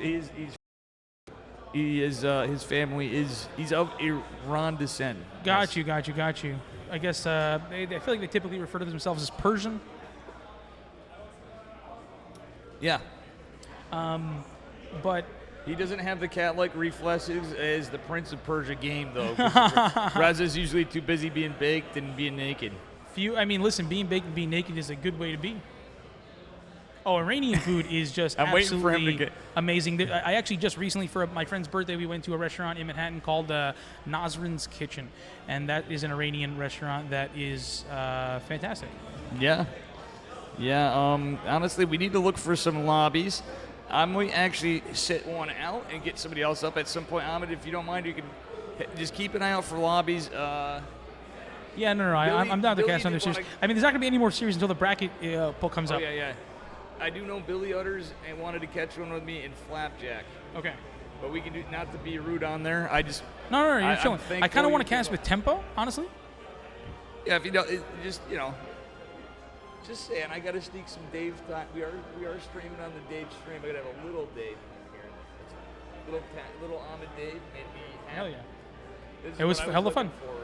Right here. But I want to see whoever. If we can't get tempo, maybe we can get like. Now, do we have a way to do a three-way cast here? Huh? Is there a way for us to do a three-way cast? Yeah, there is the wireless mic. Stego can cast. Oh, hell yeah, dude. Like, Stego's a great caster, honestly. Honestly, one thing I'd kind of like to do going into the bracket here is an interview with Gerald would be really cool. Oh, yeah. Now, do we have a way to see, pull up the bracket there? How did his series versus Future go? I could add something, but I'm just going to take a look and check. Let me look in chat. I might be screwing stuff up behind us, honestly, and I did for that reason. Hang on. I was going to whoopsie daisy. Yeah, it's kind of how we got. Yeah, this is screwing it up. I just screwed up everything from trying to pull it up on the computer. Now we're good. All right, I'm just going to pull it up in chat. Sounds good, dude. But yeah, we'll see if we can find if you want to bring anybody in. I also had some thoughts. I wanted to bring some people up and just got players at random, people around, give some shout outs. We got Elba here even. We got Full Heart, all the players, Zesty. If you don't mind, even we could bring it in, get talking. We could switch cameras, you know what I'm saying, and go over there with the wireless mic and do that sort of thing. Yeah, we could do that. Just suggestions, things and all you got to do, cam 1, cam 2. Hell yeah, brother. I had cam 3, but it didn't work out for us. We almost had cam 3. But yeah, just some suggestions if you want it. Feel free, Ahmed. Guys, it's the spirit of Cheesedelphia. Little like. Did we have any update on those results of Gerald versus Future? Hang on. It is tough to. Honestly, I brought my laptop too, and I wish I brought it to the event. like, truthfully, I really wish I brought my laptop with me for this reason, because it's kind of a pain on the phone. Yeah, no, sorry about that, Ahmed. It's not. No, you're chilling, brother. Geralt 2-0 to Epic. Yeah, it should be round 6. Future 2-0 to Geralt. Oh, wow. Okay. Future Geralt 2-0 to Geralt. So Gerald is no longer undefeated. He Pilly leaves... Pilly 2-0 to Epic. Wow, that's another upset. But you had 2-0'd me. Well, yeah, because you weren't playing. I know. I wanted to actually play. I wanted to play. Chat. But yeah, no, future 2-0ing Gerald here. That is quite the update. Beyond that, though, Peely 2-0ing Epic, another pretty significant upset. Now, exiting the Swiss stage, Gerald is 10-2, I believe. 10-2, and that makes him, what, 5-1? Yeah. Oh, you guys see that? Passed in with me. We're all cool. Guy 2-0s me like that. I keep this guy around. You keep me in butter brickle. I just like cracking up on that. I'm like, wait a minute. I'm up here casting with this guy. Oh. And they gave me the W there. Yeah. You know, it's just too easy. I'm just too good at this game. Beat Dave without even opening the game. All righties. I kind of want to talk to Future then, honestly, after taking down right that series. Hey, Gerald. Gerald. Can we steal you for a second? He's doing something. He's busy. Yeah, and I also don't want to interview him after, like, hey, you just lost. How'd that go? Pilly.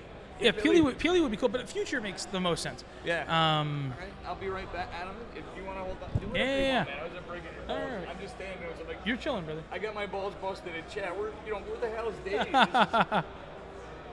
It's all good. I'm just hoping to change it up, get some boys in. Oh, no, understood. What is going on, man? You want to? Yeah. We're gonna get a quick word here with Gerald. The setup here is very much hot and dirty. So, don't trip and fall. What is going on? Go ahead and throw on the headphones for us there, Gerald. Hello. How's your day been going, man? Wait a second. Okay, now. Yeah, you want to speak also relatively directly into this microphone here. The microphone on the headset is not hot. Yeah, I can hear you. Yeah, I can hear you as well. So you're going, everything was going pretty swimmingly for you up until that final series there. You entered that final series against Future 10-0, and then now you are exiting the Swiss stage 10-2. How did that series with Joe go? What went wrong there for you? Basically, I'm hungry. Not gonna lie, and I would like to take a quick break. Yeah. First game, he was just playing Proxima Ruder with then Helion from the base, all in on one base. I can say I was playing okay, just a little bit too greedy, so it's okay. Second game, I lost 15 props against Widowmine drop. Oh my god. And then almost won, so I'm not too concerned about. I feel okay. What do you think resulted in you taking so much damage to the Widowmine drop there? It was unscouted, or? No, I just really want to eat. my focus was really low. Fair enough. It's not like I disrespect Future or something. It's just like really hungry. Understood. All right. Well, I'm not going to hold you too much longer. Then I want you to go ahead and. If I sneak in here for a question. Absolutely. I figured you're like, holy shit, there's Dave. A wild Dave appeared. Wow. What's on your mind, Dave? So I was just wondering, Jerome, are you enjoying yourself in the States after your long journey over and you just had to play all day? You played in Wardy's and the Wardy Invitational before this. How are you doing? I'm sorry, I didn't hear everything. Yeah. So basically, what Dave was saying was you had a pretty long trip over from Poland. There's some serious feedback or something happening. It's very bad right now. I don't know why. There's also a hum that is new. The hum is still there. Stego. Oh. This one was loud. Okay. Anyhow, I think what Dave was trying to ask you there was you had a pretty long commute over. You had a very hectic schedule today. You actually did qualify for the quarterfinals of the Wardy Summer tournament? What is the name of this? I actually don't remember. Well, it was just Wordy June. Okay. Just, So the Wardy yeah. Monthly, and you did go ahead and face Spirit in the quarterfinals there. How did that series go for you? I did see that you were able to advance. Yeah, we were able to hear you there, Dave. It was okay. Like I feel like every game I was scouting pretty well. I was doing great decisions. He didn't really find any situation when I was out of guard, so it was okay. I lost one game, but it was mainly because bad fights, not because some kind of misread of the on the game. So I'm happy about the series. Yeah. I was in rush because I wanted to play first round here. Yeah. So yeah. So I guess some of my builds were a little bit like rusty. I think it's the best word. Yeah. So, this win against Spirit today, not in this tournament, but in the Wardy tournament, comes hot on the heels of you dropping out to him in the EWC European qualifier. And did you also drop out to Spirit in the lower bracket of VGE? Is my memory correct there? Yeah. So, a couple of pretty significant series there that you did drop against Piotr. What went so differently today? Do you think it's a mindset thing, or it's just kind of like luck of the draw of play styles and builds, or what? This eSport World Cup qualifier this year it was terrible for me. I was super jet lagged after Dallas event. I was playing super poor, not too happy about this. Also, I was feeling so much pressure on myself to make a good run at least, if not qualify. Yeah. I was playing very defensive, no really any decisive movement with units. Yeah, like it wasn't a great series. Right now, like today, I was playing very relaxed, no really like I just wanted to give good games and weak games. Yeah. Given the circumstances that. Well, thank you so much for taking the time to have a quick word with us, Gerald. I'm going to let you go ahead and grab a bite to eat. But yeah, good luck in your matches. Now, do we have has the bracket been published yet? I'm not sure. I'm not sure. I think like there is 1 or 2 more games left. But okay. But it should be super soon. Yeah. I mean, I'm definitely very much looking forward to that. Of the guys that you expect to be advancing here, who is it you'd like to face first in the playoff bracket? I don't want to play against PDPD because I was playing already versus PDPD, Dolan, Starkiller, and Future. Yeah. Testing. So I don't think I want to play against them in first round. Sure. Yeah. Maybe Foxer because it will be nice rematch from Dallas. So it will be cool. Or I don't know, maybe some Rob because we didn't play and I just want some PvP. So yeah. Yeah. Sure. Just to chill, no more PvP. Is PvT pretty stressful for you these days? Sorry? Is PvT pretty stressful for you these days? Like you need to be super focused. Like every game, there's so many different builds in early game which Terran use. You need to know answer to against every one of them. There are also, I think the factor of luck is bigger than in PvP because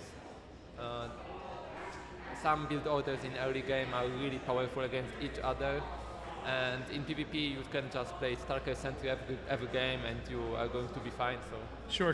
yeah, it's more stressful. Makes sense. How do you feel about PvZ these days? I think it's pretty simple. If you play well, you are going to win, and it's same for Zerg. I think if Zerg is playing well, like not losing drones and a good macro, and then good decisions, it's very okay for him. maybe Protoss is slightly stronger at this moment because late game, but before late game, it's 50-50 for me. Yeah, for sure. Oh, okay, hell yeah. Cool. Awesome. Okay, yeah, so we just got word that there is a 1v1 tiebreaker that is about to happen in order for us to wrap up the Swiss stages. So we are going to go ahead and move into that. I would kind of like to cast this with Ben if he's free. But yeah, thank you so much for hopping on the mic here. See you later. Yeah, good luck, man.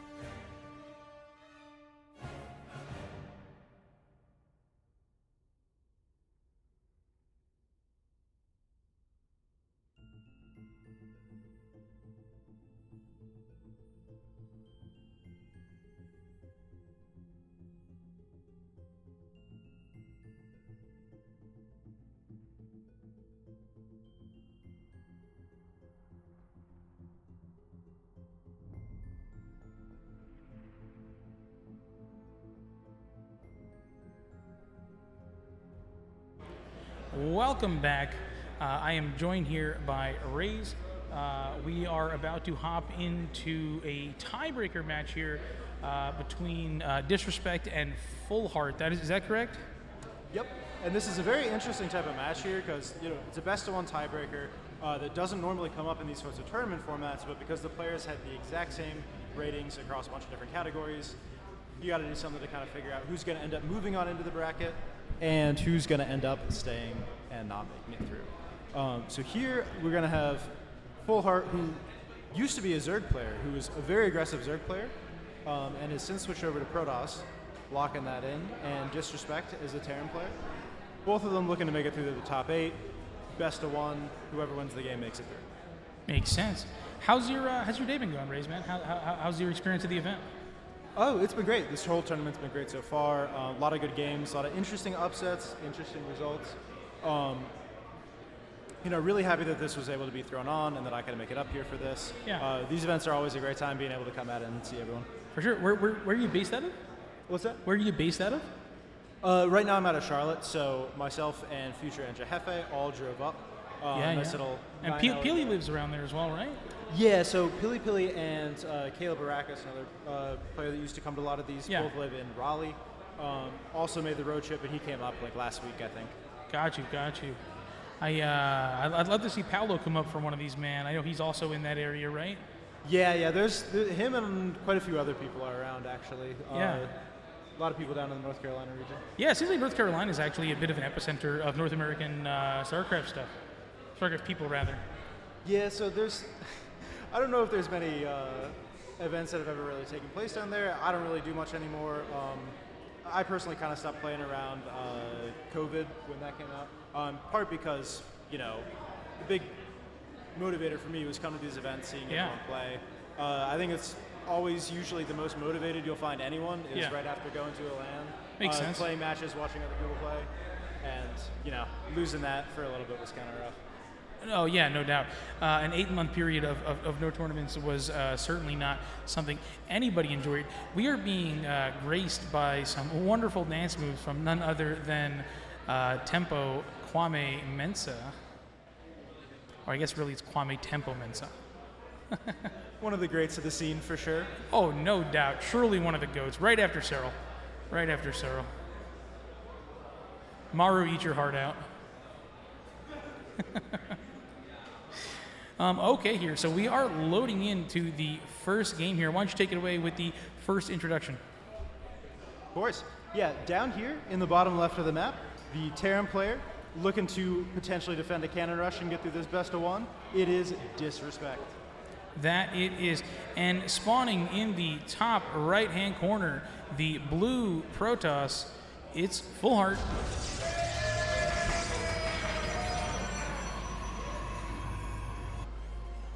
And as we can see, he is sending not just one, but 2 probes across the map. And I assume once this pylon finishes, we'll quickly be seeing a forge thrown down. And he's going to be looking to try to build some buildings in his opponent's base. That he is, and obviously Cannon Rush, quite a fan favorite build here. Something we all really enjoy seeing, such a fun, exciting aspect of the game here. A very atypical, very offbeat, not something you see a ton at the very highest levels, but something that is, when well executed, can be absolutely devastating. Yeah, of course. It's such an offbeat strategy that most of the power really comes from just not being comfortable playing against it. Yeah, absolutely. Disrespect is actually, or Full Heart is getting a 3 pylon wall down at the bottom of the ramp. Disrespect wasn't able to block this off. He had some SCVs down there. Looks like he's still driving away this other probe that's just going behind the minerals. Cannon goes down, second pylon walls it in. These SCVs need to get through this pylon and get some damage onto this cannon. And ideally you'd like to see maybe like a bunker and some Marines on the high ground to be able to deal with this cannon once it finishes. Because the Marines can shoot the cannon, but if the cannon finishes and there's no bunker, they can kill the Marines too. Just try to speak a little more directly to the top of the mic. Yeah. Okay, and we have a gateway coming down behind this as well. Full Heart's already kind of thinking about the transition here. Likely will be moving towards maybe Tempest eventually, Void Rays, lots of batteries, something that he can use to set up a contain here. And the probe on the top side of the map, top side of the ramp there rather, does get taken out by the Marine. The cannon's still dishing out some damage onto the supply depot. Supply depot going to get taken out. Not really the biggest of deals, all things considered. Now that gateway is going to finish up, and a Zealot is going to be fired up immediately. A couple gas going down here on the side of Full Heart as well. Full Heart has decided not to commit to trying to establish a position on the high ground. He gets that pylon down, had a cannon that was building, eventually canceled it or lost it, and for now he's just content to hold the ramp, using the probe and now the Zealot to get vision up here so that this cannon can continue to pelt away at this barracks. Yep, it does force the lift of the barracks here. Now the factory about to finish up here, is there a tech lab already? No, there's not. So presumably, yep, that is going to go ahead and get fired up. Another refinery going down here for Terran. Some more Marines being produced, a bunker being thrown down, relatively close to the command center to go ahead and protect that area of Terran's base. So all in all, the cannon rush has been relatively thwarted. A Stalker has been chrono boosted out and is about to pop. Now he does still have that cannon on the low ground that he's able to fall back to. Now the Stalker has obviously huge micro potential against these Marines without stim, and the Stargate is also underway. Yeah, we can see that the game's sort of moving into phase 2 at this point. Like, Full Heart's still continuing to poke around here a little bit with this Stalker, getting a little bit of damage on, just generally being annoying. But already moving towards this Stargate play, he's thinking about setting up some Tempest here and gradually picking away at his opponent. The Cyclone's going to be able to chase these Stalkers off for now, get some damage in, get some vision at the top of the ramp. Ooh, not taking up that Stalker there's got to be a little bit painful for Disrespect. That Stalker is going to go ahead and shield up, or rather replenish its shields with those shield batteries, and is going to be able to walk up top the ramp there for round 2 of this engagement. The Stalker pulling away in order to break off the lock-on, and the proxy Stargate in the natural of Terran goes ahead and finish up as well. Now those shield batteries are going to be able to protect what's building out of this Stargate, and what's building out of this Stargate is indeed a Void Ray, which is going to add to the forces here for Protoss. Yep, Disrespect is struggling to hold on to this high ground vision. The Stalkers are still vying for control here, but really Full Heart's just buying some time here to try to get this Void Ray out. Full Heart, of course, this is pretty telegraphed. Disrespect knows exactly what's coming. He built that Viking. Should be starting up the second one soon. Yeah, very nice and standard game here with the Fleet Peaky being thrown down. Again, the natural of Terran, definitely not a standard game in any way here. Very interesting stuff. More shield batteries being thrown down. This position is just getting more and more entrenched by Protoss. He is going to continue to throw down cannons as well. 2 more finishing up. We are still, we're 5 minutes into the game, still 1 base Protoss versus a 1 base Terran. Yeah, Disrespect will not be able to take this natural anytime soon. He is locked in his room for now, absolutely just stuck up here, and his goal right now is just to survive. It's to get to a high enough Viking count that he can shove off these Tempests and start to actually pick through them. Because if the Tempest count is, sufficient that they can actually trade with the Vikings, the Protoss will just sit here and just pick away at the Terran units forever, constantly forcing repairs, picking off SCVs, and Disrespect should be ideally looking to swap the starport over onto a reactor at some point in order to get even more Vikings out. For the moment, the first Tempest is spawning and walking towards the Terran base. Yep, and the second Tempest quickly being built as well. We are going to see constant Tempest production, more shield batteries, more cannons being thrown down here. I'm not exactly sure what purpose the cannons are going to serve here. Do you think that it's wise for him to continue to reinforce the position with cannons? I don't know if he needs quite this many quite this quickly, but the idea here is that the cannons will serve as kind of a defensive bulwark once the Terran gets enough Vikings to stop the Vikings from just diving on the Tempest. Because if you have enough Vikings to, let's say, 2-shot a Tempest, in 2 volleys you can kill it. Yeah. Then at that point, the shield batteries aren't really a concern. Sure. And the Protoss needs some other kind of anti-air in order to force the Vikings away. Otherwise, they'll just win the trade, kill all the Tempests, and then go across the map. And what is the critical mass point? How many Vikings does Terran want here in order to be comfortable pushing down this ramp? That's a great question. I knew that number at one point, but it's been quite a time. I think once he gets to, unless something else has changed, I feel like it's 4 Tempests can 2-shot a Viking, which is a very important number because then you can really start playing aggressively with these Tempests, getting some good trades out, and constantly finding value. And with that constant chrono boost production on the Stargate here, we are seeing the 3rd Tempest just pop out. The 4th not fired up right away. I guess Full Heart maybe didn't necessarily have the cash there, and now that he does, another one gets thrown down. These Tempests whittling down the Terran forces, taking out some SCVs, taking out some Marines, putting a little bit of damage onto those Cyclones. Yeah, losing the tank is unfortunate. It's not a critical. There aren't really any Stalkers or anything following up that would threaten on the ground, but it does make the eventual taking of the natural more annoying. And we see the first aggressive move out of Disrespect as he's sending these 4 Vikings across the map, looking to try to find some damage, force Full Heart to maybe bring something back, but he already did have 2 Stalkers at home as well as cannons and a battery. He was very prepared for this, knew exactly what was coming. Yeah, and no, great game sense there on the side of Full Heart, pulling back those Stalkers, which were originally part of the aggression.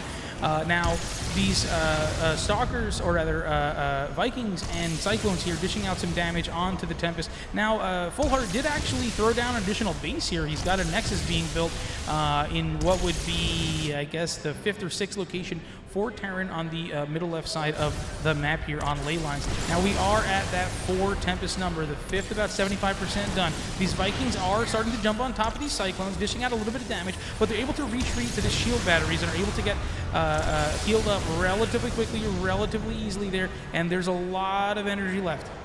Yeah, for the first time, the Tempests are outnumbering the Vikings, which gives the Protoss so much freedom in just walking those forward and starting to hit the buildings. And I love the Oracle showing up here on the production, in order to throw down those tags onto the Vikings and onto the Terran forces and continue to just beat and batter Terran down. Now that the base is starting to get saturated here, there was a recall used to bring probes, I do believe, onto that, cross his natural expansion. Yeah, that's for Full Heart, that's his natural. Now, Disrespect knows what's up here. He needs to bust down this ramp. He has a huge force of Marines. They're dealing out huge damage. Some of the cannons are going down. Now all the SCVs have been pulled and they are falling as well. The Tempests are dishing out some serious damage onto the Cyclones. The Oracle here is, is going to fall.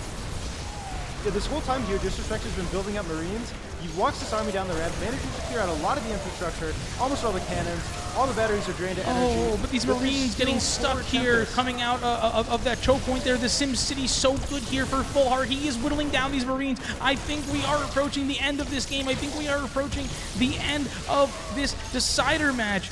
Disrespect here, giving it his absolute all, but GG is called. And Full Heart will be moving on to the round of 8. GG Full Heart, what a game, what a player. I really, really love to see offbeat stuff like that work here. It really adds the spice and variety to the game. And yeah, that was pretty magical. Yeah, it was a very interesting situation because you run into these times in tournaments where you might know exactly what your opponent's going to do, but sometimes the strategy is so different than what you typically deal with that it can be very jarring to play with in those situations.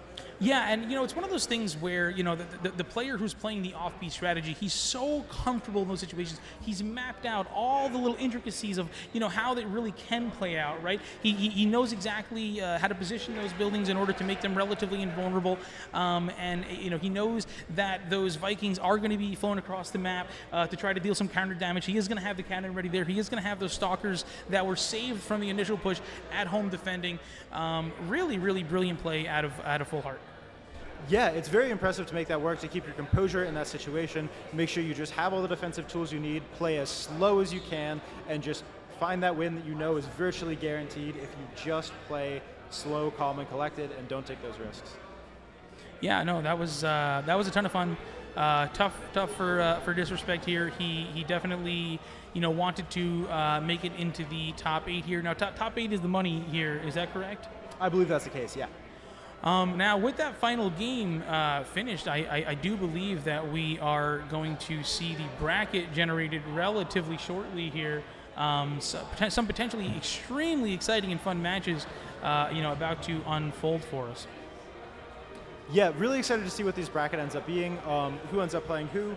A lot of this does come down to which side of the bracket do you fall on. And the two big names that most people are going to probably be looking to avoid in their first matches would be Future and Gerald. Most players that I've talked to do not want to play either of these players. They'd much rather have someone else in the matchup or hope that someone else can take those players out before they go.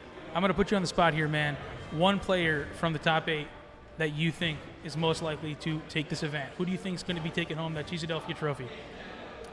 I think if we look at the numbers, we look at the stats, who's played who recently, how actively, I think it's pretty clear that Gerald will be the favorite, but I'm going to go with Future. He managed to take out Gerald 2-0 in the group stages, in the Swiss stages, and I think he might have the correct tools that he needs to be able to find to take down this highly rated player.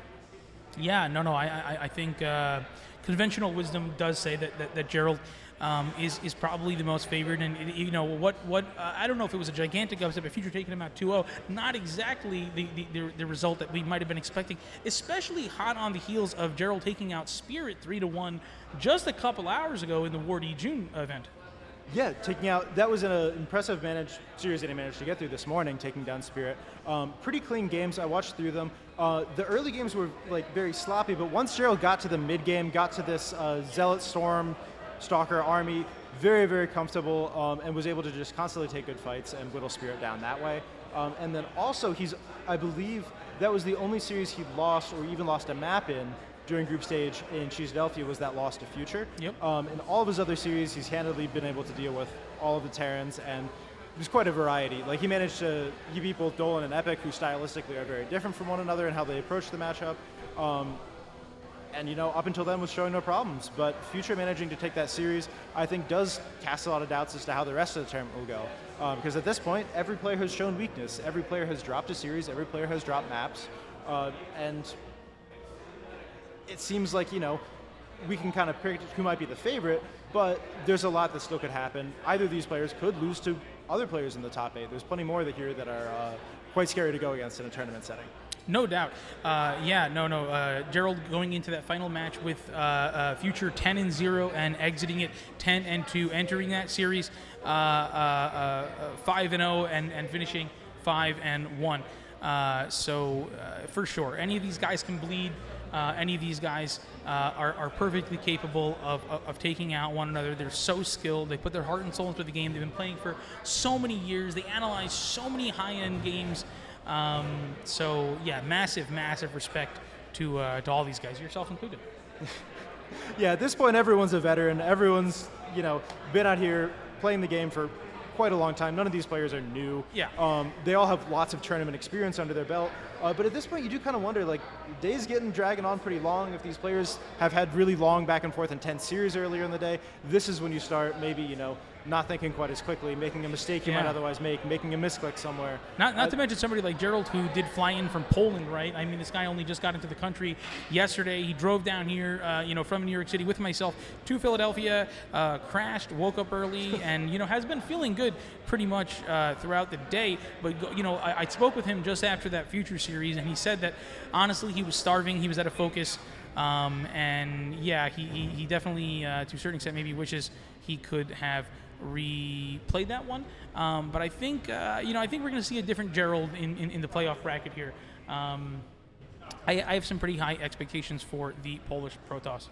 Yeah, I would say if anything, a loss like that early in the tournament in like a Swiss stage or a group stage really tends to motivate you going forward. If a player's coming into a tournament and they're expected that against most of their opponents they'll be able to cleanly win, when you make those little hiccups, but the ones that don't cost you the entire tournament, oftentimes that just kind of lights a fire under you.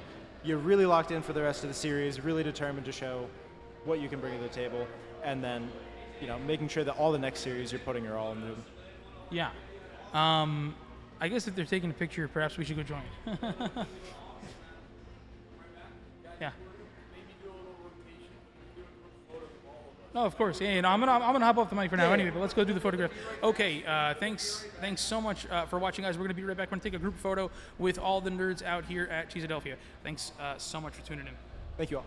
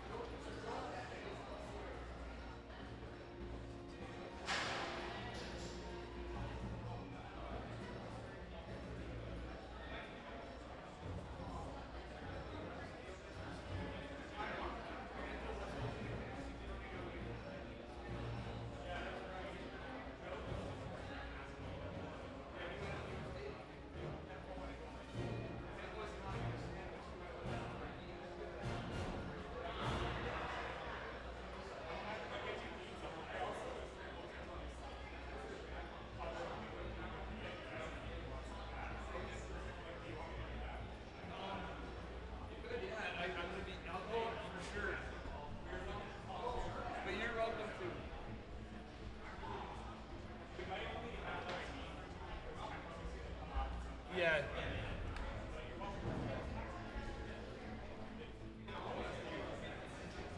Okay.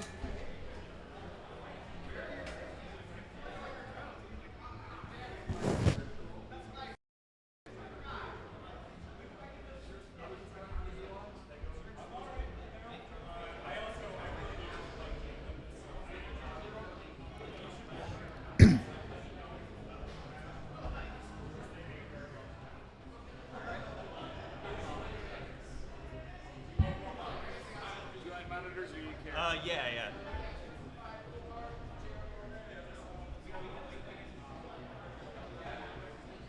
Is this what you're talking about? Like last night, he's like, someone's gonna bring all the audio equipment. Yeah, and it's like that barely reaches.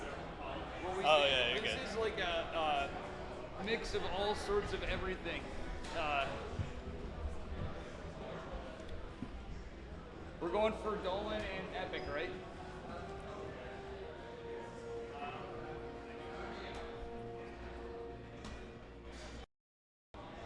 All right. Ninja? Dave. Ninja? Dave. Yeah. You know, too, also, some of the guys haven't been on. Make sure you talk into the mic because these are dynamics. Like, the further you talk away, it won't pick. Yeah, you want to be, like, into the mic. All right, we got the. Yeah. And I just met you yesterday. Yeah, and this morning my hotel room smelled like cheap beer and cigarettes. I wonder why. Yeah. Last night I met him at like 2, 3 in the morning, something crazy. You were just rolling in off the bus, and he's like, "Dave." I'm like, "Do I know you?" But you do now.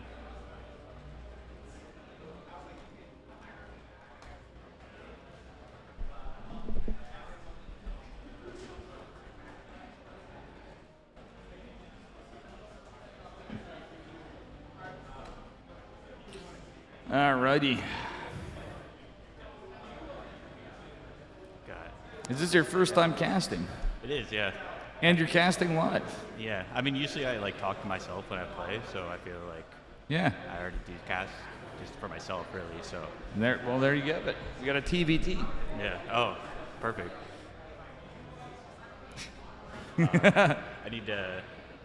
Or they haven't hosted it. All right. Also, what you're going to want to do is keep an eye out in.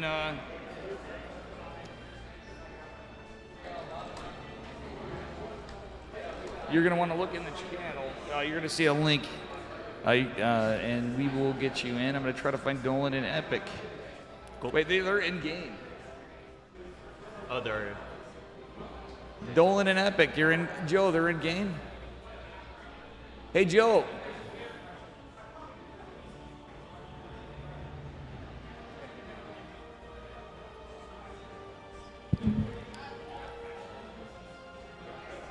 Yeah, they look like they're already in game. Yeah, Joe pulled me over and. Hey, Joe. They're in game. I think they're in game.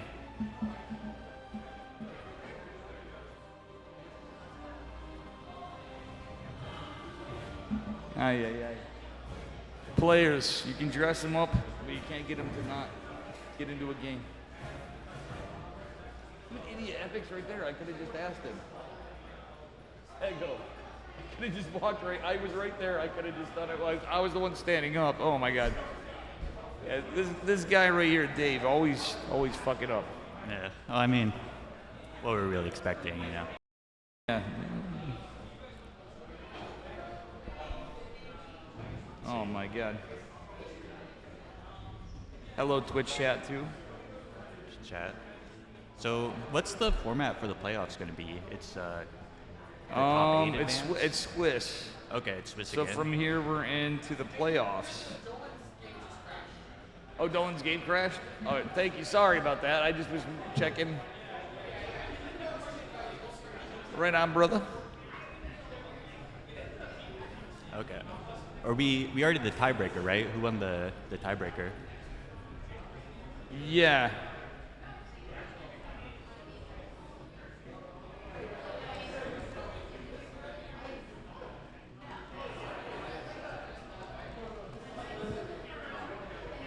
You see the chat, obviously, but you'll just click on the lobby when we have Epic or Dolan post it. Yeah, for sure. Nice to meet you, sir, again. Yeah. Did you expect you'd be meeting Dave and you'd be like casting tonight when you came into a Cheese? You know, that's the only reason I came. Like when I went to Dallas, I'm like, the only reason I'm here is to meet Maru. And when I came to Cheesedelphia, the only reason I'm here is to meet Dave. So I feel like my dreams are coming true. I don't know about that one, but honestly, what did bring you down to Cheese? Did you come to? I forgot if I asked you. This is your first one, you said, right? Yeah, first Cheesedelphia. It's like my second or third offline Starcraft tournament. Yeah. But yeah, my second time competing. I mean, I'm not a high level player. I'm just here for fun. But it's cool to see everyone else and how they approach the game and all that. It's a fun experience.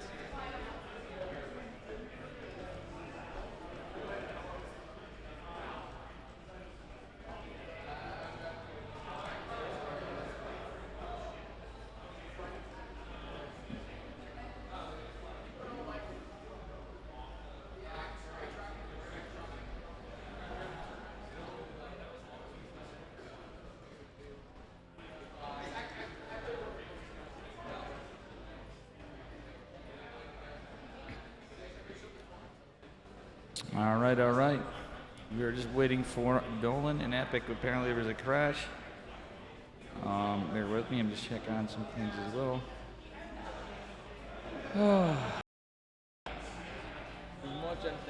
There's much I'm thinking of. It's Stego probably isn't even thinking of it yet, but I think more so because I got zero sleep. I'm like, I hope to God I remember to log out of things, etc. on my way out. Because we're logged into everything Dave, basically. Luckily, there's an incognito browser, but I've had enough fraudulent activity on my debit card this weekend, for example, for... If you think it's bad being just sort of signed in, remember that's my laptop up there. Yeah, exactly. Yeah. No, I was about to alt tab. I'm like, no, I'll just chill. Yeah, that is true. About to pull up the bracket or something. Wait, who's observing, by the way? When I put that laptop up there, I was definitely not expecting it to stay up. I mean, I noticed you got the the Basilisk sticker? That's pretty cool. Where'd you get that? From Basilisk? Okay. From Basilisk, yeah. That's courtesy of our friend Pi. Pi, okay. Pi. Thank you, Pi, if you're still in the chat. Christopher Vista. Hello. Welcome.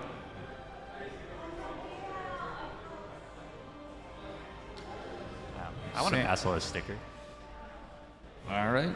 Let's see here. I'm going to pull up my Twitch chat.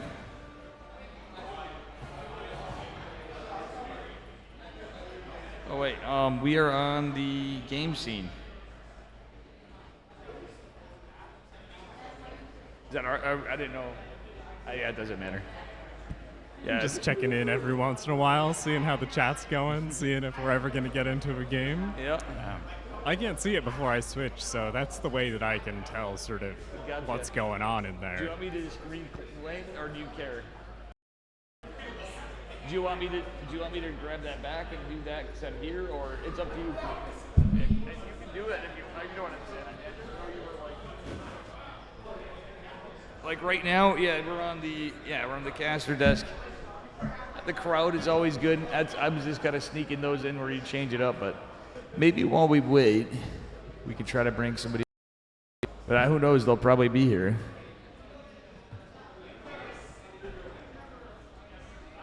Hold on. Oh, I see Dolan and Epic. Oh, the keyboard's not working. Oh, no. Hold on. Oh, your keyboard. No one cares about that.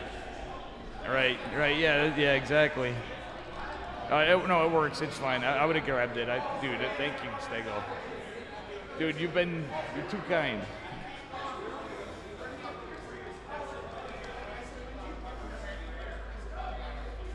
I say that, and I don't know.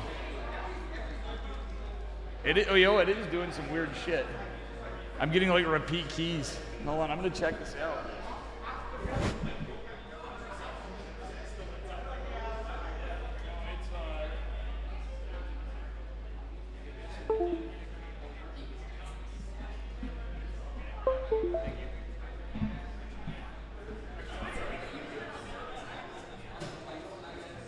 Yeah, it was probably just on. Thank you, Stego. Yeah, we have so many. Yep. Yeah, I think so. It's just a little erratic. It is what it is. You know what I'm saying? I know that. Like it's randomly capitalizing cable. It could be the.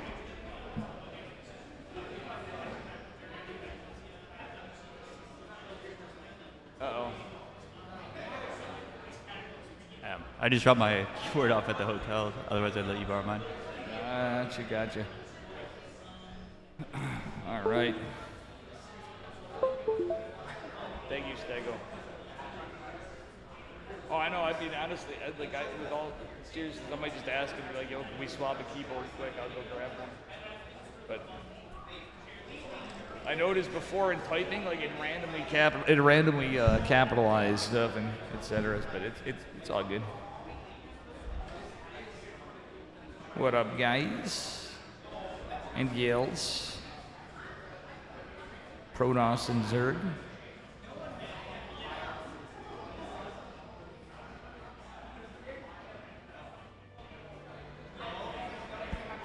Just gonna occasionally hop in here and see how the chat channel's looking. It's very beautiful. Yeah.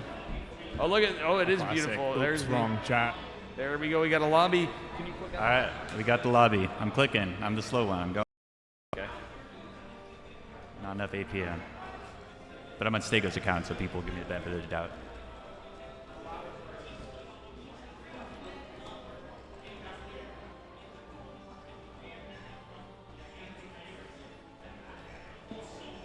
All right, and here we are. We will be getting into this series in just a momento.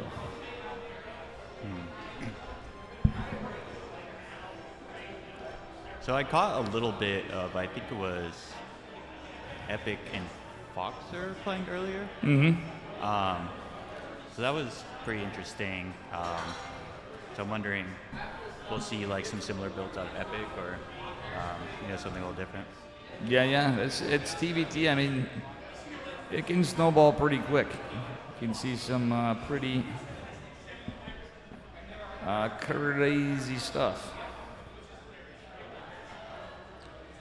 We might see some proxy racks. We might see some one base expands, which to me is even more weird. It's really pretty typical to be in double gas. Looks like Dola needed a minute. Imagine a Cyclone being built fairly early on. Yeah, I mean, I know so much about Terran. I'm guessing TVT's not your forte. That's all right. If not, Yeah, you can try to. Back in Wings of Liberty, when I was a Terran player, just you have siege tanks, you have Vikings. That's it, pretty much. But nowadays you got the Cyclone, you got all the Liberator, all the new unit. I guess they're not new anymore, but if you're stuck in the past like I am, they're still the new unit. So every once in a while you'll see like a big. Hold on, I gotta say something here. Okay. Hello to Empress Lee and Rainer. Dave, lock in. I apologize, brother. We are trying our best. It's Stego's doing a hell of a job, as you know, our boy Stegosaurus. I'm going on no sleep, Rainer. Lay off me, Rainer. I hear Geralt took a map off you, by the way. Hello, slowly. Where's Foxer? I know Foxer's literally on the Kirktown team, and I didn't even cast any Foxer. Tempo and I will be probably casting the grand finals as shot as my voice is. That was a Dave request. He's tossed, they get a map for free. Fucking base trainer. What up, guys? Sorry, I'm finally reading chat. Magic Turtle, my man, Fractal Cackle, Delphus. I gotta give my chat some love finally, but thank you guys for tuning in. I know it's a little goofy. Realistically, Stegosaurus is like basically the Wizard of Oz of today. Honestly, if I had some more sleep, I would have been probably nerding it up. But if you guys see this stuff, like as he showed earlier, dear God, is this a hornet's nest? We got a game. All right, anyways, Stego, are we on the game scene? If you could, please. Thank you, Mr. Wizard. the wonderful Wizard of Stego. All right, here we are, ladies and gentlemen. I believe we will be seeing the game. Spawning in the bottom right-hand corner of Incorporeal in the blue, representing Storm Gaming. Give it up for Epic.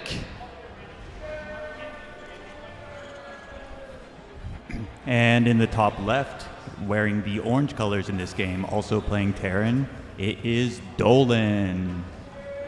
And just so you guys are aware, this gentleman here, Ninja, I was saying earlier, I just met him last night. He's like, what, we are a 3,300 Zerg? Yeah, Diamond Zerg. What I love about this is he just volunteered to cast. Tempo was going to be casting right here. He had to run up to his car and get something. Yeah, I think I passed him on the street. And this guy just goes, okay. Stego and I might be, and you know, here he is. We just found him. Like, he's just like, all right, let's pop in. I said, okay, let's do it. You know, I've been biding my time, waiting for my chance, and you know, here it is. But all right, let's get back to the game, though. Yeah, we do have a double gas opener from Epic. Pretty standard stuff. Looks like Dolan may be. He actually looks like he might just be one racks expanding, which is a baller play, to be honest. High risk, high reward is doable. There's no proxy racks, and truth be told, as long as you could pull it off, it could pay dividends. There is another build you could do, though, where you do get a factory off one gas still, and it's, you know, you're still getting a little bit earlier of a CC, but there's a few, I don't know, there's a bunch of builds. It's TBT. TBT. Yeah, they build the Terran buildings, the Terran units. I like watching other people play TBT. I'm fucking so over it. I've been playing so much Terran. This is a treat. I actually enjoy covering TBT games from being stuck in it and all the EPT when we had ESL. Nobody else, everybody wanted to cover the Zergs. And Dave would get stuck with the TBT, so I had to learn with my buddy Yeti to enjoy it. And now I play a lot of Terran. I play against lots of Terran, but can't say I'm very insightful with these builds here. But we do have the factory completing. I wonder if we'll see a tech lab right away. There it is. Lily said if we rated Dave's stream, he would show us what's under the cap. I could take off my hat for you guys. I did trim it down a little bit. There will be a Shave Dave's sub goal, so I might have a bald head Dave sub goal, and it's Shave Dave, which got to help us all. It's going to make me look like Heisenberg even more, and then it's going to make me look like Uncle Fester if I fully shave. Can you guys imagine that? I'll take off my hat when the camera's on. I promise. All right, you're in for a treat, guys and gals. All right, anyway, we do have a star power coming. Cyclone coming from Mr. Epic. Epic's literally just opening your most stock standard in the meta TBT. Apologies for the odds, guys. To be honest, it's a little weird doing it on random mice and keyboards, you know, just as the players are adapting in some cases that didn't bring their own. You know how it be. All right, looks like we got a little Cyclone Scout kind of pressure from Epic. Yeah, it's always really cool to see what people, like high-level players, can do just with this one Cyclone to get so much damage off of it at the micro potential. Yep. 2 Reapers and a Cyclone. Looks like we do have a medevac follow-up from Epic as well. Will Dolan hold? Okay, I like this. I like a Raven. A lot of people could say, yeah, situationally, especially in like Diamond League, Masters League, you'll see a lot of guys just skip the tech lab on the starport, and they'll go right into Vikings, which, hell, you'll see in GM too, like 5K-ish. But generally speaking, I'm always a fan of the Raven. There's just so much utility in TBT. Yeah, no, it's interesting. Dolan has the much earlier Raven, but Epic is getting Interference Matrix, yeah. So, hey, can I call you by you got your ninja, but can I call you Evan? You can call me Evan, yeah.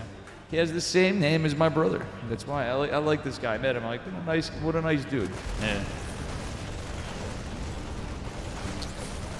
All right, a little bit of pressure here. Looks like Epic wants to get, I don't know. That was actually Dolan defended. Danger Dolan defending, but I think this has been a little bit of a, oof. I think this is favoring Mr. Dolan for the moment. The bunker is in some trouble, but the tank is going to shell down. Wow, tank barely survives, and he's going to evacuate with it. Yeah, that's close. We will get a salvage in the bunker as well. You're absolutely right, though. That was a little bit of a nail biter on both sides, whether the tank was going to live or else.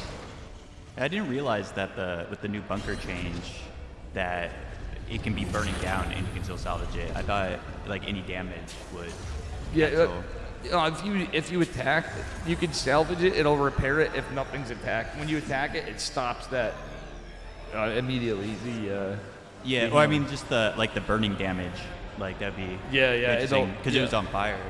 Yep, it's on. If you do a, let's say it's a supply depot, right? If you drop the supply drop, it'll stop it. But if that's getting attacked, exactly. It's the same thing with salvage, though. Yeah, more or less. I keep looking at my screen. I forget that I'm observing this game. I'm like, why am I just looking at this guy's natural the whole time? Alrighty. Third CC will be finishing up for Epic as we get into it. I actually like Dolan's position a little bit, and he's behind an army supply, but I do like the fact that he's got 1-1 coming down, and here's the Viking transition for Epic. Let's take a look at how many Ravens we got. 3 for Dolan, 2 for Epic. Did we finally get interference matrix? We did. I honestly am liking Dolan's overall position, but if Epic pushes a little earlier, he's going to have a little bit more of a supply lead. Yeah, I also noticed that Dolan's SCV saturation might have flicked a bit off for a bit there. I wonder if that will impact his ability to get a larger army here. Well, did you say hydration? His SCV saturation. Saturation. Like he had 5 SCVs on the one gas and like 20 on the minerals. So for perspective, chat and everybody here, just how we hear things in the monitor, sometimes I might hear it a little off. I'm just thinking, who needs some hydration? Dave. That's who needs some hydration. I don't know. I could use some high quality H2O. Know what I'm saying? I'm gonna have to go do that after. For sure. The army count is still pretty even here. But we do have a big push coming. It's pretty even, but again, Epic's still leading.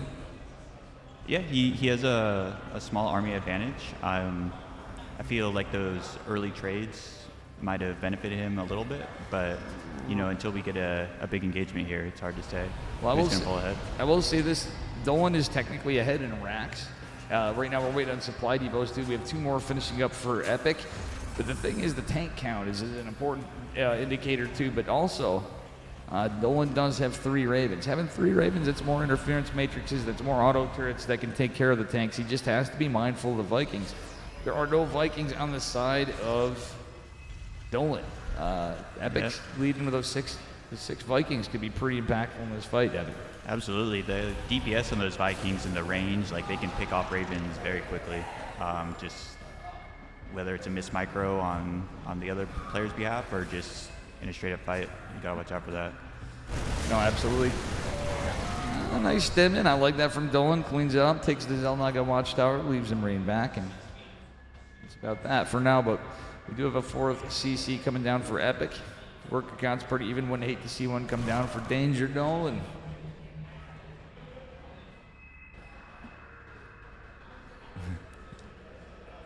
Oh, that's very poor engagement there. Well, yeah, that was rough for Epic. The entire army cleaned up for free.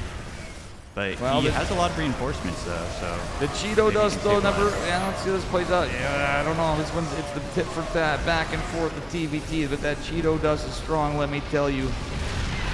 Oh, man. TVT, such a volatile matchup. Yeah, just those tank shots just can absolutely decimate, or the stim marine. There's just so many high DPS things in the Terran's army that can really swing the battle so quickly. 100%. Dolan was he was orange already, but he just got more orange as that fight went on. Damn you, Chester the Cheeto Cheetah. All right, those landed Vikings doing a little work in the back there, I think. All right. Oh, maybe not. Alrighty, as we get into it. Looks like they're fairly even on upgrades now. I think we had a little bit of a dilly-dally and bounce between. Yeah, all the Ravens cleared up on both sides, actually, so we're going to a pretty Marine-based army on both sides, Marine medevac. Well, you say that, and at the same time, what do we see? Another factory in production. These guys are just back rowing hard. Again, Dolan a little behind on his 4th base. Epic had that a little before. I think he did have a little bit of a income advantage there for a bit. But you're right, they're neck and neck in supply. Absolutely. Yeah, very, very evenly matched game, so we could see either one's game at this point. Yeah. And this is this man's first time ever casting anything. Anything. And he's doing it live. How about that? Give it a good shout out for Epic, for Evan, aka Ninja. Thank you.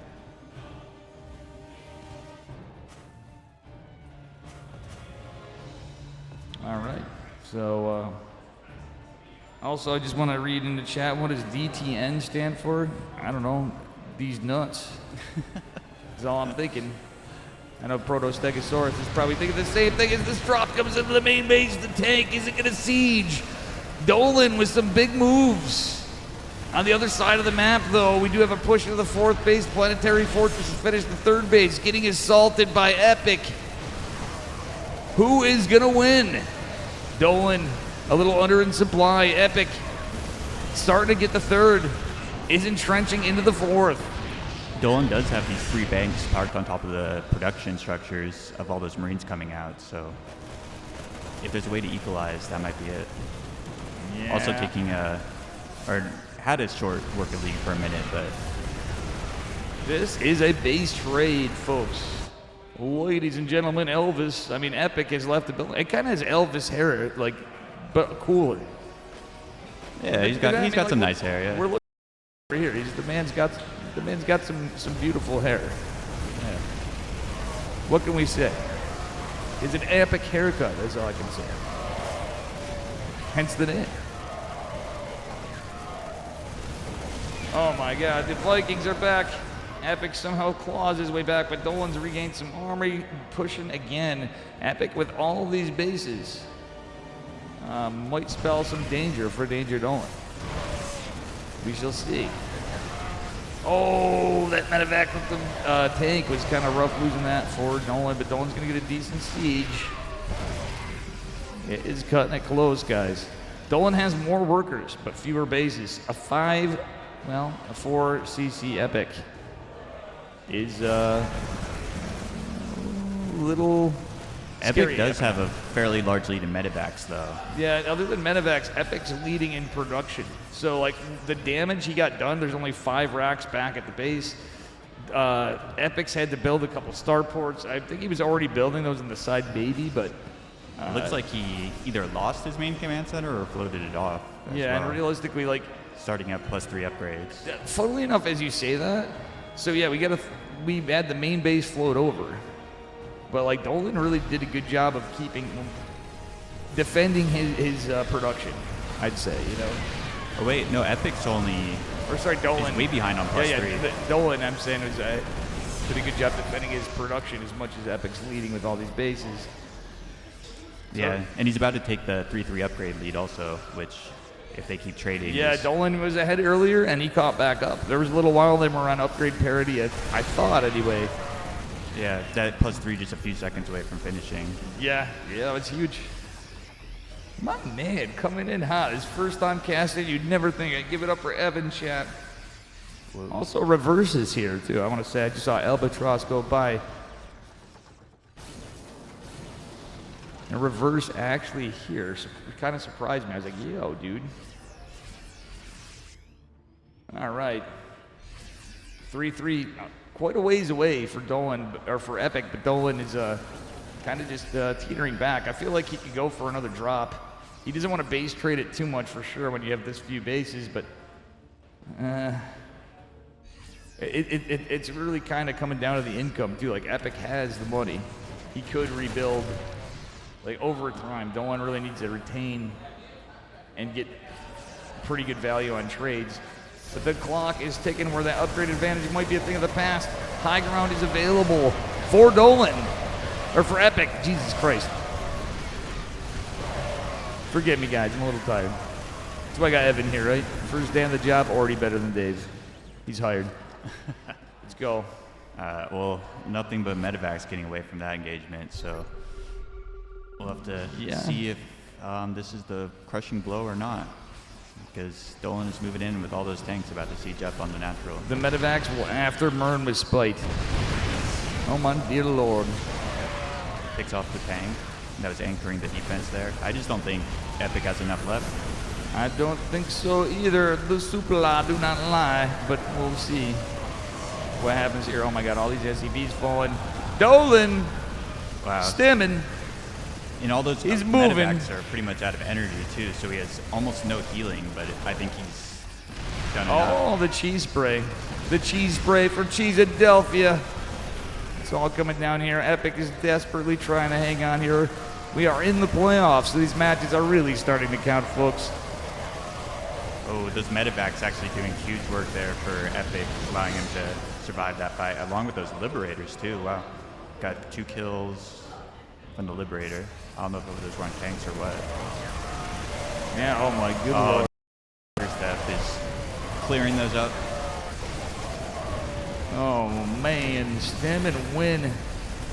It's like Dolan is channeling Game of Richie right here, as he would say. Stem and win, baby. Epic. Yeah. It ain't over after this one game. I believe we still are on best of 3s, but I might need to clarify that here in a bit from Joe.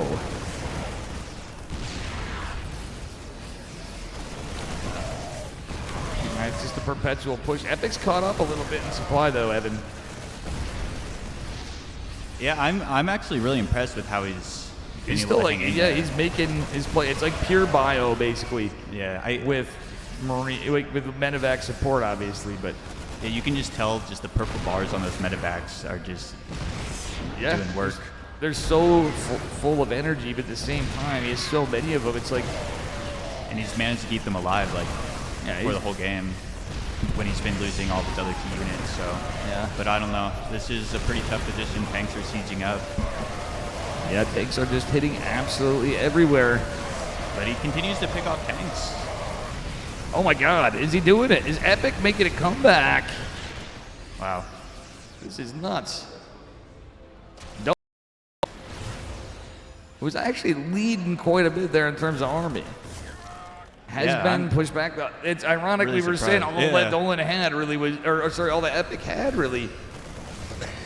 It was a handful of Marines and a ton of medevacs out of nowhere. Each medevac, or each Marine has its own personal medevac. Yeah, and they literally were to a point where there was nothing for them to heal, so they banked energy, and as he continued, all he had for production was Marines and medevacs. He actually got some good value there.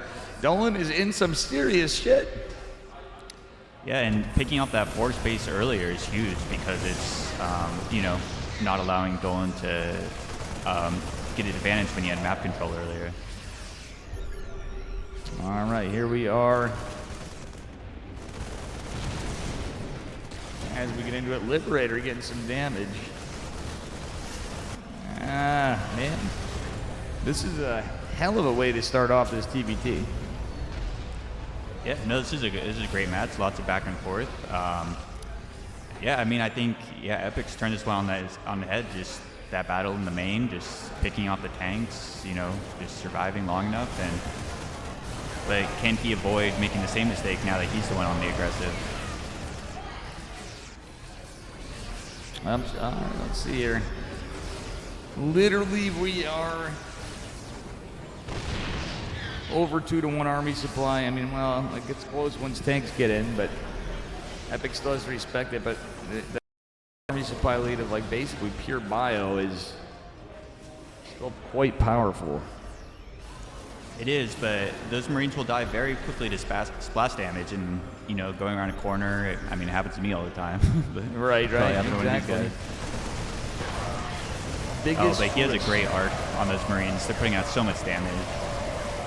I think he can do, yep, coming with the flank too. GG. Epic takes it. What a game. What an incredible game. Yeah, no, that was on a knife's edge for a while there. But very well done by Epic. And well played by Dolan, nonetheless. That was That was solid.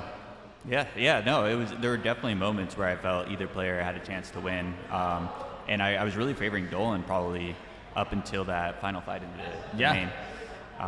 But yeah, it just comes down to, I think especially in these mirror matchups, just getting the micro, getting the unit positioning, just being good at the game. Yeah, just makes a huge difference. So for sure, not to be. These are obviously both very great players, but it just seems like Epic kind of reached a little deeper there.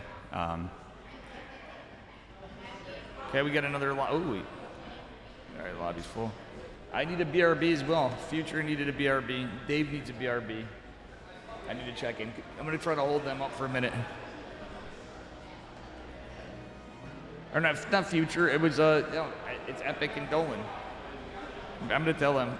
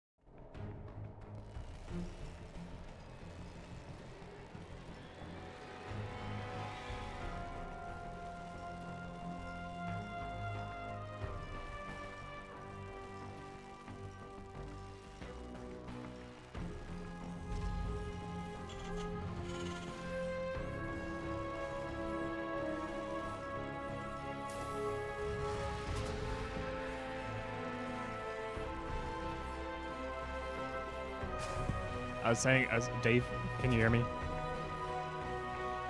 I was just saying I can make like a PA announcement at some point if you want me to like do an open call for casters. Yeah, but I have been up there already, so if we want to let other people go, we can do that.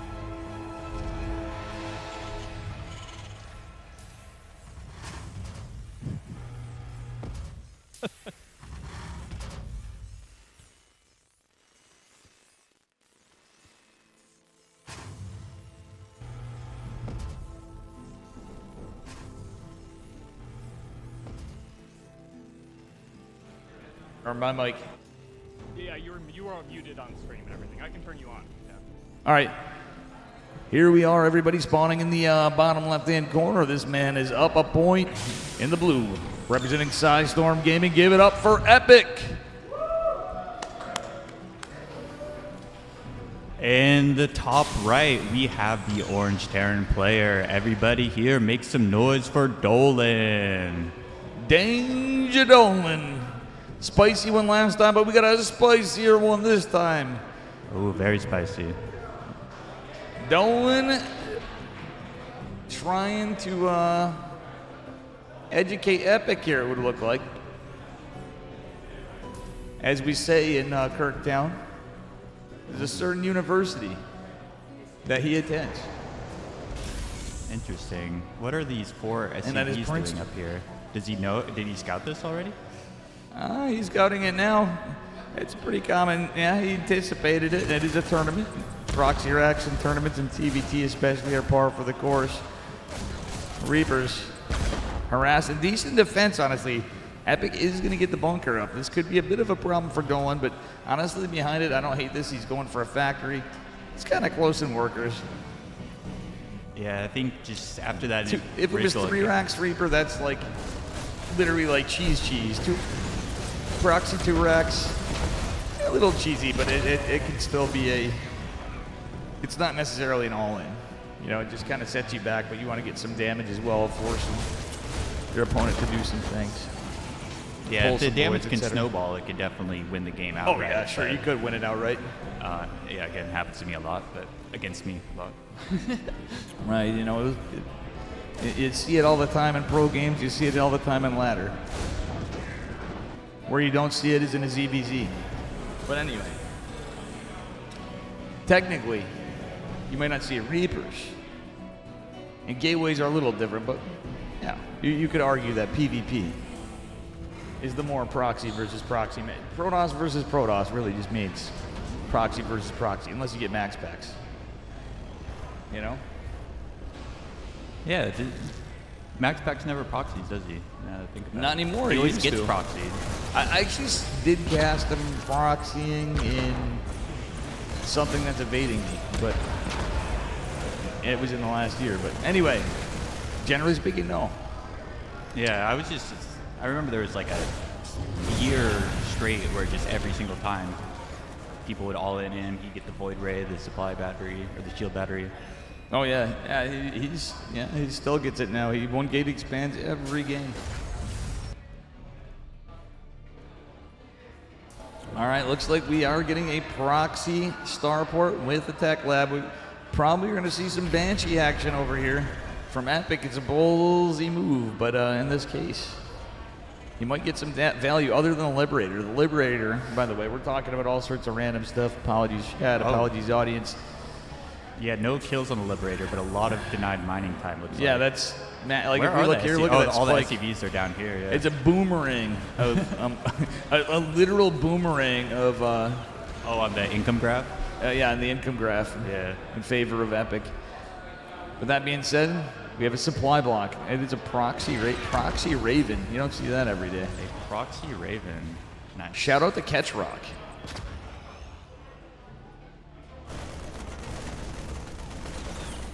All right, Cyclone putting a little pressure on. We got some damage here. Well, he's actually saving the racks, potentially. That's not a bad spot to be in when you're proxy 2 racks, but it's all coming down to this fight. Dolan just doesn't have much left. There's a tank. Marines, Hellion. That tank gets a big shot off, putting splash damage on pretty much Dolan's entire army. Oh yeah, for sure. And if we take a look at the units, there is still a Raven for Dolan, but where is this Raven? He doesn't have enough energy still. Another Raven coming from the side of Epic. Dolan's gonna have to try to split and pull the boys. Maybe he's trying to repair the Raven, trying to repair the other Cyclone. And I think realistically what he needs is some tanks. He needs some room, he needs some space, and he's gonna need to pull back to the high ground with that CC if he wants to try to make something happen in this game. He's ahead in workers though, bud. Yeah, but Epic does seem like he's teching up a little more after this push, so. Yeah, and he's continuing, okay. Dolan actually interestingly going for a Banshee, not a cloak Banshee, but a Banshee nonetheless. Yeah, I'm not usually the biggest fan, but in this case, to kind of break the siege, it's actually kind of like a little bit of a 200 IQ play. He can sort of like kite these Marines and get all the anti-air, because he already picked up the Cyclones. Yep, and that being said, the scary thing is the 2 Ravens from, well, the scarier thing, Epic has 2 Ravens on top of this, and the second tank coming in, it's just rough, but this army rotation is not the worst. I mean, Dolan's on a great, fantastic spot with his army, we're not going to lie here. It's just, he's doing the best he can. And that's all you can do. Just go and ring around the rosy. Yeah, literally, it's ring around the rosy in TBT. Yeah. That's funny. Yeah, his or is SCVs it, are really getting their steps in this Or game. is it Reaper around the rosy? Is there a Reaper left? He opened with Well, he still had that Reaper. It was like a Cyclone and a Reaper going in that loop with the SCVs. Oh, okay, yeah. The Reaper's still up. Oh, wow, Epic makes it. Wow, just like that. Yeah, so that looks like Epic winning 2-0 in that series. So, yeah, we'll have to see how the rest of the playoffs play out. What's going on, Stego? Is this best of 3 still? Yeah, I have no fucking clue. Paging Mr. Joe. Paging Mr. Herman. Mr. Herman, there's a call for you at the front desk. The thing about Chelsea is they always try to walk it in. Yeah. Dear God. I'll honestly also accept anyone that knows the format. All right. Calling all casters. Any casters. Dave needs a smoke. Okay, I can jump in and cast for a bit if you would like, Dave. Yes. We do, however, need to know, is this best of 3? Can someone shout at us if this is Oh, wait, best Epic's of 3? back, yeah. Okay. All right, so it's a best of 5. Best of 5. Oh, best of Okay. 5. We need to get you in. I'll jump in. All right. 1 second. Thank you, Mr. Stego. You guys get a real caster.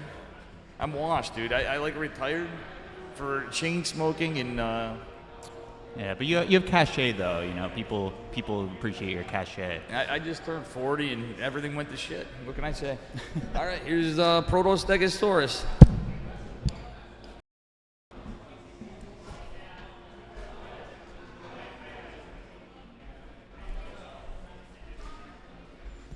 Also, if anyone else wants to cast at any point, come on up, say hi to us. We don't bite. We're all on Dave's channel, but it's kind of whoever's around, really. Yeah, I think most of the biters are the ones just in chat, not in the building. And I also hope that the sound stays working because I am not at the desk. So we'll find.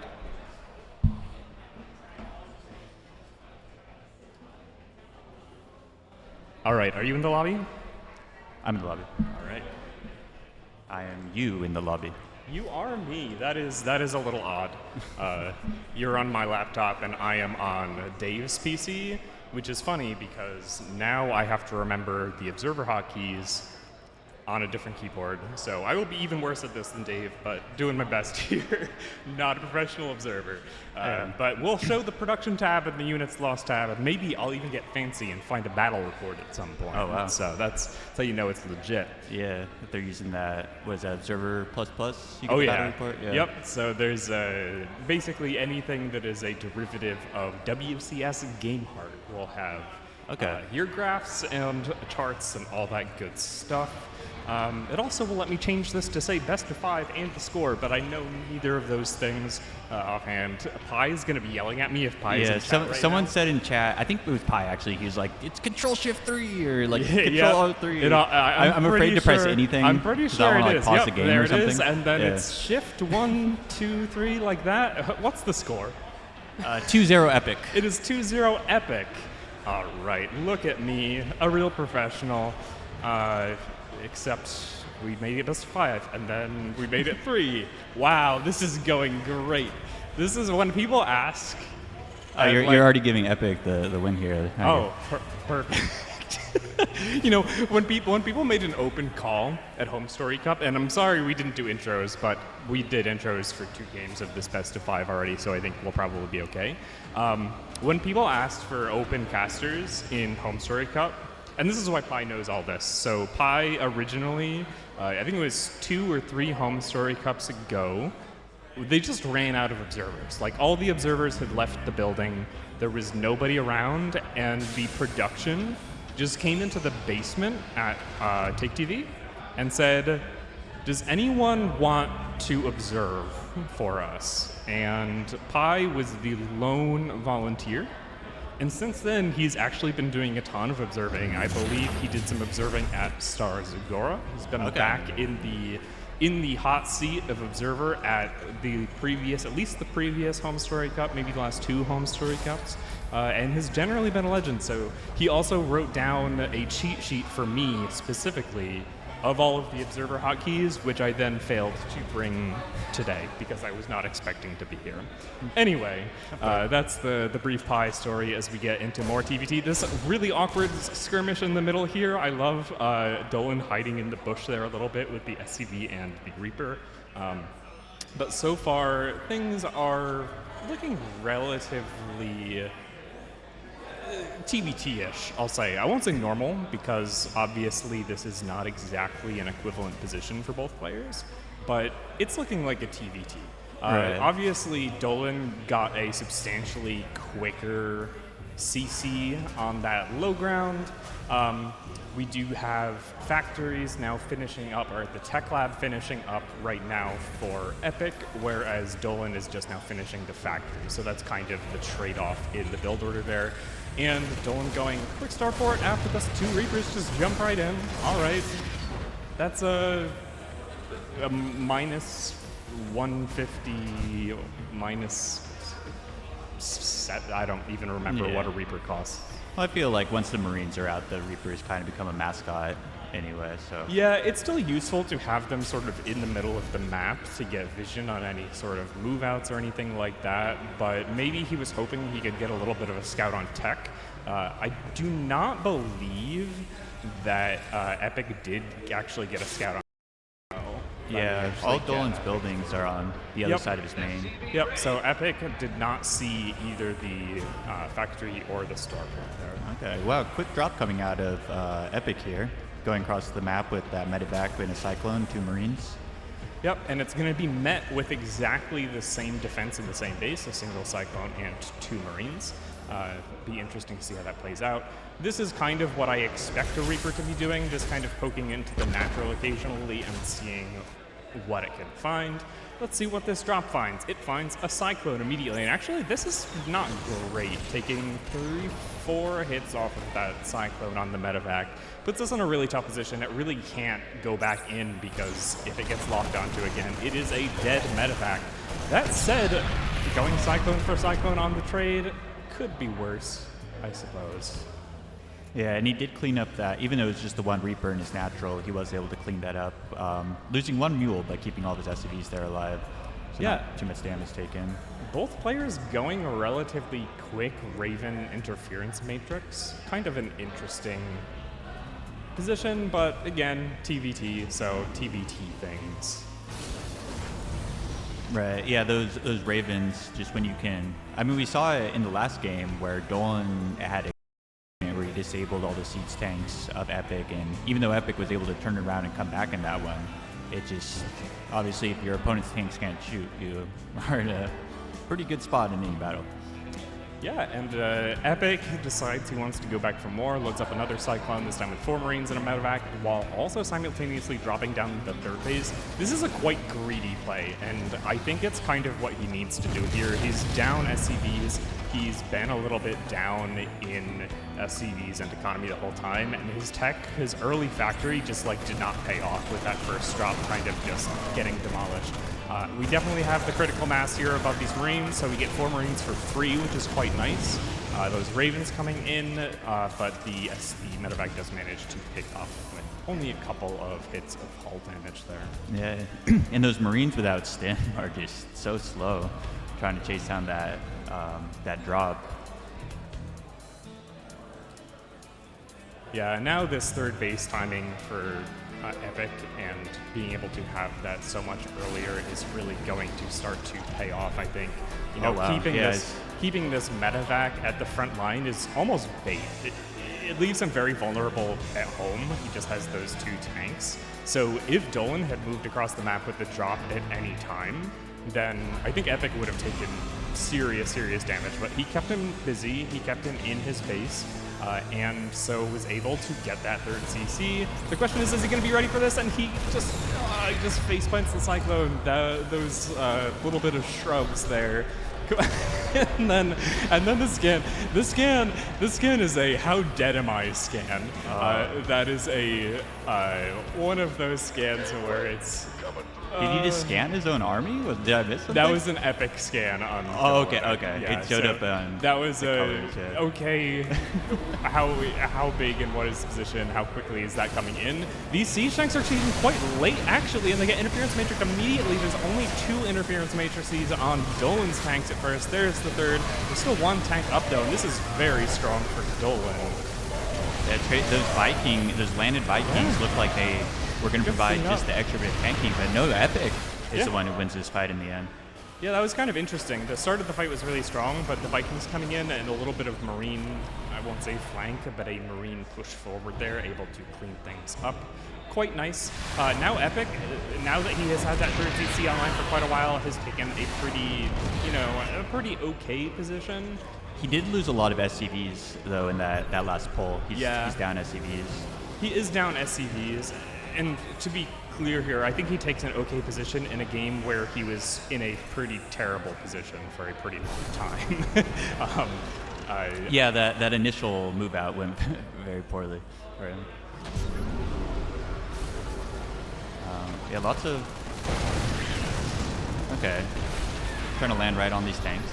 Yeah, and Epic can do this because he has air superiority.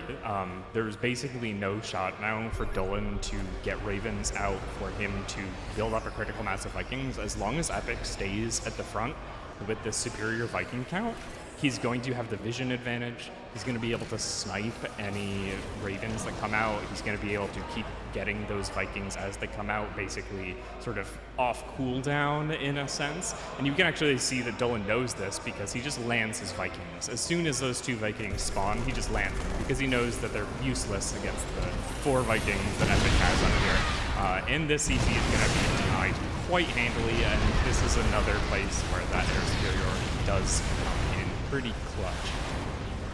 Yeah, those tanks and facing Vikings, I think I mentioned to Dave earlier, kind of like that Wings of Liberty style TVT, where you have air superiority, you got the tanks, and it's kind of unbreakable in a way.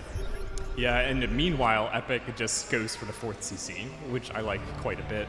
Dolan's trying to sneak that CC that was at his 3rd to what would normally be the Terran's 4th. We'll see how long it is before Epic wises up to that move.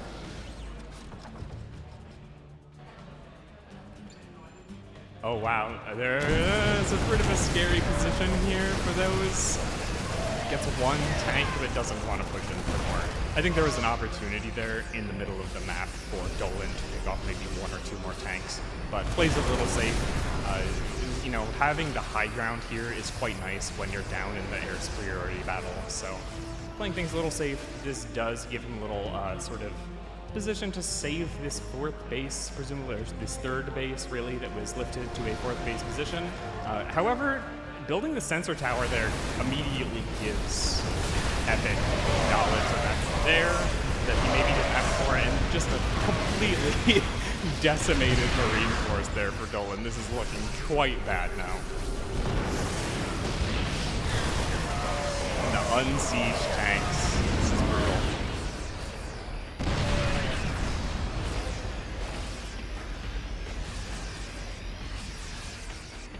Yeah, in spite of the army advantage, though, Epic's still having a tough time pushing onto this high ground.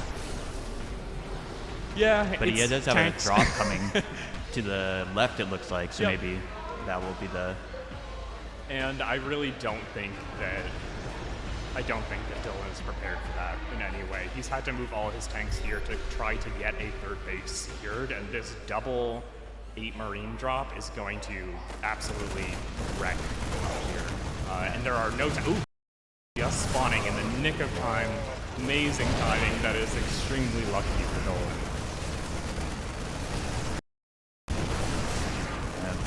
But the drop is still in there. He managed to find a safe spot outside of the range of the tanks and just getting whatever damage you can, being obnoxious. But yeah, it doesn't look like this drop will do too much. But let's see what's happening on the front here. Oh, where a couple tanks go down on the side of Dolan, but overall he has the Liberator finally on that high ground position and the orbital's lifting off. Yeah, and honestly, I think this is just, we're watching a very slow, sad death of Dolan in this game. We've been contained on 2 to 2.5 bases this whole time. We just lost another 12 SCVs in that first drop and 22 total now. We're down to 47 SCVs on 2 bases. We're trying to sneak this bottom right base in, which is hilarious, but obviously that is not going to be the thing that saves Dolan in this game, and he knows it. He's pulling the boys. And wait, what? Where are we going, Dolan? Oh, we're pulling the boys to try to mine. Oh my goodness, Dolan, you are an absolute bad man. This is not it, though. Okay, here's the 2 armies. And Dolan's dead. Yeah, all those tanks go down, and tanks leading the siege up on the side of Epic, and he takes... it was a close series, but he comes out on top 3-0 pretty convincingly. Yeah, that's one of those games where you just see the tactical power of TVT and people who are good at TVT and people who are able to find it advantageous engagements, right? Yeah, there's so many just like little micro battles that it can swing the tempo so much. Well, if you turn it on. Oh, nope. Apparently Dave's mic is not working. Great job. Oh, yep, you are live. Okay. I am. I flipped it up. You are now. You are so now I just a real wanted to person. give an announcement. We are now up to $750 in the Matcherino as well. So a big thank you to everybody in the Matcherino. Exclamation mark Matcherino adds it. We do have the bracket finally added later on. Big stuff. Sorry to sneak in. I figured that'd be exciting. I believe are we at the semifinals at this point, or I believe we're getting there? Hey, Joe. We are at the semis, says Joe. All right. I did a request from Ahmed for an Ahmed tempo cast. I love it. Let's bring him up. All right, but are you good with that? Absolutely. If you want to do a other bracket one, or... You know what? I will sit at the production desk and actually switch scenes and audio correctly, and if I have any thoughts, I'll turn on that mic and jump in everyone's ears for no reason. That's actually sick. Maybe we could, I got an idea. I'm going to talk to you on the sideline about. All right, sounds Thank good, you Dave. guys so much. We will be right Twitch back. chat and everybody that's here. I guess we're starting to, I'm wondering where everybody went to. I think people meandered off for food, even though we're planning for after dinner. I think some folks didn't, but going to check on the folks. Come on, guys. Find your way back here. They just like saw TVT in the bracket and were like, nah, none of this TVT stuff.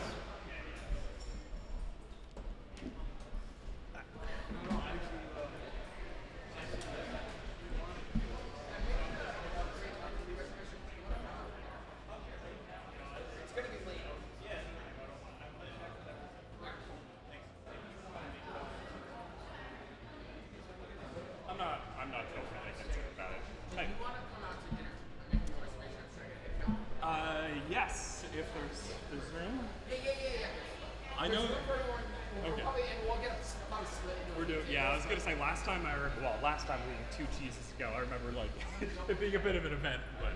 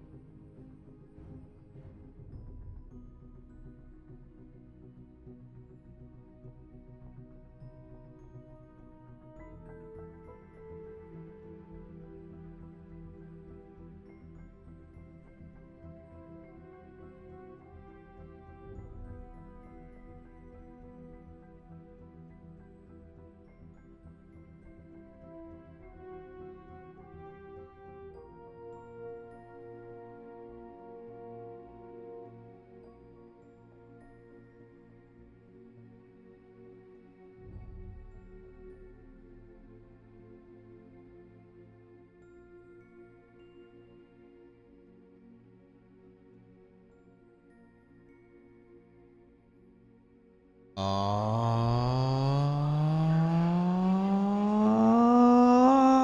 snap. We're back. We're back. What's up? What's up? We are back indeed. It's me, the SE historian. I'm here alongside Kwame Tempo Mensa. We're just moments away from commentating. It could be several moments, could be a bunch of moments. It's going to be a bunch of moments, but you know, hey, we're going to get there. I promise, okay? We are eventually going to get there. It's going to be at least 3 moments. That's my prediction. Yeah, for sure.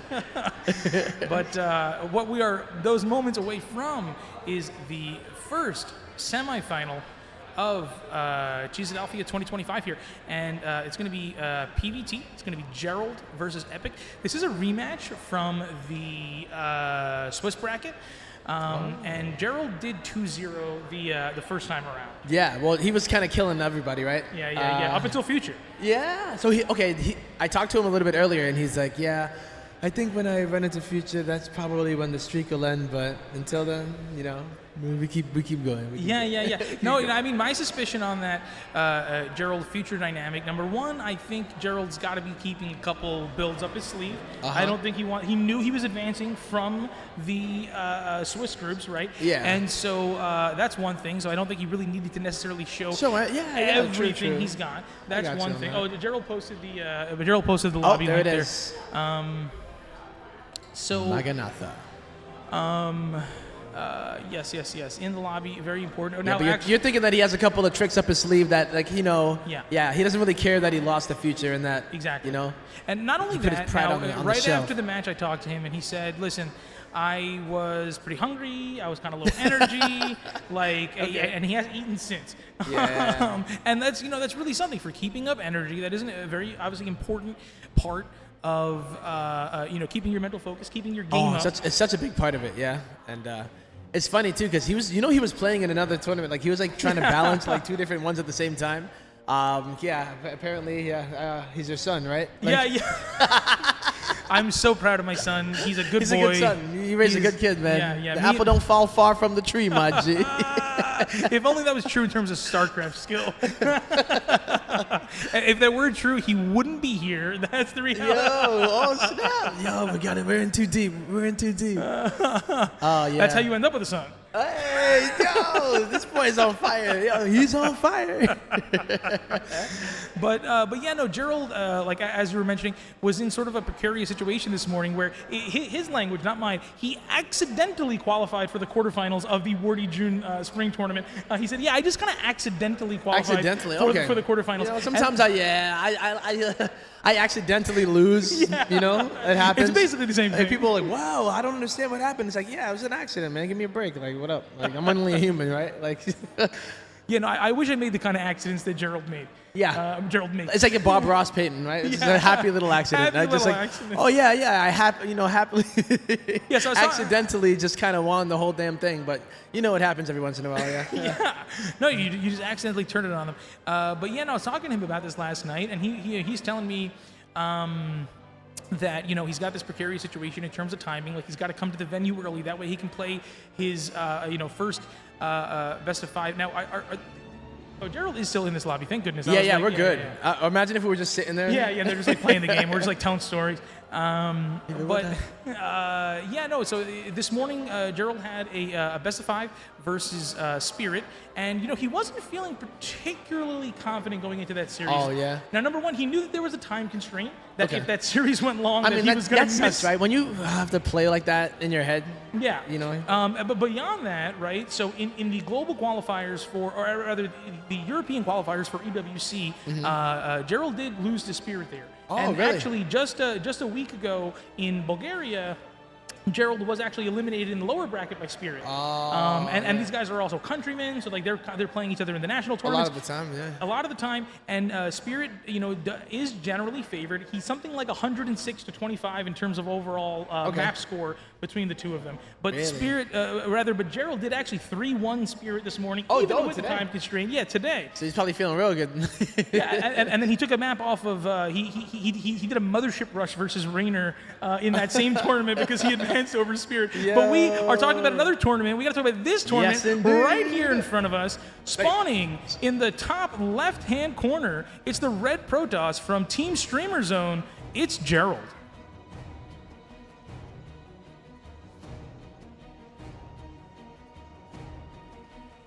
And spawning in the bottom right-hand corner. Oh, he's repping it.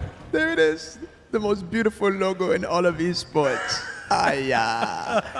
The blue Terran player representing Storm Gaming. It is Epic.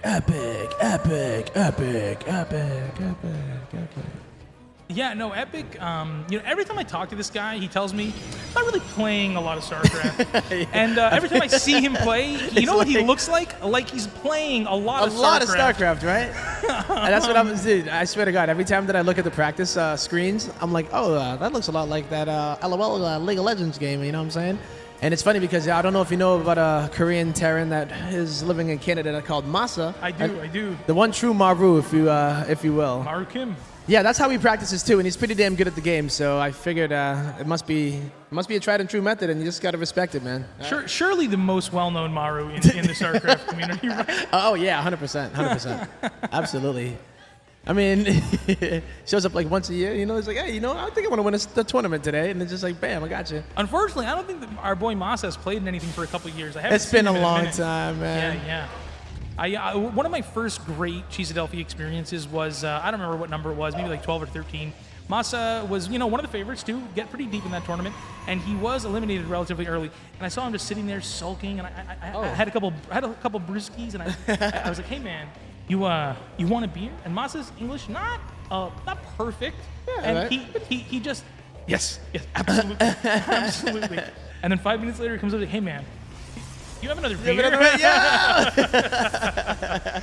Yeah, you know what I love? It is kind of like that home story vibe, though, right? Yeah, Where you go and it's like, hey, it's a StarCraft tournament going on, guys. But it's more about just, hey, I haven't seen you for like 5+ years, and this is awesome. So yeah, I am a big fan of that. Most definitely. Now, we do have a probe here coming across the side of the map. Just do a little poke, see what's going on, see what the timing of that CC was, and the Marine is out just in the nick of time in order to push it off. All right, so the probe, being a little pesky, might actually get taken out. No, it is going to get away. And it's not like it's a diversion or anything. I think he was just in his base trying to make sure that he's keeping up with his macro, too, so. I presume there's going to be Stargate follow-up here. What do we got? Shield battery at the natural base. Oh, the sentry actually tells me otherwise. Maybe this is going to be a gateway push, some more gateways being thrown down. I'm not exactly sure what the tech decision is going to be here for Gerald. All right, I guess we're going to wait and find out. It is Twilight. Yeah, the Stalker just here, not really going to get much done. It's more of just, yeah, I'm here. I actually want to win this game and take this map over, but You got to be careful when the Adept does come to play, too, because he can at least use the Shade to get that little bit of vision just to kind of check it out. Yeah, there are about to be 4 Marines. 1 Cyclone is relatively close to popping, but for the time being, the Stalker and the Adept are going to reign supreme around here with 2 more Marines in production and that Cyclone about to pop. Epic's going to feel comfortable pushing down that ramp, and Gerald is going to go ahead and throw out the Shade to do a bit of scouting. Yep, just a little bit of pressure there.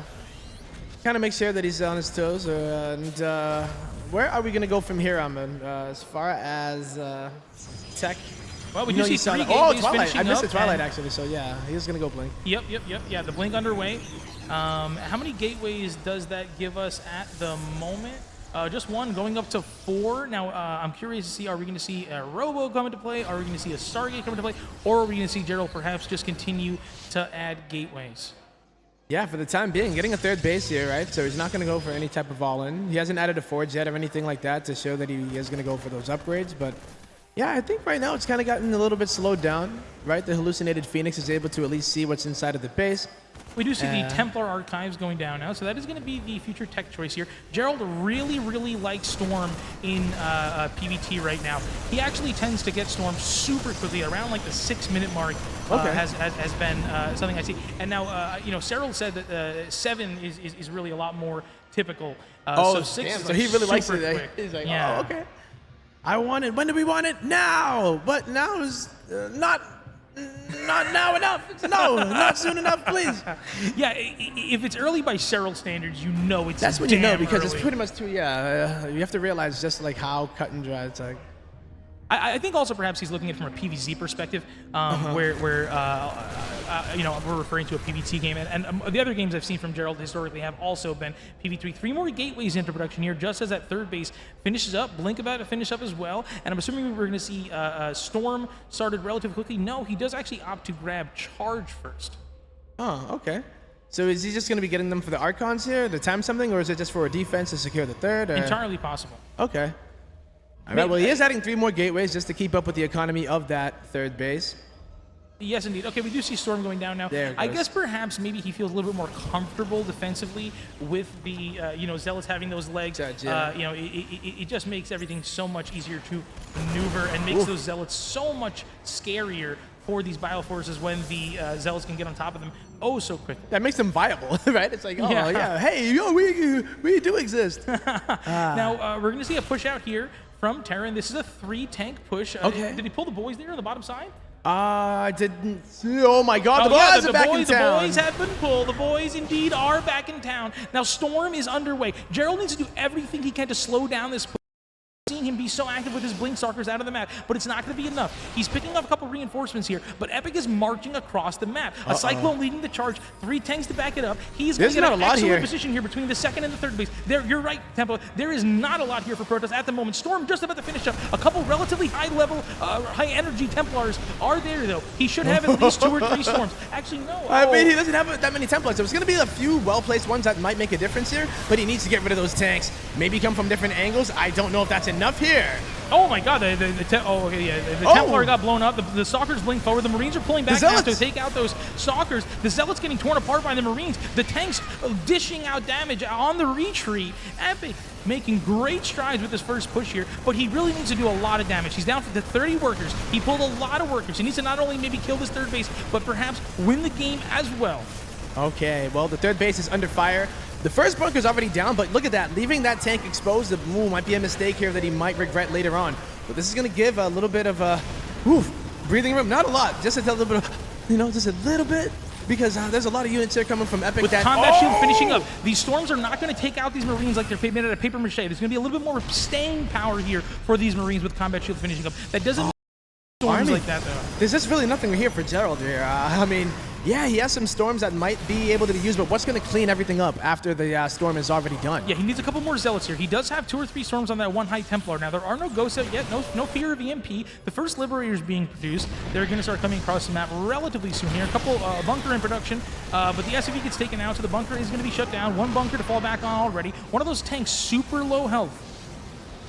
Okay, well, Gerald, he's just waiting. He's trying to bide his time. I don't know if he was waiting for anything specific, but here he goes. The time is now. He is going to try to get a storm. It doesn't really get too much here, and all of the rest of the units from Epic are going to pounce on into the natural base. One more storm goes. It doesn't get much of anything at all either here, Ahmad. I don't think Gerald has enough to hold here. Gerald loves those storms.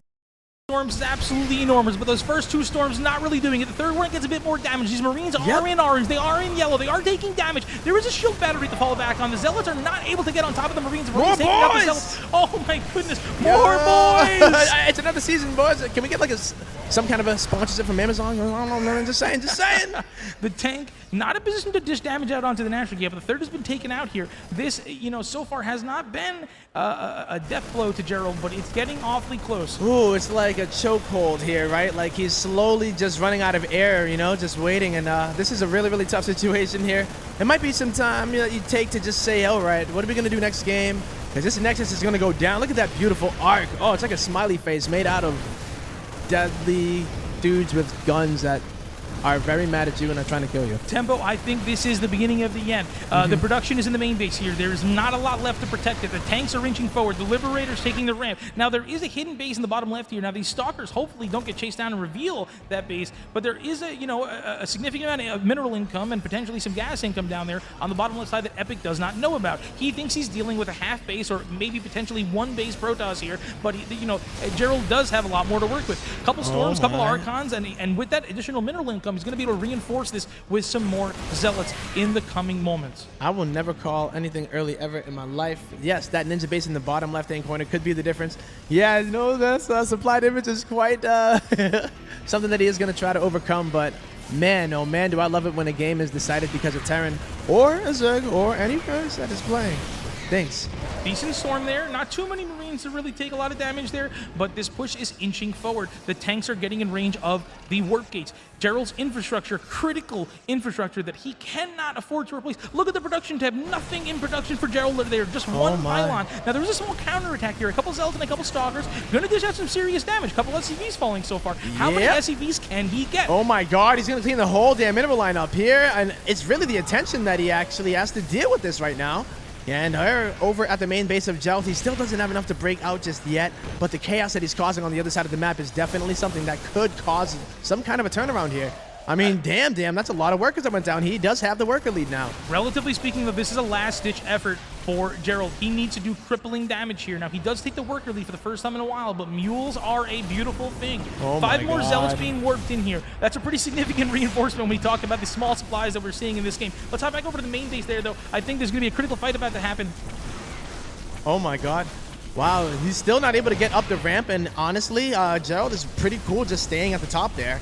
I mean, really, Epic must be thinking something has to be up. Is there a hidden base?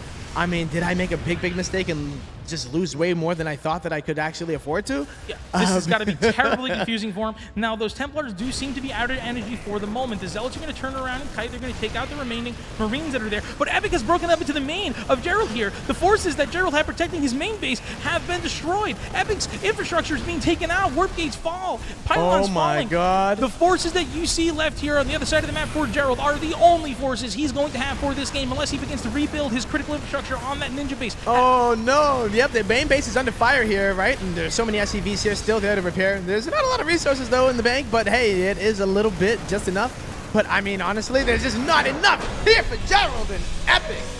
In an Epic game is going to take game number 1. That was some amazing stuff there. Really, honestly, really cool. Such dynamic play by Epic. He never gave up that push that was just creeping slowly.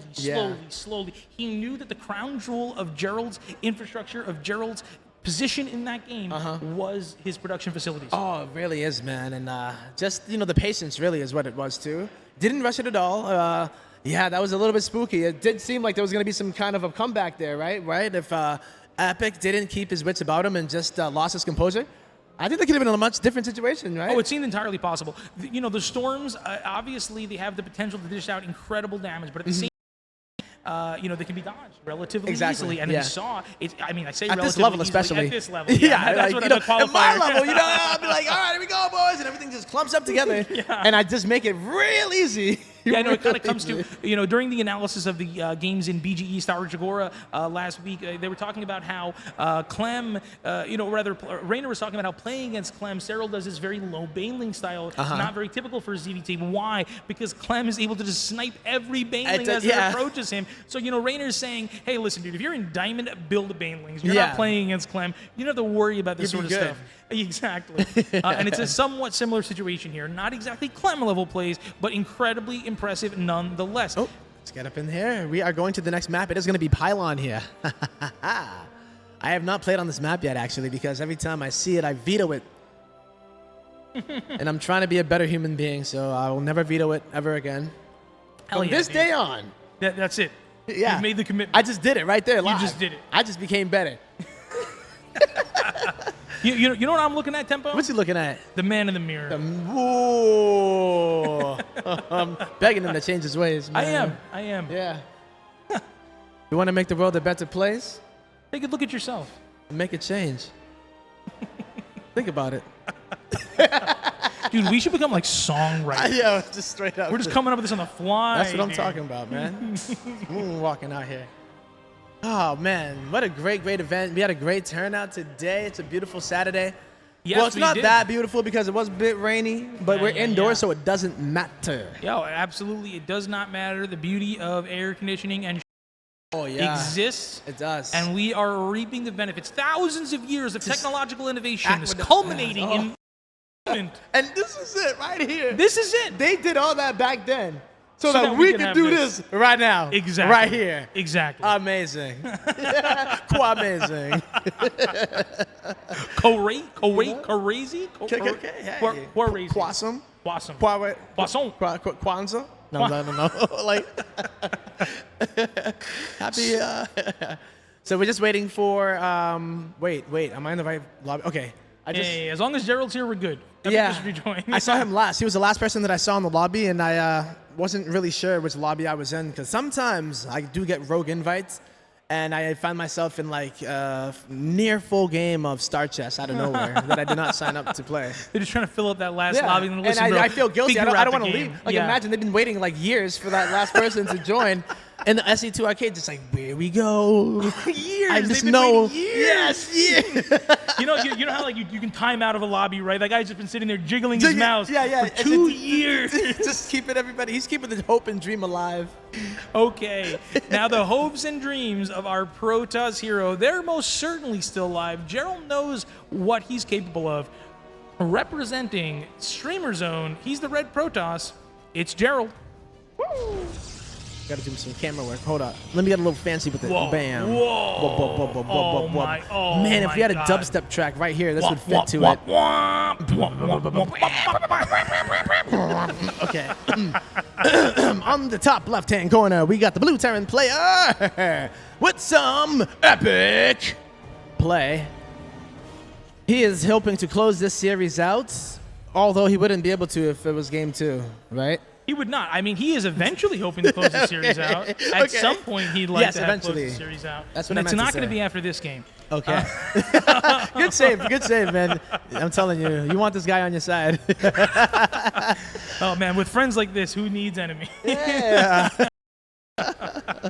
But epic plays, obviously play on his name, but absolutely also accurate.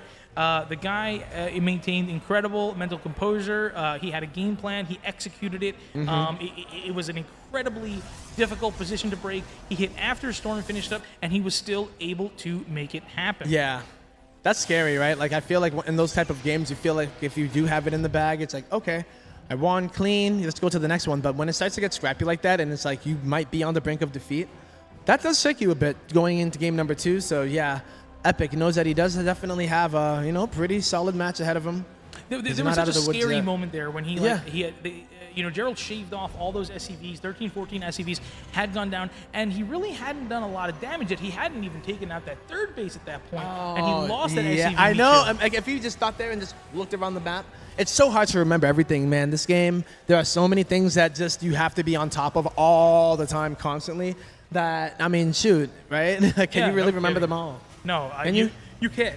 There's very few players out there in the world who can, and even those guys are constantly. I was gonna making say, yeah, mistakes, they're still constantly forgetting correcting things that don't even know that they're forgetting. Exactly. You know, it's that level. It's that deep. It is. It's that. It is incredibly deep. My son here down 0-1. Dropping knowledge bombs on him from the top of the tree that I fell forgot, from. what are the hotkeys to adjust the game heart thing? Because it says best of 1-0-0, but Dave Tessa definitely knows if if he's I around. mess with this for like 2 seconds, I'll figure it out. But if I hit the wrong combo, I'm gonna mess it completely up. I think Are we you need to ready get some to- help from production here. All right. Hold up. We can't hear you. Okay, don't hit that button. Still can't hear you. Oh, okay. All right, right. Check it. Okay. Oh. Wait. it's best of 5. How do I? Oh, Oh shit. my God, Gerald's up 5-1 Wait. in the best of 3. Holy How do shit. I? Oh my goodness. What did I hit? I believe it's Control-Shift-3. Or Control-Shift-5. Oh, rather. thunder, Now the stream Thundercats. heard that instead of just you, but you know. I did it, Joe. Joe, The stream can I'm hear a big about kid the now. hotkeys. I am a big kid now. Oh, did I hit the buttons to? Oh yeah, we hit the buttons really hard. Uh-oh. So many buttons. Okay. My bad. Joe here to save the day, putting on the show and He saving saved it. it. I'm not a big kid now. I didn't even notice I that. almost We broke. just totally got out of Starcraft there for a minute. Yeah. Sorry, ladies and gentlemen. You A missed little bit of hiccup. We missed a everything. little bit of action here. Yep. There was a double Widowmine drop. Now, once those Widowmines get dropped out of the medevac, perhaps we can click on them and see if they did get any kills. That might be a tall order. I know, right? I gotta really keep an eye on them. Yeah. But now the Cyclone, I think, was dishing out a little bit of damage onto the Stalker. Neither the Stalker or the Cyclone do indeed go down. A couple more Stalkers being warped in the main of Gerald here. Go ahead and tap, pull up the production tab for us here. You got him. Blink underway, so it was Twilight Council that Gerald opted to open up. Now, these Widowmines coming in again for a follow-up push here. How many? 3. Okay, that could be better. 2 on Two that. is Oh, I obviously missed the other one. what you'd like to see, but 3 workers going down, not terrible, not ideal. All right. Well, oof. Definitely a big sigh of relief here for Gerald. I'm totally cool if I lose that many workers, and I'm still up by 7. On the other side of things, there is a hallucinated Phoenix. Was able to scout here. Definitely see the infrastructure as well. So, yeah, here he goes with the Stalkers. Feels confident enough to move on onto the map. As Blink is going to be finishing, his mobility is going to be enhanced quite a bit. Another tank coming out, another one in production here. A medevac starting to pop out. There is a decent chunk of bio building up in the natural of Epic. I do think perhaps he's gearing up for some kind of push. There is no third CC underway. So at some point, it is going to become a decision of do we push across the map or do we take an expansion? And to me, it's looking like he's going to go for a similar push like we saw in Game 1. Okay, yep, even adding a tank to the mix. Here, the Stalkers are able to pick off a few units there. They did snipe a Widowmine, I did see that, but just even picking away and whittling away at the bio health is nice too. If you do waste away some of that medevac energy, that push that is inevitably going to be coming is going to be much weaker, even if it's just by a little bit of energy. It seems to be that 3 tanks is where Epic is comfortable. I think he might be moving out with 2 here, but the third one there's a Cyclone though now, too. There is a Cyclone. There was a Cyclone leaving the pack last time, and the boys, Oh. yet again, are back in town. Now, I think one thing Gerald could really improve on from that first game is using these Stalkers in the middle of the map here to dish out a little bit more damage. He's going to take the medevac there. That's really nice. Now, the SCV is getting on top of them. Not a huge concern. Actually, he did a little bit of hull damage there on one of those Stalkers. Not exactly ideal. But there's no meat shield here for those for this bio. Nope. The boys are far behind the army. Now, there's really nothing at the front of the base here. The first warp gate is going to go down. 2 bunkers underway. The second warp gate about to fall as well. Gerald's production, being hindered, but also his Sim City being hindered as well here. Oh, such a big hit there. Yeah, really nice positioning here from Epic. Even going to be able to get those bunkers up. All right, charge is soon to be finished as well, and no damage being done on the map. However, I do love this. Yeah, look at that, intercepting the reinforcements there. We did see that medevac go down earlier too, so there could be 2 medevacs here, but now there's only 1. Yeah, and okay? this attack hit significantly faster than in the first game.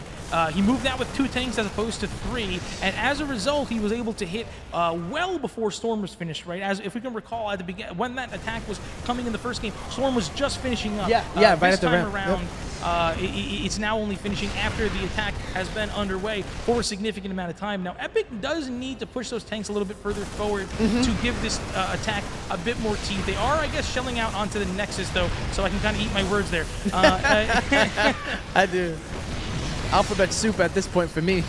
Combat Shield about to finish up here. Once again, these Marines are going to have significantly more staying power. Are there High Templars in the map? Where? Oh, I mean, I don't even know. Did he like warp them in yet or what, There's man? an Archon there in the natural. Yeah, there's one High Templar. It's hidden in there, yep. It's only got like one Swarm, though. Oh, my God. If now, everything this punches. could be oh, the no! Oh, it got taken out. Without even dropping a Storm. 3 Stalkers and 1 Archon. Oh, my God. He's is losing what the Archon. Gerald has to work with. The Archon's about to fall. GG. GG is called Epic up 2-0. Over, I mean, let's be honest here, what many people consider to be the favorite going into this tournament. The only player to travel internationally to attend this tournament, right? Yeah. Gerald's kind of got a lot riding on this. I don't at all think that he thought this tournament would be a cakewalk, but I don't think he also, neither do I think he thought that he'd be facing this much pressure here from Epic in the semis. And you know what? I'm even looking at the games and I'm like, is he even really doing anything wrong? You know, I'm like, Gerald,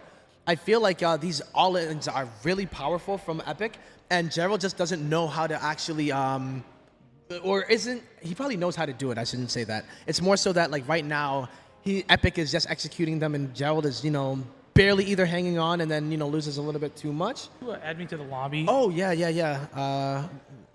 It's the ID on this is Stegosaurus, I believe. Oh, okay. Let me, I believe it's right there. Cool. Let me see. Cool. Okay, but yeah, I don't think so, man. I feel like he's trying to do his best. Maybe he's being a little bit too greedy, and we're not seeing it there too. But Epic, Epic has his number right now. Yeah, it just shows you the incredible variability of the game, right? You know, literally just hours ago, he 3-1 Spirit, somebody that, you know, I think everyone would obviously consider to be an extremely strong player, somebody who not only was favored versus Gerald, but is favored versus kind of most people outside like of the he's out top there. players. He's definitely right there. But now he got 2-0'd by Future earlier. Has just been 2-0'd by Epic. Now, luckily, this is not a best of 3 as the previous series was. It is indeed a best of 5. But Gerald is going to need a really magical comeback here, a reverse sweep. We are seconds away from spawning into Game 3 of the first semifinal of Cheesedelphia 2025. Guys, do you hear us out there? Gerald needs your energy spawning in the hand corner for Team Streamer Zone. Let's make some noise for Gerald. Oh, snap. That wasn't a lot of noise. Oh, there it comes. There we go. That's a start. And in the top left-hand corner, up 2-0. Look at this. Wait for it. Look at that. Wait for it. Oh, my God. Wait for it. It is... from System Epic. Okay. Well, there he is. Blue Terran player up by 2. Can he do what he needs to do?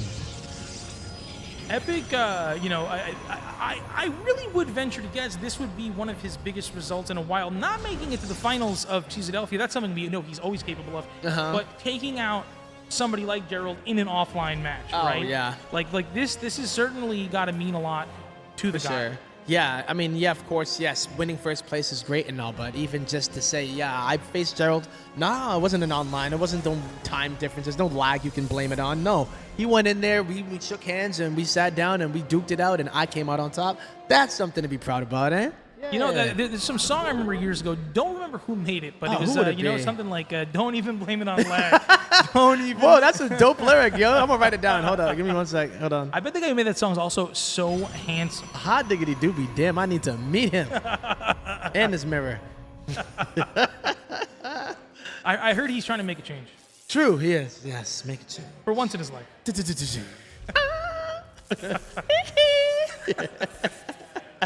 Yeah. Okay, so the natural expansion for Gerald underway here. Cybernetic score about to finish up, so we could theoretically see some tech decisions here out of Gerald if he's going to go for something a bit off the beaten path relative to the last couple games. Now, on the other side of the map here, things looking pretty standard, pretty straightforward for our Terran. Factory about 80% done, and of course consistent pro production. Is that that's a tech lab underway there, isn't it? Whoa. Yes, Whoa. it sure is. Okay. Yep. We got a tech lab moving on out here. Yep. Okay. Okay. We are going to see it switch over to the factory, which I'm wondering is it going to be another tech lab, or are we going to see a reactor here out of the barracks?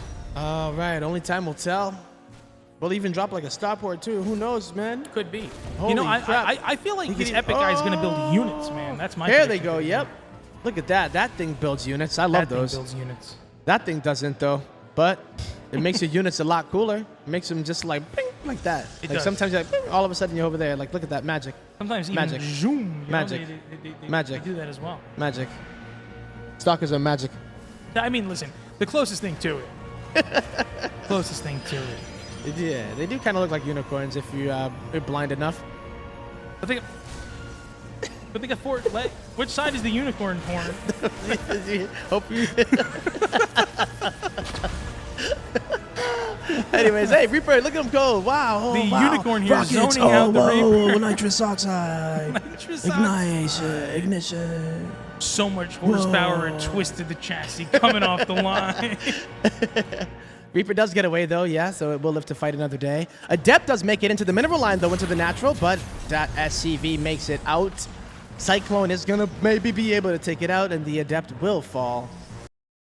Though, yep, I did see that, yep, Reaper joins his family once again, reunited, just like all of us here in Philadelphia for Cheesedelphia. And it feels so good. Doesn't it though? Oh my goodness, I'm so warm and fuzzy inside of my insides. Inside of your inside of my insides, as opposed to outside of your insides. Exactly. So the blink, yeah, about 40% done here. A couple more gateways coming down. How many gateways are we at the moment? Ooh, so we got 2 warp gates. I do see another 2 more in about production, to pop, and then there's another one here in the net. So. Oh, okay, just one more. Okay. All okay, right. okay. So pretty conservative play out of Gerald here. I presume he's gonna, just like in the last couple games, drop down that third base relatively quickly. Though I think maybe he throws down the Twilight before that. Don't exactly remember the order. I mean, he was last game. Oh, the Twilight. Look at it already, right? So. Oh, I meant Templar. Archives. Yeah, he did get that yeah. really fast last time too. And I mean, yeah, you see some other players will love to drop that Robo down, but yeah, as Ahmad, you did say, those Templar Archives and those really, really fast high Templars definitely something that he enjoys. So absolutely. I mean, we are approaching the 5-minute mark now, and in the previous games, when he threw down the Templar Archives, it was already thrown down at this point. Oh my God! Okay, is 3 Stalkers worth it though? Oh no, Oh, and he way. didn't get the Cyclone either. That was pretty brutal. Look at the that army is supply, horrible. Kwame. That is no. He needs to. He needs to just clone everything there. Everything needs to clone itself like times, and then he got this one. That would be pretty good for him. Snap! All right, all we got to do is just click your heels together 3 times and spin around. Say MVP. Couple of boys MVP. leading the charge here. I am OGS down. Prime. I am OGS Prime. No, but oh, this is so brutal. I can't believe he lost those Stalkers, and he probably can't either. But he can try to fight on. He's trying to let that shield battery do the best that it can, and if that second one can finish, maybe he can at least start to heal a little bit. No medevacs Blink is here. done, so These the Marines micro are was starting really to go nice. down. I'm just saying, these Banshees, I don't even think have cloaks. So as long as the Stalkers from the other side are able to come down and intercept it, he stops it from being built, that bunker. Gerald. It goes down, and Gerald holds it, and he also gets a Banshee. Bye-bye, And the second Banshee Good night. falls as well. Gerald smacks that attack away. Like a Says, boss. get that shit out of here. Like a boss. After the third base goes down, he goes ahead and drops down the Templar Archives as well. In addition to that, a Forge is thrown down. Charge is about 80% done. Gerald's got to be feeling relatively comfortable right now. Oh, he must be feeling amazing, right? Sim only about 20% done. Look at this base as well, too. It's already mining and super duper healthy. More of those gateways are added, and he's even adding charge. I'm over there like talking about his main base like it was something that he just like accomplished in the past couple seconds. Oh, he sniped Stimpack. Yo, no, he didn't. Yes, he did. Oh, his charge is complete as well, though, so he just gets a couple of the Stalkers out, but he still keeps a couple of them on the map. Do you think that was on purpose? I wonder. I mean, he's This still tank going with about it. to go down. Yep, he gets Gerald the knows tank. exactly how many stalker shots he needs. He doesn't risk Oh, any more it than was he for needs a to. And Banshee. catches this Banshee. Oh my goodness. What a bow. Things not going like they have the first 2 games for our American Terran. I'll tell you that much, Kwame. No, this is going much better for our Polish Protoss. Yes, he's going in, starting to snipe more of the Marines, trying to blink back the weakened ones. No, he decides to just blink them all back, maybe reconvene with the rest of his army. But the third base is now mining, so yes, indeed, that was the main base. Sorry, Mr. Tempo, definitely made a slip. And the third CC not even started yet. No, but the question is, will it start as he adds 2 more barracks, right? I think it won't. Especially with them being sniped, right? I mean, at this point, his whole timing system in his brain is probably completely skewed. He has no idea like where he's at, but you know, I'm sure this by poking and getting the temperature, he should be able to get a decent And Gerald, idea. with these constant pokings, keeping a finger on the pulse of Epic. He knows what Epic's thinking about. He knows what Epic's going for. Taking out that tank and shaving off a couple more Marines is huge here. There's still no third CC underway. Nope. Epic is going to go for broke. He is going to try to break the back of Gerald in the coming minutes here. Yeah, maybe this was the missing sauce that Gerald was missing, right? Like, he's like, okay, if I get a little bit more aggression, you know, start to throw Epic off of his game, that just might be the play. Epic, Don't let I Epic get to a think, point that also he went does. for a much more risky push, an Yeah, earlier push yeah. this game. Gerald And- just being able to hold it like that, such a nice way to defend. And it was certainly on a knife's edge there. It was Oh my certainly God, on it a was so knife's edge. close. It was so close. All right, so there he goes. Gets the stalkers on out of there.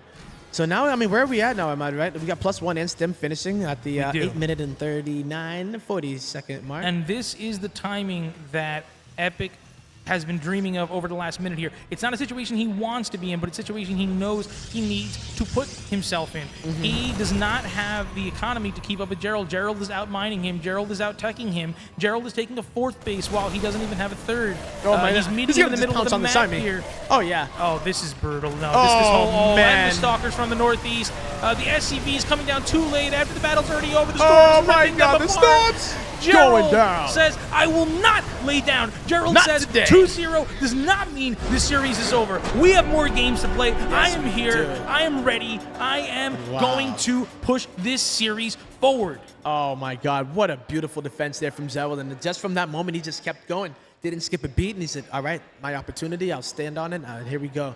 So yes, putting one on the board, this is definitely a nice morale booster. And also just like saying, yo, a reminder to himself, like, yo, I'm Gerald. Like, what? Who am I? Yeah. I mean, honestly, let's think about it, right? He 2-0'd the guy earlier. Yeah. So, like, in his mind, I do think this reinvigorates that confidence of, hey, listen, I got to 3-0 him here. Oh, like that scary reverse sweep. But on the flip side, man. Yeah. this guy also wouldn't have batted his eyes if he 3-0'd him in that 3rd game here had he won the first 2 Exactly. either. Yeah. Oh. Yes. Well, we are going to a game 3. It is going to be throw on me ley that line. invite again. Yep. Yeah. I know. We need to be friends. But here, bam. No. Tell them to. It's gonna be 3. It's gonna be 3. It's not gonna be fast enough. If it gets a 3. Whatever. I'll cast off your display. It's okay. All right, yo, check it out. Look at that through my eyes or my glasses. Just stare into my eyes. If I reflect it. Yeah, I don't want to throw off their juju by having them true. remake here. I think that's really like I cruel in a sense. know, man. I didn't even pause in my game when I didn't bind my inject to Oh what I yeah, usually do. I had my screen scrolling on 20% during my first game. Like I literally felt like that's my so hands were in painful. molasses, Dude, I felt like my screen was like, I don't know, one of those ones with the giant backs on it that take like 3 minutes to warm up. Like a very early LCD. Super, yeah. But then, like, all right, if you smack it on the side, sometimes it'll, speed it up just a little bit. Speaking of smacking things on the side, Gerald smacking Epic upside the head in that one, completely thwarting his early game aggression. Spawning in the bottom left-hand corner, the red Protoss from Poland, it's Gerald. Oh, yeah. And in the top right-hand corner, not able to make his push work as best as he could, but maybe he'll be able to tune something up. This game, it is from Satstorm, the blue turret. Give it up for Epic. Now, Epic, he's comfortable in this environment. He's been in this I want to say studio, but I guess venue a bunch of times. He's played in this tournament many times over the he's years. like Definitely a homebody. Yeah. He knows he reigns supreme at the top of the NA scene. He is one of those guys, if not in his best form, that guy. And he's up 2-1 in this series. You know, he's got to still be feeling pretty good. He knows in his heart that that was really just a kind of a random aggression. He was trying to close out the series 3-0. Obviously, you know, think about the fist bumps. Think about the high fives with disrespect after that one. That's what was on Epic's mind. Oh, my God. And it didn't pan out. It didn't pan out. Exactly. Gerald, a highly skilled player, able to identify what was going on and able to smack it aside. Oh, it was, yeah. It was so close, though. And, I mean, geez, the timing was perfect, so he was able to do it. And he just didn't let go either, so let's see where it goes now. I mean, Epic has been shown a lot more aggression. That is kind of his style. Like, he used to be the style, the type that just nailed timings, like, almost just to a T, like, perfectly. You know what I mean? So Epic definitely a very macro-oriented, very mechanically sound Yeah, you player. can't mess with his mechanics, yo. No, not at all.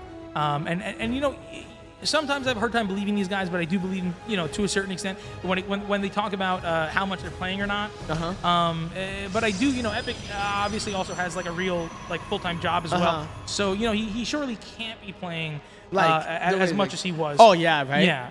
And that really goes to show just how deep that muscle memory, how deep his understanding of the game goes, that he's able to still compete at this type of level. It's just like, it's just part of his, like, in his DNA now, right? Like, yeah. You know, if you had a kid right now, it'd be popping out with, like, you know, like some GSL thunder sticks, right? Like, like it'd be celebrating its own, you know, coming into the world. Like, it's not a double helix; it's a Terran logo. It's just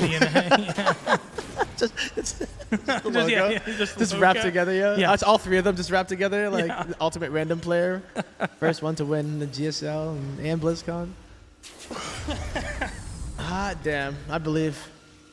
All right, man. So we already have the starport coming out with the Cyclone as well. No, what happened? Dude, this happened last time.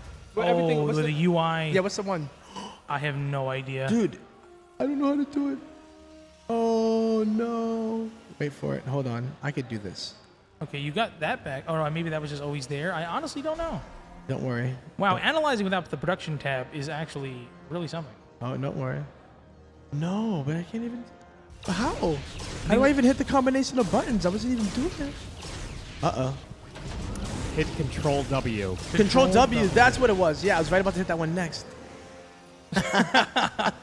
Shit, excellent help there from you our are production. The best production. Shout out to Pi, who I was just looking at his cheat sheet, but he actually Discord messaged to me. Yo, Pi. The second I pulled up his cheat sheet, and he Discord messaged me the same exact. Oh, is Pi watching right now? Yeah, Pi. All right, congrats. Oh hell Pi. yeah! Thank What you is so, up, Pi? Thank you so much, dude. my boy. I will see you in Germany very soon. Yeah. But let's talk about this game that's going on here. You just saved Cheesedelphia. You just saved Give him a round of applause, everybody. What a G, Pi. Woo!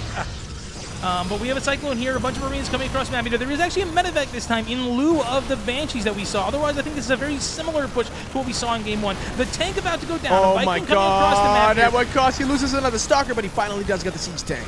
I think once again, this is looking really good for Protoss. Okay, a couple more Marines coming across the map here. Now the shield battery out of energy. The first Stalker falls. The second Stalker's about to fall. One Stalker left. I might have spoke too soon. The battery finishing up here. It's one a little too Stalker late, left to defend against all of this. The probes being held together. The probes going down. 3 more Stalkers warping in.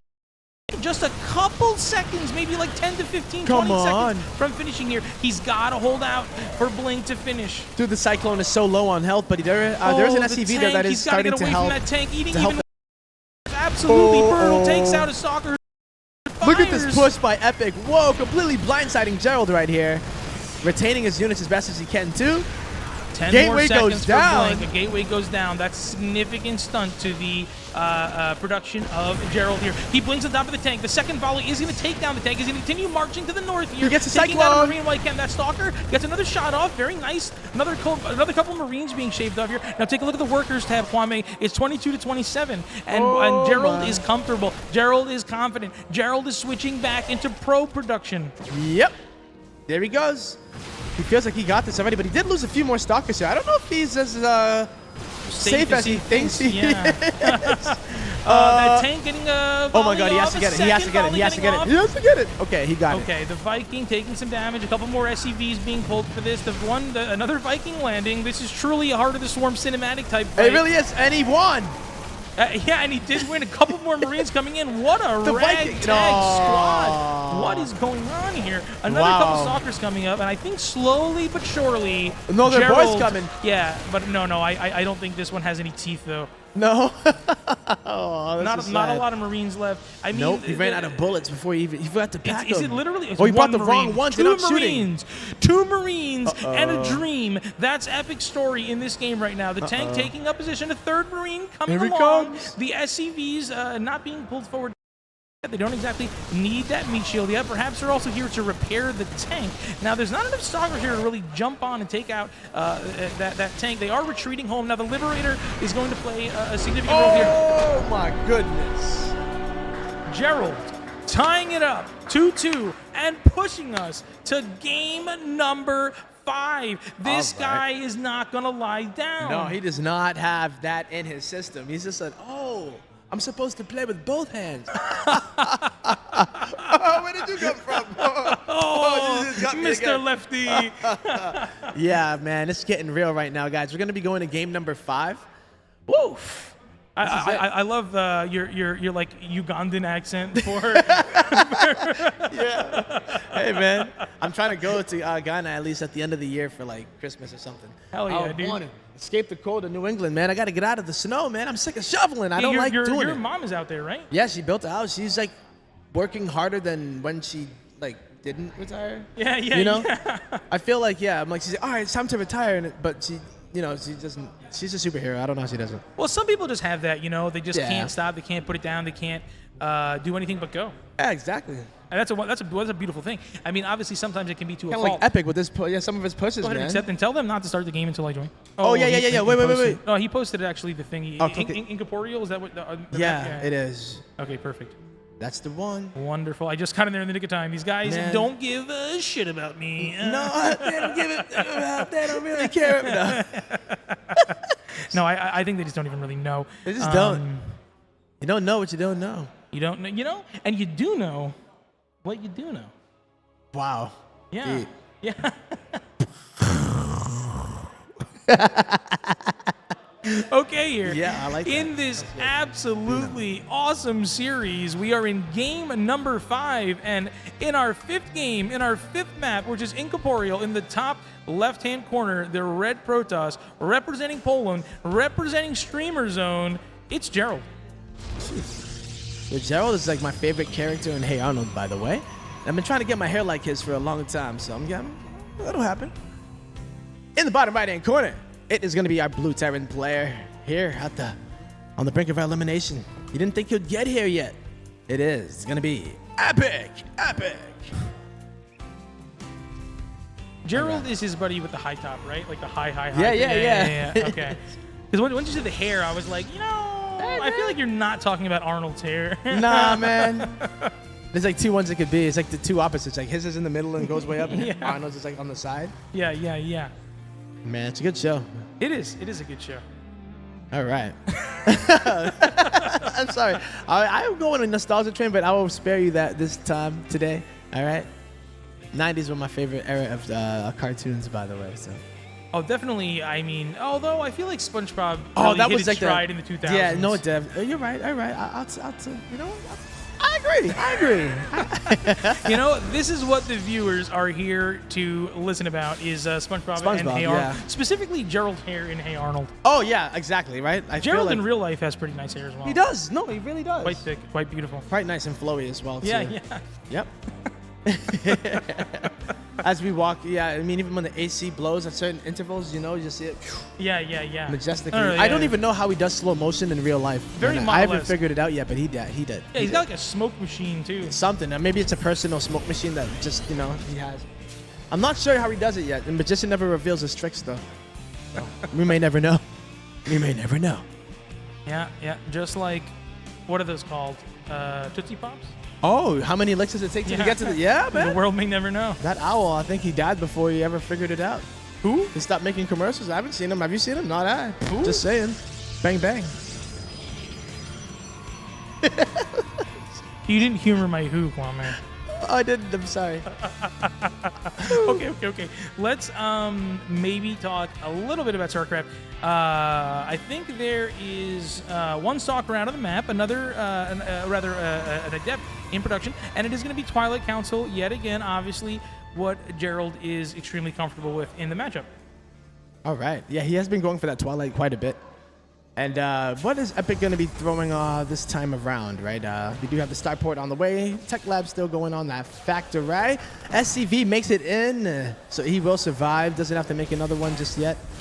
Look at that brave SCV. He gets right back to work. He's like, all right, I almost died. What should I do? Put a Band-Aid on or build a depot? And you know what he picked? Build a depot. Look at that. It's almost halfway done. Look at that, man. Yeah, it is.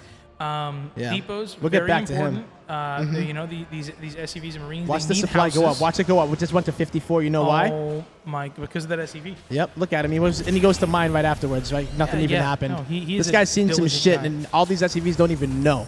Honestly, they're living in La La Land. He's built different, man. That guy is a combat veteran. He's different, man. People look at him, they think he's just a simple. He's gonna worker. save the world one day, man. He's just mining minerals now, but next month. Be saving the world. I mean, think about it, dude. Like the minerals he mines could be they could the change ones that the made world. The unit that shoot the final they shot. Could shoot the man. They could be the one that you need to make the acid that kills the T2. What they've got to do is they gotta like mark those minerals, like bills. Yeah. There's only a few of them in the world, right? Exactly. Like, yeah. Like a red $2 bill or something. Something like that, like before 1986 or something, man. Yeah, I wish I knew about money. Or rare money anyway. Oh, the medevac. Okay, so it is going to get away here. Good call there from Epic, because if he did get sloppy, he cannot afford to get sloppy here in game number 5. He is going to let the Marines down just so hopefully he can get some healing. He does lose one, unfortunately. So Gerald is going to get a bit aggressive. He doesn't want that medevac to ever have any free reign at all. Absolutely go on not. home. Yep. Great positioning on the map here.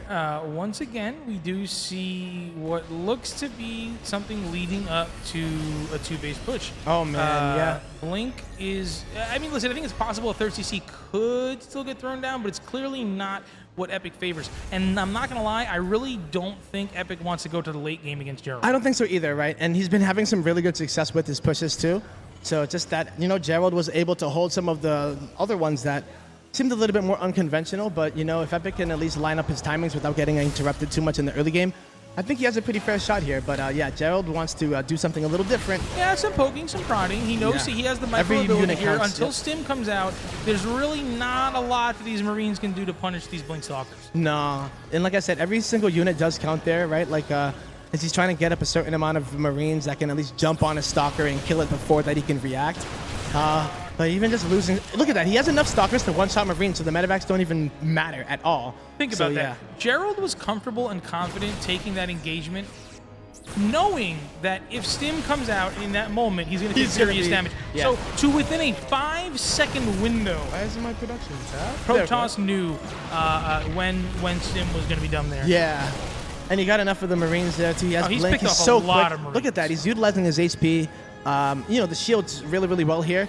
Oh, he tries to... He only used those force fields here to stop those SCVs from helping the rest of the army. He forces the medevacs to pick them up and go them across the force fields. But dang, man, that sucks that he had to use them. But I think that was good because he at least got a couple workers there, too. Just like the previous 2 games, it is going to be a 2-tank push here with the boys pulled, with the bunkers being thrown down, with the Marines to support, but Gerald knows what's up. The same old song and dance is not going to pull it out here. The Stalkers coming up from the south side here eviscerate those tanks. The Zealots get on top of the Marines. The Stalkers about to start he blinks target again? the Another medevacs. 14 Absolutely workers. decimated. We're looking at a 50 supply advantage here for the Obliteration. Polish Protoss. Oh, man, I can't believe it. That did not work at all. Look at the amount of units he still has. He kills another tank. The Marines are running as fast as they can, but the Zealots are faster. They got charged. That tank, I mean, it has a good amount of support, but the Stalkers don't care. They have support, too. They do. They got Zealots. Those Zealots our chosen would say Zealots. Those Zealots charging in, charging forward, bringing our Polish Protoss to the grand finals. Well done, an epic series indeed. Wow, Gerald overcomes in a probably his most difficult series yet. Oh, absolutely. It's the most difficult series so far. I mean, I guess maybe the one he lost is technically more difficult than the one that he won, but a very, very difficult series. I mean, they were very difficult series regardless. Yes, without a doubt. You got two players that are, equally able to win the whole damn thing. No right? doubt. So. No. Seriously, Epic obviously showed us there that he's got the guts, he's got the guns, he's got the glory. He got so close to pulling off what is ostensibly a pretty serious upset. Yeah. And he wasn't able to quite close it out. Gerald got to be feeling good, got to be feeling confident, got to be super, super excited about advancing over. Perhaps we could do a winner's interview. I'm not sure exactly what production is looking for here.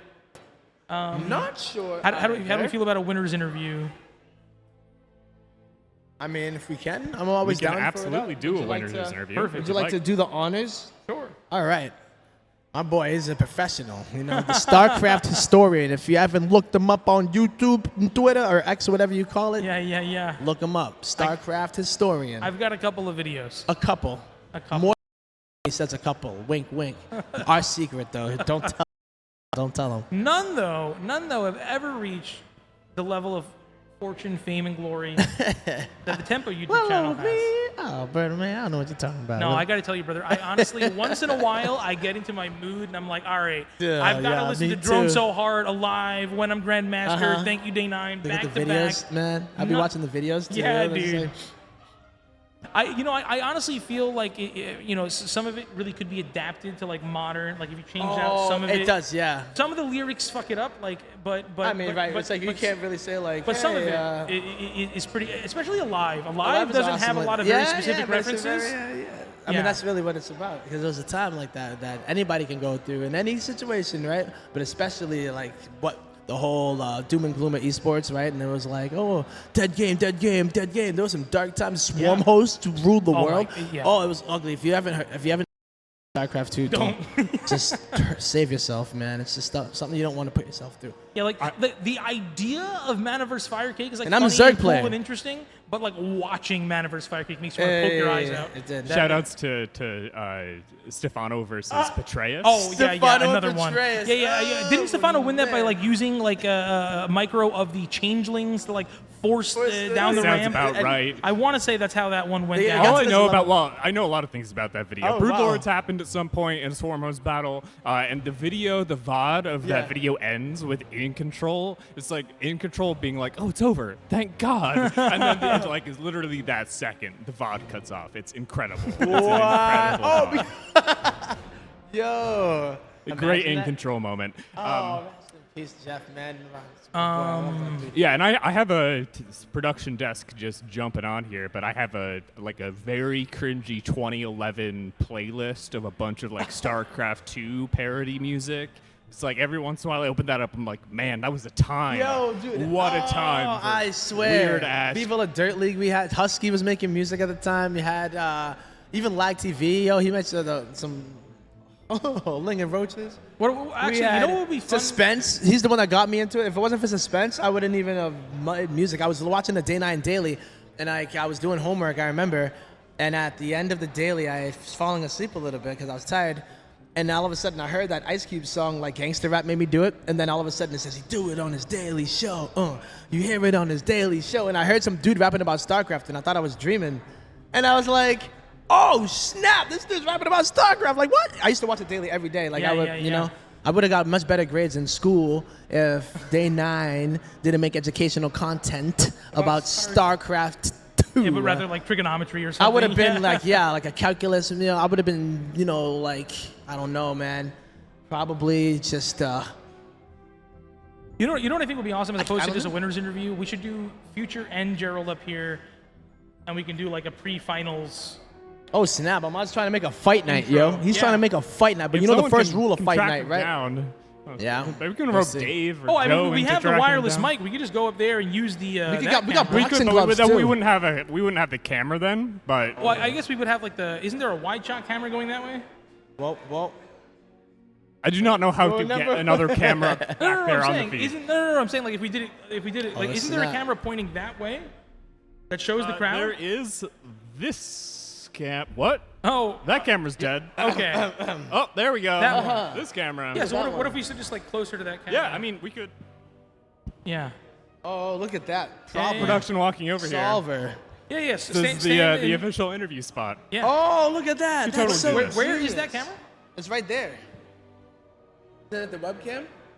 What are you looking for? The camera that's that pointing faces at you that right way? now. It used to be. Where is Oh, it? there's a webcam right there. Look. Behind you. Look. I'm pointing at it. Me. But that one. Look. No, look at me. Look at Oh, me. it was blocked by the monitor. Yeah. Oh, it was blocked. Yeah, like my field of view. Okay, now I see. My it. bad. Yeah, my let's bad. do that though. Yeah, right. That works. I like it. Okay, cool. I'm gonna go grab the boys. I think they're doing their map vetoes right now. All right. But well, I it's will. been a pleasure. It's been a pleasure commentating absolutely. with you. First time I've ever casted. With Ain't that yo? It's like we've been all these commentating years. our whole lives. Yeah. Just saying. No. We had some really fun it. chats there. Yeah. No, me too, man. But that does it for us for the moment. We're gonna maybe do a bit of a pre-finals interview and intro. Let's grab these guys before they hop into that, and then there's going to be a finals cast as well. I believe it's going to be Dave Testa plus somebody. We'll find out. But we'll be back in a moment. Mystery.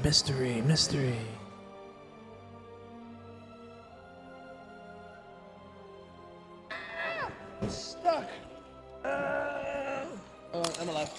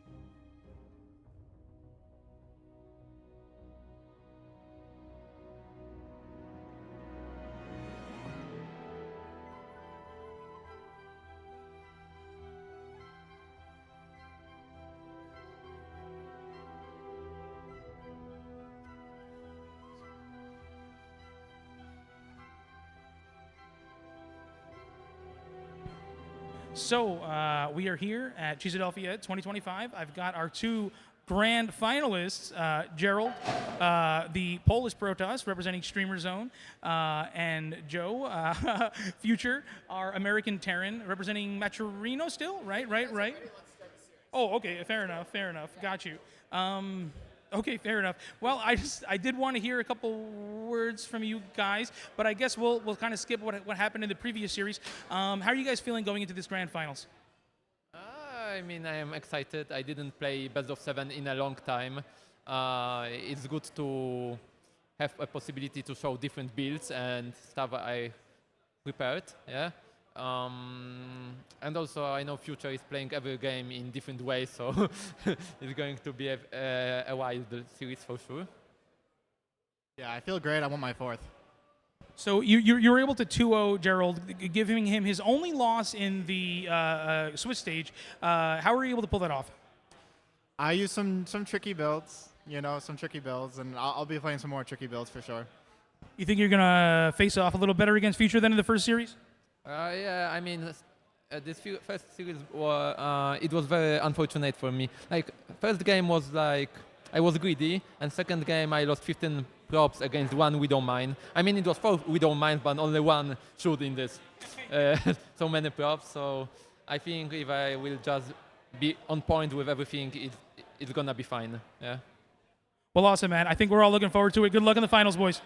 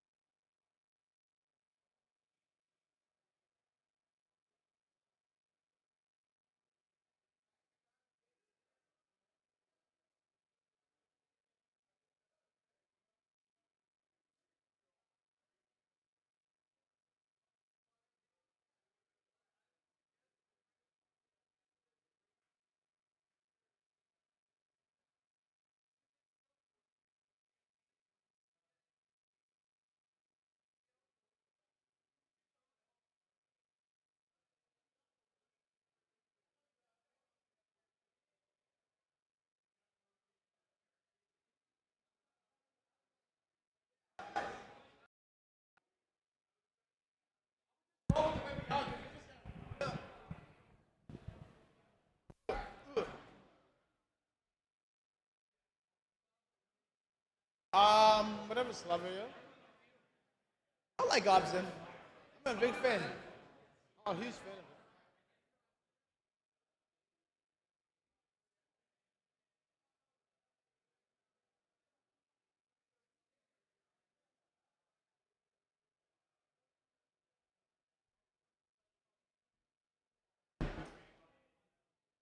Oh man, we're gonna do a little change it up. Oh, you ready?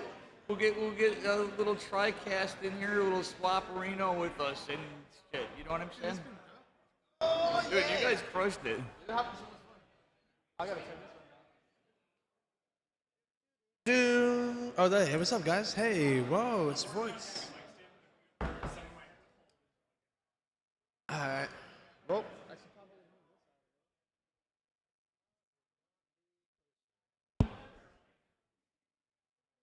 Alternation. Try to get my voice. Yep. All right, yo. Hey, ladies and gentlemen. What up? I would even just, if they're ready to go, let's just do it up. Let's just jump into the games. Let me get you in here as well. You might be able to join off me, but I'm going to try to get you in every single time. Yep. Tempo, I know this is not a term you're the most familiar with, but I just got to say, Cheesedelphia is Kirktown. Is what? It's Kirktown. Oh, what is that? That's Kirktown. Wait, I know. I do know that. I do know that. It's not just me. It's the team that I we actually are trying to make a team. You don't need it. I know it. I actually have been in your stream, and I might have been at least in the vicinity when you explained. I'll explain it to you later and what the story, but here we are, the grand finals. Take it away. Bottom right-hand corner, we're on Pylon. In the red, it is Mr. Future, our Terran. And in the top left-hand corner, it is our blue Protoss player here in the grand finals. It is Gerald. All right. There we go. My hotkeys are being very, very strange. I'm going to try to fix them. Yeah, that keyboard was a little touchy, but okay. I'll be honest. That I was wondering. We could also watch the Cranky Ducklings and cheat, you know? And if you press 3 2 times, I think, at least for me, it No, did. the keyboard wouldn't even. Yeah, it happened to me, too. Oof. You're still having trouble? All right. Either way, though, yeah. We do have the grand finals here of Cheesedelphia 2025. It is getting a bit late here, you know. I think the sun is starting to go down, and we will be jumping into this series. Now, is this a rematch of anything recent? I mean, aside from earlier in the tournament? No, this is just these guys. It's going to be close. I have a feeling. I have a sneaky feeling. If we see anything that how Epic and Geralt went, I have a feeling this is going to be extremely close. Oh, yeah. I mean, I'm wondering, too, because, I mean, Future is known for his aggression as well, so it is definitely going to be on the same legs of Gerald dealing with the aggression, maybe intercepting reinforcements of, you know what I mean, like picking away. Being on the back foot pretty much is what I'm expecting, but hey, I could be wrong. I don't like to assume because you know what they say. Gerald, yeah, exactly. It makes an ass out of both of us. Ooh, indeed. And, yeah, so... You know, I honestly, so far, it's standard. I will say, starting us off, Future can get a little cheeky sometimes, too. I'm curious to see the crazy builds he pulls. Gerald, usually a typically more standard player. He be doing what he be doing. Bear with us, folks. We're having a few technical difficulties here. And we will be... getting back on. Oh, yeah. I was just resetting my keyboard. I want to see if they did anything. Oh, come on. Wait for it. Look at that. My keyboard is working once again. We got a production tab, ladies and gentlemen. What's up? Let's go. I'm sorry. I just needed that. I felt so like, I don't know. I couldn't do anything. Yeah, like it felt really bad. You know, Tempo, looking at this game, though, we got a Twilight Council, very standard from from honestly both of them, I'm thinking we got 3 racks factory, unless this is a strange 2-on-1 from Future. He's pulled those out where it's not necessarily like it's TVZ 2-on-1.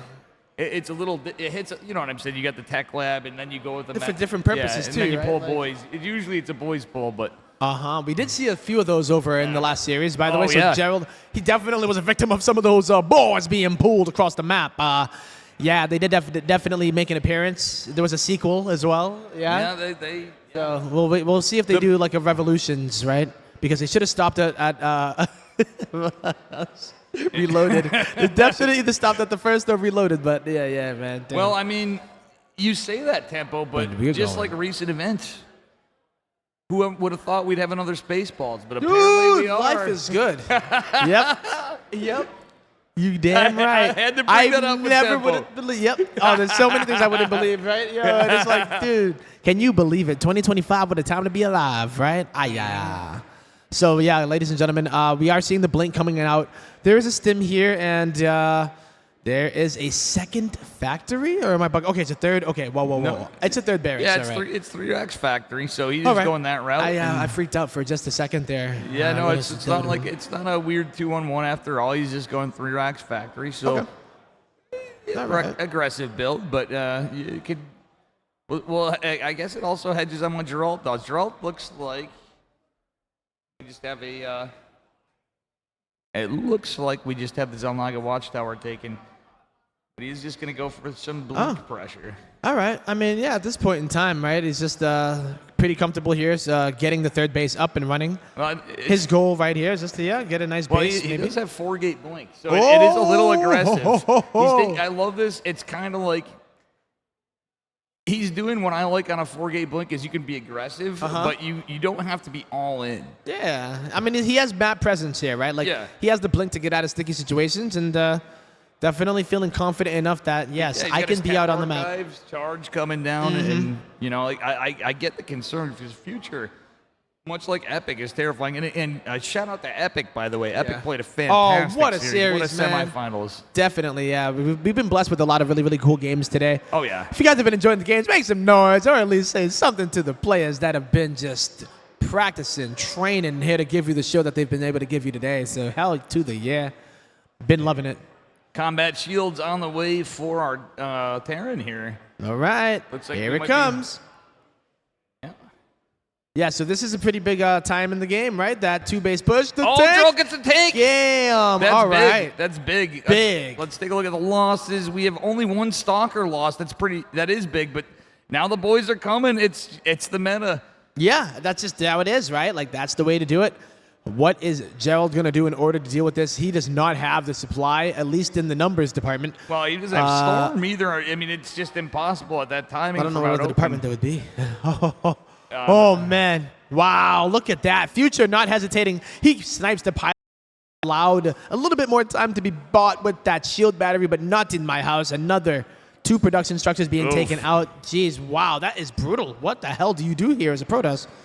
Well, tempo. I don't mean to go back and cut on other people's stuff. Back in the day, 10 years ago, it used to be so many banelings. Now it's so many SCVs. Yeah, they just come out of nowhere, right? It's like, I'm sick of mine, and it's time to get my hands in the fight. And they just like ride on it and just, the SCVs, man. They're just tearing it down. Now they're just chilling. Yeah. I think Oh, yeah. Gandalf the Grey over here going down. You shall not. Oh, those 2 Marines, man. Yeah. They flex their muscles extra hard when they shoot their guns so that it hurts more. Wow. Look at that. Amazing. Oof. The power. The power. And Future is in your base, taking out all of your production. There's a bit of an counterattack happening. The wall will go up right in the nick of time. There is a tank, 2 Marines on the other side, and yeah, that is going to get thwarted. Yeah, good storm right there. Going to get a good amount, but that's more of a loss. Hurrah before! Yeah, Future claims game number 1 in the grand finals of Cheesedelphia. Oh, yeah, Future just wrecking it. I'd like to do something here. Yeah. And we have our boy Ahmed, but we also have our boy Stego. If If you looked at Jonas on the Truncast, he's doing production. Huge props to Stegosaurus, man. The freaking man with the master plan. You don't even see him right now. He's even had some cool stories earlier today too, and just an all-around cool guy. He's an asset to the community. To Oh, say 100%. I mean, I feel like there's just so many great people here today. Just nice to see everybody here in the same building. It's been a damn long time, so hell yeah, welcome. Beautiful day to be inside, I'll tell you that. I'm just happy. Not gonna lie. No, it is. Like, truthfully. Yeah. But, well, I should get out of this here so that we can jump into game number 2 potentially. Yep. But yeah, Light, game number 1. Light is queuing us up. Oh, yeah, you might want to. Yeah. Ready? I'm gonna see if any of them. Oh, Light VIP, right? I can't join off of him there, but there is the invite. So how you feeling about the series after that first game as far as it can snowball, but honestly PVT is getting to a point where it just seems like, Terran can steamroll through depending on how things are at, but we saw Geralt do anything different? A crazy turnaround the last time. Yeah. I think that anything is truly possible, but I think it's going to all come down to not necessarily build order, execution, but what I honestly think it's going to hedge on what Geralt does. Yeah, I'm thinking the same thing too, right? I feel like maybe something other than a Twilight opener. I mean, I'm not a Protoss expert by any means. I'm not an expert at anything, right? Well, no. Aside from being a novice. You're an expert at being an expert. We'll just leave it at that. That's all I'm going to say. I'm an expert at thinking I'm an expert at things I'm not an expert in. Well, we think you're an expert, Tempo. That's all that matters. Much love. And that's all that really matters, right? It's all about what other people think. Yeah. At the end of the day. Well, as long as you're feeling good, then as you're feeling good about it, and it's like, that's the energy I'm putting out, and that's making people happy, then it's like, yo, that's important. Yeah. That's what's up. All right. You know what else is what's up? A grand finals of Cheesedelphia, a TVP between this guy in the top left-hand corner, the red Terran player, up by 1. It is going to be Future. And his opponent in the bottom right, he's blue with the old salsa dog. It is Mr. Geralt from Streamer Zone, all the way here in Philadelphia from Poland. Oh, man, this man has traveled so much in the past 30 days. I think he said he's traveled maybe like 14 or 6. Yeah, it's insane. Something ridiculous. And he's going to Home Story Cup next. He's not done yet. Yeah, he went to the Star of Gazora. He went to DreamHack Dallas. It's just really been not done back yet, to back to back. Like that many flights. And he gets stuck with this dumbass, me, as his roommate. Oh, man. As his roommate. Can you That's guys probably imagine? a fun roommate. I bet you're a fun roommate, though. Well, yeah, when he's trying to sleep and I'm up at like late, tonight might be a different story. Now I'm well, the tired clearly you're one. doing something right, man. Keep it up. I'm like wondering right now. My boy over here is 5-0 in the group stage, or rather in the not round robin, but Swiss. Yeah. Yeah, Swiss. It's a different format. It's cool. We don't always get them. It's nice to see some breakups in formats and tournaments. I'm in a my big opinion. Big fan How of about like you? differences in that. Yeah. Keeping things fun too, right? Like, yeah. I mean, honestly, as a player in the tournament, I feel like I got my money's worth because I was able to play those games. Right? Like, in my brain, I thought I was like, all right, it's a double elimination. I'm going to play 2 games and I'm done, right? But no. I got to play 6 games. Tempo, I'm going to get on my soapbox as these boys are pulled. Why am I not looking at the game? Oh, my God. There's a game on. There's a game going on, but I was going to say, is this going to be a free win for Terran, or is Geralt going to be able to hold? This is a tenuous position for our Protoss player. Oh, my God. Much like this could just be a free win like every one of my opponents because I didn't even play. Yep, I know. I think I might have actually got a free one off of you. Thanks, bro. Like everybody here did. Dude, does that mean... Oh, my God. I'm so sorry I missed that. I got so into that last... Oh, my God. Let's see. We both got away from this, but Proxy 2 racks in the middle of the map. Future has... He wants to win it. Yep, he's sure going to pull does. no stops, but at the same time, this is a little committed. We do have a factory building on the high ground. All right, for Future, so he's transitioning. Yep. I mean, yeah, this is just really really annoying for Gerald. He's down in workers as this is going on, and it's not like Future is banking on this ending the game. He's just trying to be annoying. He doesn't want that mining at the natural. If he can snipe units with Marines, imagine that, getting Stalkers. They outrange Marines, by the way. So even without the assistance of that bunker, he still is able to get one of them, which is pretty damn massive here. Oh my God, it he is might get still another. rough with the amount. Like the thing is, Marines, as you say, without stem, without combat shields, they kind of suck. But in just the sheer numbers, and another one. Yeah, another one bites the dust. Yep, and there's still Marines inside of this bunker. Yeah, it's not a lot, but it's still pressure nonetheless, right? If there are any probes that do march onto... Wait, somebody said the cheese. Yeah. Oh, it's a sound? Something? Somebody said turn on the sound. So, somebody messaged. Oh, couldn't... I actually can't. I can't hear it on my end. Control S will do it. Oh, wait, maybe No, it it's... was on... do you know which channel it is, actually? That go, is it 13, 14? Yeah. SD1? Yeah, click SD1. Oh, there it is. He got it. Dude, Stego, MVP. Woo! MVP would be proud of this Terran player up here in the top left-hand corner, taking out the Nexus, yo. What praise is that? MVP. Yep. Oh, my goodness. I'm going to bring it back. A blast from the past, indeed. Look at that. That's going back from the days when you were really in it, Tempo. And that was my lightest up, man. Is MVP your favorite Terran of all time? I My want to ask favorite you. Terran of all time. Oh, that's so hard.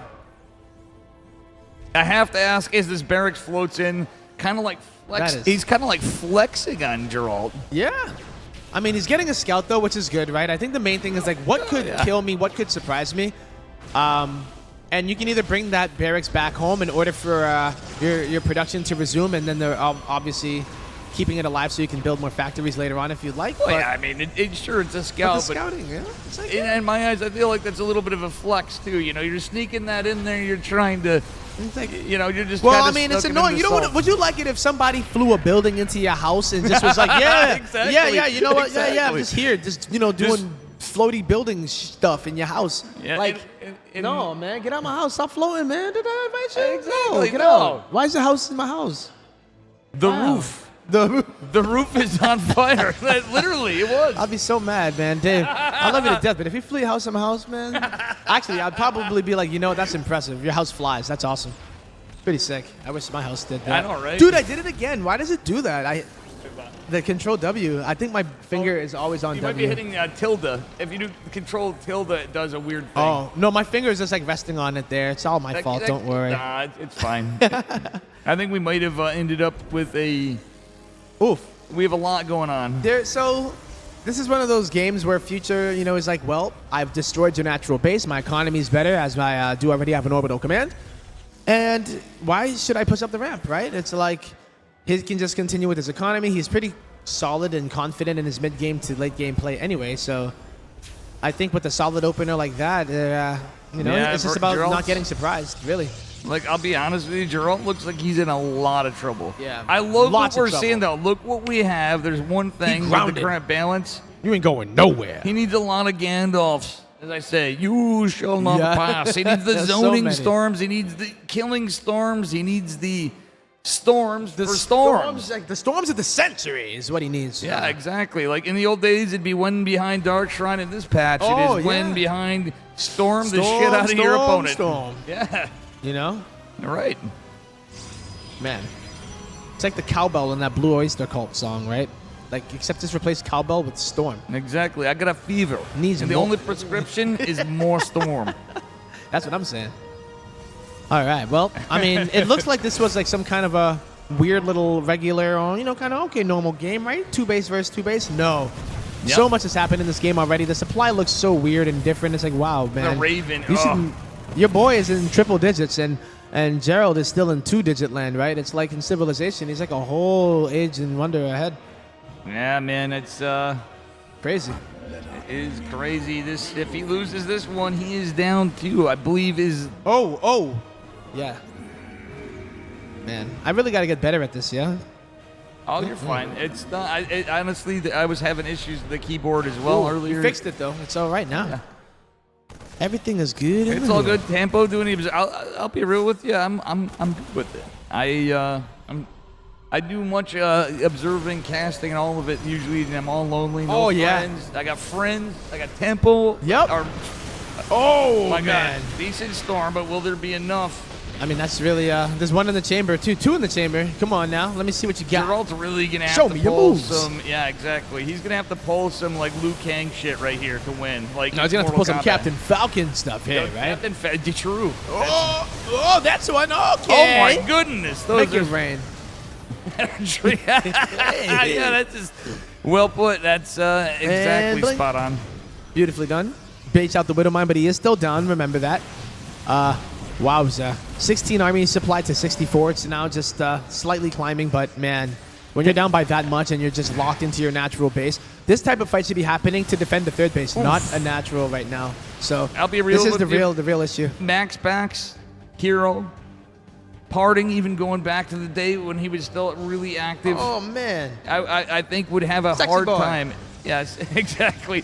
I think that even old Sugar Bear would have some difficulty in this situation. Yeah, Future's just kind of chilling right now, man. He's making the third base on location. Feels really, really confident. Yeah, you don't want to be in this spot as a Protoss tempo. Nope. You know what? I know what. It's a 3-base Terran to a 2-base Protoss. Not a good look at all, man. Nope. And he's even about to doom drop here into the main base. Thinking twice about it, though. He's like, do I really need to do that?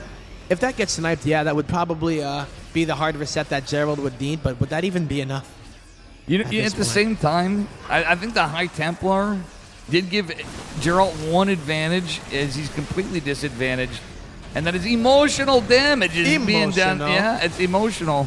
Oh, man, he's moving forward with the Marauders right now. They're soaking up as much damage as they can while the Marines hang out in the back, because they are the ones that are the most delicate and prone to getting stormed. He does snipe the High Templar. Yeah, that's not enough Zealots, mate. Nah, he needs some more. The PG is going to be called. And Future takes it. And a game 2. Yeah. Like a boss. Can you Let's believe it? see. Yeah, I mean, what a game. Can Geralt I come got nerd back? chills. Now, we were going to try to do something different if you're down with it. Oh? We got a trifecta casket, a little Trifecta? squicking around. Oh? Maybe bringing Stego, bringing Yo, Ahmed. Stego's been working on, like, overdrive. He's been working on freaking, yeah, he's a machine. Yep. He used to be a dinosaur, and now he's a mech. He's like a Mechazord, yo. Yeah, it's literally like. Yeah. He's like a Gundam warrior, right? Yeah, it's like Mecha Godzilla. But he's also a Ronin warrior. He was Godzilla, too. now he's like Godzilla. He's Mecha Stegosaurus. Yep. A Megasaurus. Yeah, He's a Megasaurus. Yeah, he just is. An He's Omegasaurus. massive. There was Omega. And then There was Big Gabe, and now we have Omegasaurus. He's even bigger than Big Gabe. even bigger. He's prehistoric, mate, but he's also futuristic at the same time. He's a hybrid. It's good for the environment. Tampa, we need to make a cartoon of this. I'll get drawn now. You do the voices. We're good. I'm all for it, man. Let's go. That's our Let's post get it, bro. Starcraft career. That's Hell Tampa and I. yeah. And when we have our production guy. All right. We got the best one in town, yo. Yep. And we also got one of the best Protosses in town in the top right-hand corner. Whew. Hot diggity damn. He needs to bring it back this time, right? Build back that composer. Can he do it? It is going to be the red Protoss player. He goes by the name of Gerald. You want to get in? All right. Sorry, and his opponent in the bottom right, he is blue. Tearing it up with a 2-0 so far. Give it up for Future. And we are going to have a Guestarino of Honorino. Oh? Wait, I don't know which one's coming. We were hoping to get Daisy? What? Oh, snap. It's either going to be Stego or Ahmed. Ahmed was just walked by. Daisy just walked by. I know, but I don't know. But Stego, are you coming? Hey, whatever's clever, mate. I'm hoping we get more games. I don't know about when we're this far into it. Yeah. I know. Well, we are. Oh, wait. Let me fix this up I real know quick, Joe guys. and Nerd Street's like. Is this a game best of 7 or best of 5? I believe I'm embarrassed to say. I'm very embarrassed. Oh, no. I'm No, I embarrassed don't because I know. can't even get the numbers right. Look That's at all that. good. I'll keep it like this for now. All right. Hey, we're low key. There's our. He's joining us. Mr. Stegosaurus is joining us. Can't You know? even see me because I But just he's did here. the entire setup, and also the reason that everyone didn't see the game for the first, let's Oh, say, that was you? 20 seconds. Yeah, is and because that I was trying to get this you? microphone and chair Oh set my up here for God. our future, Who TriCasts. hired this guy? Nah, I'm just kidding. We can never say a bad thing about our. Nah, boy man, he Stego. killed it. is absolutely destruction. Yep. Well then, in the bottom right-hand corner, we do have our blue Terran player. He is the future of Terran. With that match future Reno. of Terran and the Gregorius Geralt the Witcher. Yep. Look You at know, I him. got the sense from Oh, Joe that he was really worried about this series taking a really long time. Oh. You know, we only have this venue for a certain amount of time. He was Yeah. really eager to get the series going, but so far, doesn't seem doesn't really seem like we're too in for a super long series. Oh my God! Famous last words, man. You just did it. You just cursed the series, man. We're gonna be here until tomorrow, which is actually not a horrible thing. Unless we get dragged out, which could happen, but I won't go out without a fight. Yeah, exactly. You know what I'm saying? Yeah. There's, yeah. They're going to be dragging us. I'm going to just pass out on the This floor. is kind of a cool map aesthetically. I was just looking, I feel like I'm playing like Dark Souls or something, man. It's like, yo. Yeah, Torches is a wild one. Honestly, this could be another cheeky strategy. Usually I wouldn't favor Protoss in those strategies, but you could. Mining out these minerals, it's kind of like Golden Wall a little bit back in the day. But it's a different, like, say, I'll just say, like, I've seen plenty, played plenty, and been against the plenty of Zerg that usually abuse that. Oh, okay. But yeah, I haven't really Terran played this map also too good much. as well in this matchup. Yeah, I haven't had a chance to play it too much yet, but after this tournament, man, about it, I gotta make that journey and make a decade of tempo and finally get Grandmaster at some point, so I can say I did it, man. You know? Then you'll have to make a new song. Yeah, you damn Then right. you'll make a new song. It's gonna be Remix. Finally, Grandmaster. I'm like, you know what? I probably should play faster before I get Grandmaster. I might make it faster. I'd never break your chops about that, man. Too. I'm still. We still fight. You know. We still fight. Do I remember that you were actually convinced to do that at a live event at least once? Yes. I have a distinct recollection of some sort of very poorly produced live iteration. It was that so. maybe we don't want to talk about it. Maybe it's tough memories. So, hey, man. You know, this TVP that we got here, guys. You know, if you guys have been paying close attention to the things not outside of it. Oh man! Yeah, man. There were some dark times, yo. Yeah, grassroots. It was an era, man. Yeah. It was an era. Oh man. Reminiscent of even like some of like the old like fighting game stuff where it's like super underground, where it's like, oh, this is all right.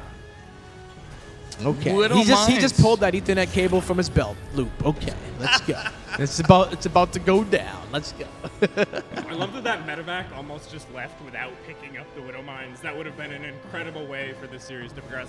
4 Widow Mines. The biggest in juke a of all TVP time. in 2025 Yep. is a play.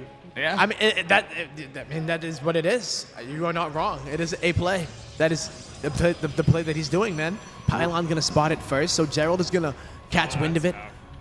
Man. Hey, by the way, Stag, what race do you play? Do you play a bit, or do you just kind of chill and watch and kick it? So was the question, do I play? Yeah. Oh, no, I said, what race do you play if you do? Oh, what race do I play? Sorry, I'm the only one at the desk without a monitor. So Oh, we're yeah, I figuring couldn't see it. out. My bad. Does it reach? It doesn't reach. We're good. It's all good. I'm like a 4K player on both Protoss and Zerg. Oh, nice. I like that. But get that variety going on, Which is too. really funny because folks had me cast the TVT earlier. Like, I'm sure that people could tell that I was extremely knowledgeable about TVT right now. So you got to pair yourself up with like a master of You the just gotta race, sound right? really confident. Yeah, and yes, it's all about how you feel, how assertive you are, and conviction. That's all that matters. And if nothing else, you just say, eh. Or drop. Yep. More hey, cowbell. You just say what you want to have happen. Yo, this Widowmine is about to get 5,000 kills. Ready? Nope. Geralt polls great. It's like predicting the weather. You don't actually have to be right. Yeah. Yeah. And this is a game we are not going to get stormy weather. Wow. Stego, and I forgot about the mon. Thanks for reminding me about that. If you want to sit for the monitors, go for it. It's all good, man. We will figure it out. It's gonna be it's a casual time here. Yeah, we're just chilling. You know what I'm saying? To be honest, this production, considering what we came in Wow, here with, I am very insane. impressed. For Yeah. people who didn't That's know, you. That's Stego. Stego hard carried everything. Yeah, hard carry. His back. It's like just Somebody get here, this man a right? massage. You should see Chiropractor. streaming PC, it is a nightmare. I posted a picture into a chat earlier. Yeah, it's incredible. cable management fucking disaster. And also, we didn't get into the venue before the event, right? No. So we started setting this up live when the event started. I live streamed the start of us plugging shit in. I'm sure it was really good content. I mean, yeah. Who else is doing that? You know what I'm saying? Yeah, I mean, why not, dude? Wow. You know, Yeah, you said this is the Stormless game. Boys are coming already, but did he expect Colossus to be there in the mix? Giraffes. I love the adaptation here. This is amazing. He even has the high ground, but it's a weird, awkward position because he's in between his... Yeah, I know Gerald has to be careful. He does not want to lose these Colossus, and it is a... Dave. I love the second round of SCVs. Yeah? Yeah, this is If you see it. round 2. Fight! He's going to try to do a multi-pronged and maybe snipe a tank. Wait, if he gets him, Gerald, jump on the tank. Oh, the Marines might have alerted him. Oh, the other tank. Yeah, he saved it there.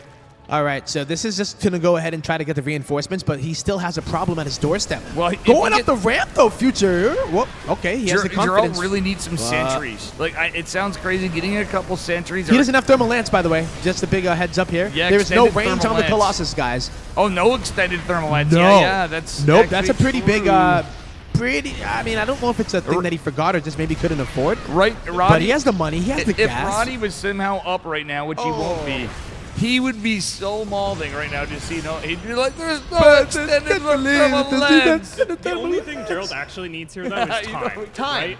Because he has stalkers in the natural. Yeah, his stalkers in the Oh, natural. wait. Exactly. Oh. Tempo's like, wait, this is my... Yeah, guys. He has stalkers in the natural. I mean, who misses that?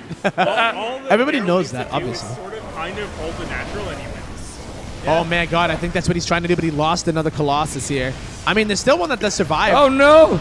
It's the Unicolossus. Oh, there it is. Extended thermal lance being researched. Does he still? Yep. Still producing Colossus. The Uniclops. Uh-oh. Yeah, he got the natural base, so that's down. Man, what a freaking just complete slugfest of a game. Goodness. I mean, this is extremely aspirational CC lift. Yeah. Like, we have right? big plans for that guy. Yeah. All right. Well, Stalker's always fighting to the last drop. We did And that I mean, whole push without combat. Healing shield. Shrine. Oh, yo, look at this healing shrine. He went to the healing shrine. What? The Every new little dynamic, bit and then counts. he recalls. That's actually like 200 fucking That's what I'm IQ. saying. That's a lot of energy, but hey, he got it done. He did something cool. And more, oh my God, probes have died. I am missing some of this stuff. I don't know how those probes died. Now with these gentlemen like Stego and Mr. Tempo, the language on the Dave stream does occasionally get a little adult. But that my God, but it matches the grotesque horror that you're witnessing on the television screens right now, you computer martiners. This is absolute ridiculousness as all of the units from the Terran are getting obliterated. Complete annihilation. JJ, mate. Right. No, Tempo, if you wouldn't mind hitting a button on that stream deck over there, I believe the Cam 1 button. Cam 1, There we go. Tempo knows how to use it. Yeah. He's the streamer. He knows Compressor the extraordinaire. Magic. I do like the attempt there from Future to push out. It's interesting that he went for the natural, went to take the natural, and then also went for a second move out. But I think that the first decision of getting the natural CC was made a little bit before he understood the state of the game. Yeah. Right? Not being rude on this, I got to check on something. I want to put something up the Twitch chat. This is risky because this is a 2-up for Future. I want to ask Twitch chat, if you guys are here, do you guys want to have, would you guys mind? And I would love to stay, but I'm thinking, would you love to have I'm happy to jump Starcraft off as historian replace me for a bit because he's been killing it with tempo, and for this series, for this game, not this series, to kind of musical casters I like Stego. have a secret for you, Dave. What do you want? All right. Which is that I actually have a fourth microphone. Oh! So what we can do is we can actually bring him up here. And do a quadcast. And I can cast from the production desk, or occasionally or we chime can, in yeah, from the yeah. production It's desk hard. It's because hard to. It turns out production is still a thing that needs to happen. as evidence from the fact that we have not switched back to the game scene tempo. Wait for it. I just remember I had to get the score correct first. No, yeah, that was that's actually See that professionalism. That's how you do it normally, though, too. See that? Yeah. You can learn a thing or Even two, man. Stego I'll write a book. It's a live event. I'll write a book. I know. I got you. That's how I always do it when Yep. I change my scenes. I'm pretty sure Roddy does it. It's the way. People Steadfast. do, like, live We all do production. it. We'll get this joke and nobody else will. This is an OBS event, not a VMix event, right? Yeah, exactly. It's a specific type of event. Yeah, it's not.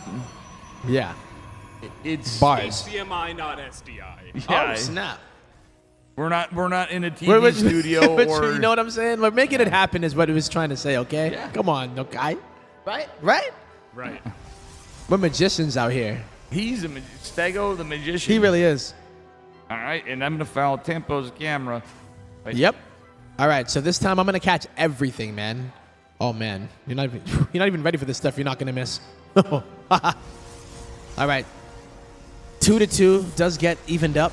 I love the change in approach here, or at least in the last game, going for the Colossus instead of the High Templar. Because I feel like Future almost played it as if, like, I know what he's going to do. Here's this push. Okay, next game. No, not next game, Sal. You're going to get stopped by a few, gigantic robot chickens. Shoot lasers from the face. Laser beams. Laser beams. I think what Gerald did last game with the relatively quick blink is probably... It's the standard build that I think has the best safety margin against this kind of a player. Oh yeah, Blink's three-gate blink into Colossus is the most standard form of play. Yeah. I mean, like, the metric now, in my opinion, like, would be like max packs or honestly, you're on low key.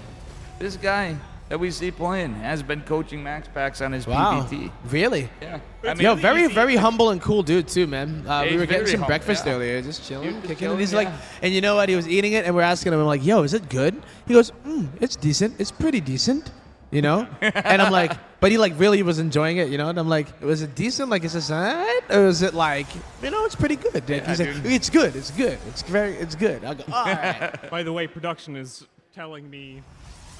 The other production is telling me that it's game 4, so It's what? It's game 4, not game 5. So our It's score game is incorrect. 4. If I recall correctly. Oh my it God. is Yeah, Gerald's up 1. Gerald, yeah. yes, Gerald's 1. It's all good, Temple. Temple.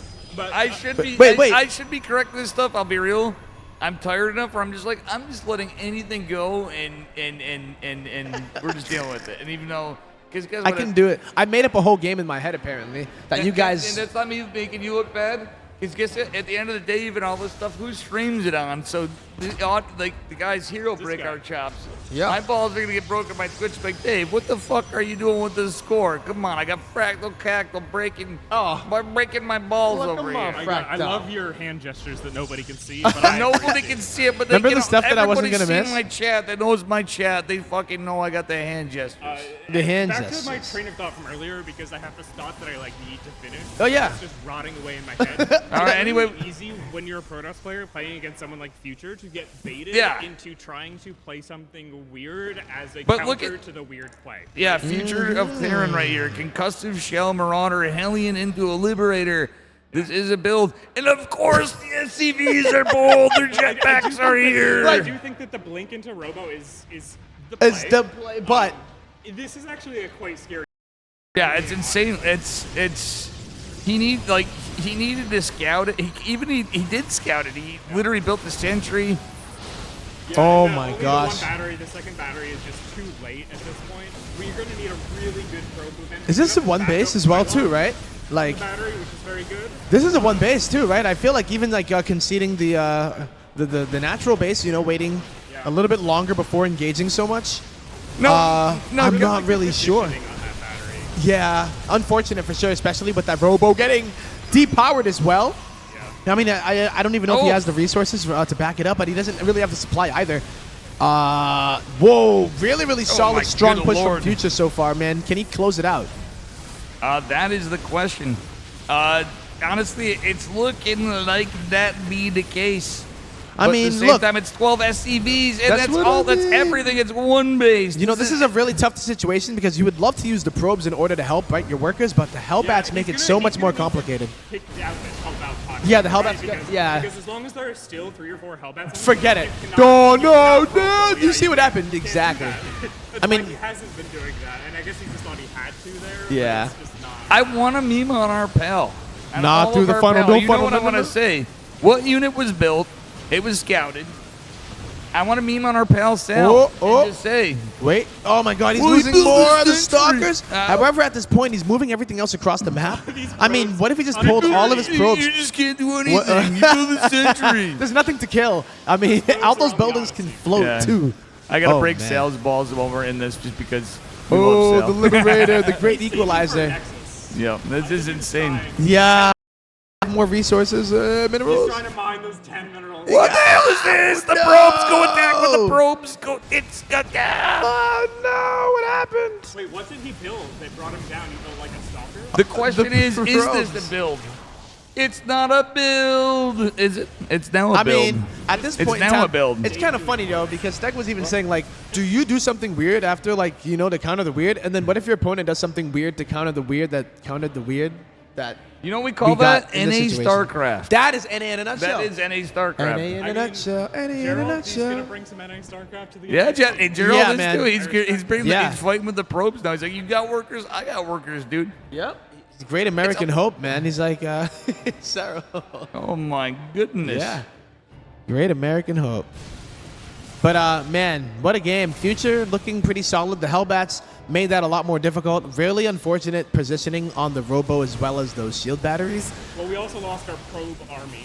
Yeah. Yeah, I mean, if you can call him an army. It was supposed to win the game and kill the mules, man. But now a Hellbat joins the fray. And yeah, Gerald was it's all from fun the in games until the Hellbat shows up. Oh, yeah. So good. Oh. Oh my goodness. Oh. I absolutely love that he just sent the probes into future natural. Honestly, this is probably the highlight. I mean, the Stalkers, putting in some work, but yeah. Boy, oh boy. At the end of the day, GG. Future could float if he needed to. Future takes it. Takes game. Number 4. All right, so when our boys Loco and Winner are itching for replays, they literally get a scratch. They're like scratch. They Number never one really production ask guy. me. I'm usually bothered them, but like I kid you guys not. Like from the weeklies and stuff and like whatever, it'd be like they're just waiting for that Dave message every so often, and be like, you can just tell.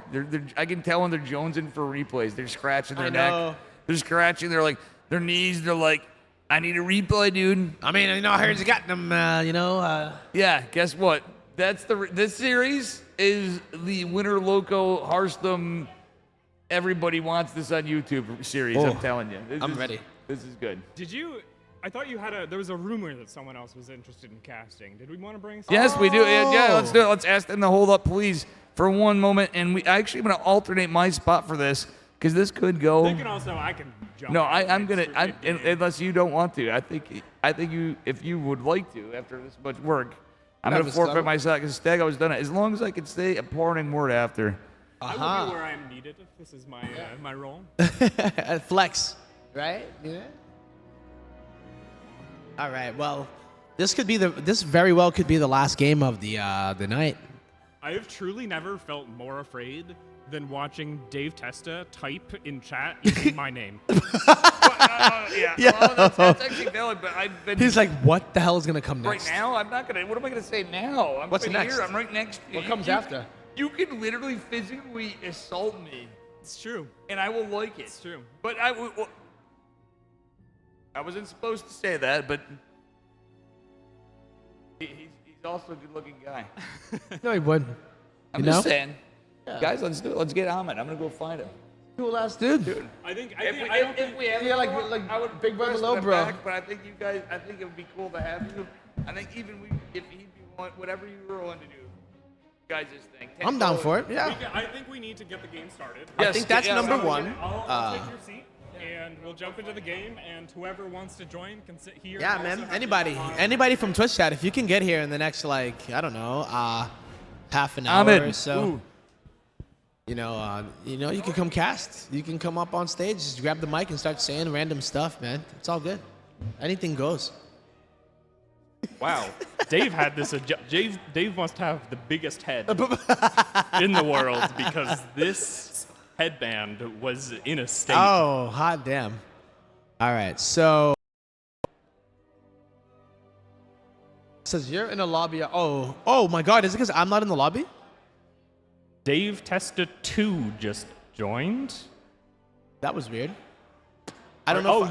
You are Dave Testa 2. Yeah. Dave Testa has a different account right now. He's on his alt account. I guess he renamed it to Dave Testa 2, which is a fabulous name. I love it. Anybody want to hop up here too? I mean, I should. You guys are like, it's on your channel, Dave. But I'm just giving. I'm the Dave. We're the Dave now. Yo, Can't find Ahmed. we're new. I'm Dave, you're Testa. Welcome to the Dave Testa Show, ladies and gentlemen. We're going to be casting, commentating some Starcraft 2. Will you be willing to take my man Evan? Yeah, yo, get him on. We'll bring Evan on. This is the I think essential this is what it's all Cheesedelphia about. experience. This is what it's all about, man. Get him the All about mic. bringing people Get together this and man the people in. microphone. Evan's All first ever day of casting, and now he's casting the right, grand guys, here we finals go. of this $5,000 tournament. So Welcome I to think that's a Starcraft. success. Welcome Before to we start the Grassroots finals, Starcraft. I'm showing you guys something. We're not. You said I wouldn't. You're not on face cam. You guys missed it. That was actually intentional. People who are here live in the venue got to see hatless Dave. Yep. Oops. All right. Anyway, now we're serious. Now we're getting to serious video game look. people. Yeah, this is actually serious business here as I adjust the score here. All right. This very well could be the last game of the series, the last game of the night, the last game of Cheesedelphia. 2025, ladies and gentlemen, in the top right-hand corner of Ultra Love, it's going to be representing the color of love, Dr. Gerald. I don't know when he got his doctorate, but yeah, he just did, man. Things work differently over there. Yeah, it's a European thing, right? Yeah, they just kind of give it to you, I guess. All right. I might go over there and get mine, but you know. Yeah, and down in the bottom left, it's just regular. He's future. not a doctor. He's, But in the he's future, just future. in the future, he may become a doctor. You never know. That's why it's the future. You never know. It's like it's like a box of chocolates, man. Anything can happen. Anything. You never know what you're gonna get. Except in this game, we're probably going to. You're probably gonna get chocolate though. We're if you think about probably it. going I always to- thought of that quote. It's like, wait, obviously you're gonna get chocolate. It's a box of chocolates. Like, what are you talking about? We are probably gonna get Future doing something weird and Gerald opening 3-gate Blink. Oh, most likely. We've seen that almost, if not every game. Very, very safe opener, but it gives you map control, and you get some beefy units that are very strong in that early mid part of the game. Has Gerald been going Stalker first these games, or is this a variation? This is kind of not really in I think we have meta. been seeing some earlier Stalkers, but you're right. I'm not sure if he got an Adept first or if he even got one at all. I know. Yeah. He And that has. Stalker just barely popped out in time to push that Reaper back, which is why you Okay. usually don't see it. It's not quite as good at dodging, and Ultralove has quite an open spot for this Reaper to jump back in, and we do see a Reaper getting a probe kill, which you don't really want to see at this point, and that is, why the Adept first is more popular. Yeah. The Stalker is quite strong, though, so you want that against a really, really, really early cheese. Okay. But it's not really working out for Gerald in this game so far. And also, we're losing so much mining time because they mining pulled time. probes to try to In the scout address too. that. Oh, like that Reaper basically just got a gold ticket to Valhalla. Yep. After that one, right? He did on the other side of the map. He just sent the Stalker across, which I think is really cool, and he killed the SCV building that natural. So what do you think of that? Yeah, I was gonna ask too, right? Because it's like, yeah, you do the Stalker first, you lose a lot of mining time, but the delaying of this base. Yeah. I mean, I guess an Adept could do it technically too. Oh, we get the lock on from that Cyclone. That is quite bad. Oh We my do God, he's just gonna lose it. barely, Yeah, he gets the high ground, but then he just. Or do we get a second lock on? Yes. Okay, we do get that second lock on. That's quite nice for Future, and it's a cloak build. He's actually adding Cloak here to the Banshee. So, yep. Is it going to be one of those Robo games? Is he switching it up, or is he going to go back to his regular ways where he does drop the Templar archives? Right? The Robo will give him the detection, because if he doesn't go for Robo or Forge, like, he literally cannot see. Yeah, and Like, I think that we would have, if this was a fast Robo, we would have seen it already. Yeah. So is he going to get the third before anything, too? I do think that this would be a third before Robo opener. That's tough. Yeah, it's not a great position. Oh, and the Phoenix Scout does see the Banshee, and he immediately throws down the Robo. Yo, so that great is timing so on the big. Phoenix Yeah, Scout. he is able to see that, guys. So he's going to be able to prepare. Drops down that Robo, I think. Yeah, the It's timing is going to be tough super tight. So the the Robo takes a long time to build, but the Observer is very fast. So the question is going to be, can he get the Robo up and the pylon, keep the pylon safe for long enough to get that Observer out? Yeah, he just needs to buy the time. And he's doing a good job so far. Yeah. We did get these Stalkers pretty far pulled out of position. They do have Blink, so they can get back. We may actually need to use a recall here. Oh, we did yeah, build a maybe he plans on doing that. battery. Oh, the battery is going to help out those probes a bit, buy some time as well. He brings a Stalker. Yep, blinking it back. He doesn't actually bring the ones over on the low ground because he will intercept it. He can cloak, though, so there is no Observer. He didn't even build an Observer. He didn't start. The Robo is done, but he didn't even start building an Observer Oh, my God. yet. He gets caught by the Cyclone as well. He goes charge. Oh, okay. I mean, charge. It's good, But but I mean- the Observer's so late. Yeah, it's super late. Luckily, Oh, wow. Great blink on the tank, but nope. we're taking quite a bit of damage. I don't know if that's worth it, man. He's going to lose all of these Stalkers. They're all going to die. Oh, my God. Okay, I spoke too soon. He did get away. With only 2 Stalkers, that's still quite expensive. 2 Stalkers for 1 tag is not the trade you want. Stalkers are very expensive. Yeah. Man, this is brutal. He loses another one here, and he needs it just for that little bit of anti-air. Yeah, it's all good and all that you can see them, but remember, you still do need to... Banshee's DPS is no joke.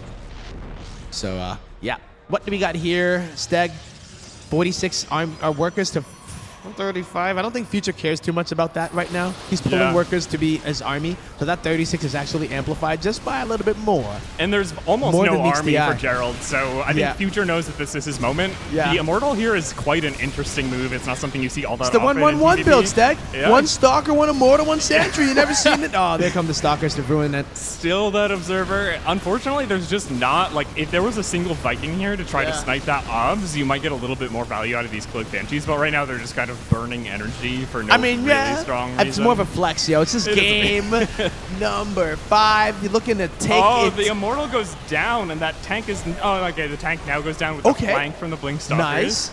But the Stalker count is tiny. It's really sad. Like, honestly, I think if we had pulled the boys... Yeah, like and more? got the boys Just went on full? the Stalkers, I think we would have maybe made something happen here, but it's too late now. Yep. Now that we pushed back, it's looking really tough. Okay, so pretty big deal there. Wow. I'm wondering where we go from here, right? Future probably hope to end the game there. He has to think about what he wants to do next. Will he double down on the aggression with these 2 barracks, it looks like? You can tell that this game is scrappy because Gerald has 2 probes that have just been hanging out at the ramp between his 3rd and 4th base for like minutes. Oh no, they're coming back now. They're He just realizes it. It's, No. You know why you pull probes so that you don't mine out of your natural Yeah. and main faster. You know, you Yeah. got to preserve the minerals so that you can mine out longer. It's like one of those really high-level tricks that you see people do, like when, like when you know that your mule is going to expire, you have to hold position it so that it doesn't Just get so that, it doesn't or get the last get that and die last on round the of return trip, minerals. right? Yeah, because if it does, man, it's a really a lot of high-level minerals, play. mate. It's a lot. You got to be careful, man. Minerals they're valuable to get you the stuff you need to win the games. So look at that, though, man. Tank, Armada, just ready there, posed up. Does he go for the 3rd base anytime soon, or does he just pull boys up with a big, giant 2-base push? I don't know if he's going to pull boys, though. I mean, there's a +1 in combat shield. Yeah, I think it's too never. late. It's too late to pull the boys. I mean, he's probably still going to do it, honestly, because It's never too late, my man. Dude. He just doesn't have... He does have He kills an 4 observer. barracks, which is nice, and all of those barracks have tech labs on them, which is weird. Actually, sorry, there's 5 barracks and one has a reactor. That's it, though. So So very Marauder heavy here. yeah, but we're Marauder tank, and we already know that Gerald is open to Immortals in this game. And you know he does love his Storm too, right? So that's just going to be his choice of AoE. And Marauders, yeah, they can tank the Storms a lot better than Marines. So I love the fact that he is going so heavy on them. Because, yeah, they might not do the best against Zealots and whatnot. But, I mean, we've seen a lot of Stalker play out of Gerald. So, I don't know. I think we got a pretty good composition coming here out of Future. But it's also going to be up to Gerald to see what he still can do with Storms. Because it's not like Marauders are like immune to Storm by any means, right? So no, definitely not. It's going to be interesting. It still burns, yo. It's still... It's interesting to see these Banshees moving back in, trying to get a little bit more damage. I think that sort of poke damage is probably Future's best hope in this game. Yeah. Oh, look at that. The boys are back in town as they get pulled. The Observer is going to spot it so he can mentally prepare here. The Storm is just going to finish on time. Okay. Instant cancel on that fourth. I don't blame him one bit. And he even has an Archon inside of that Warp Prism, so, I mean, maybe he'll drop it on the tanks to try to get some splash damage. Yeah, it's interesting. We're trying to be super safe about... losing that Observer earlier means that we only had one. We just have a second one joining. But only having the 1 or 2 Observers there means that you have to be super safe with them, which means you don't get the vision on the high ground because you're too afraid of losing it and then dying. You're losing your whole army to the Banshees, right? Yeah, exactly. You don't want that to happen. And, I mean, one slip up could happen. But, no, all that energy is out from the Banshee, so that's actually a good... bit of a breath. Now this is NA Starcraft right here. We have hold position SCVs in a tank push at Gerald's sort of third base ramp here. Oh boy. I mean, building bunkers. Yep. Oh, Storm. Yes, I like the Templar in there. I was wondering, I'm like, yeah, the Archons is a cool that idea. one is More Storms on the Army of Future. Gerald. Not down and out just yet. Beautiful play here against his Marauder heavy army, but he still finds a sweet spot. And you know what? Zealots are pretty damn good against Marauders, if I do recall myself. Gerald coming from all angles. He's going to break that bunker. Are on the stairs, but there is a lot here.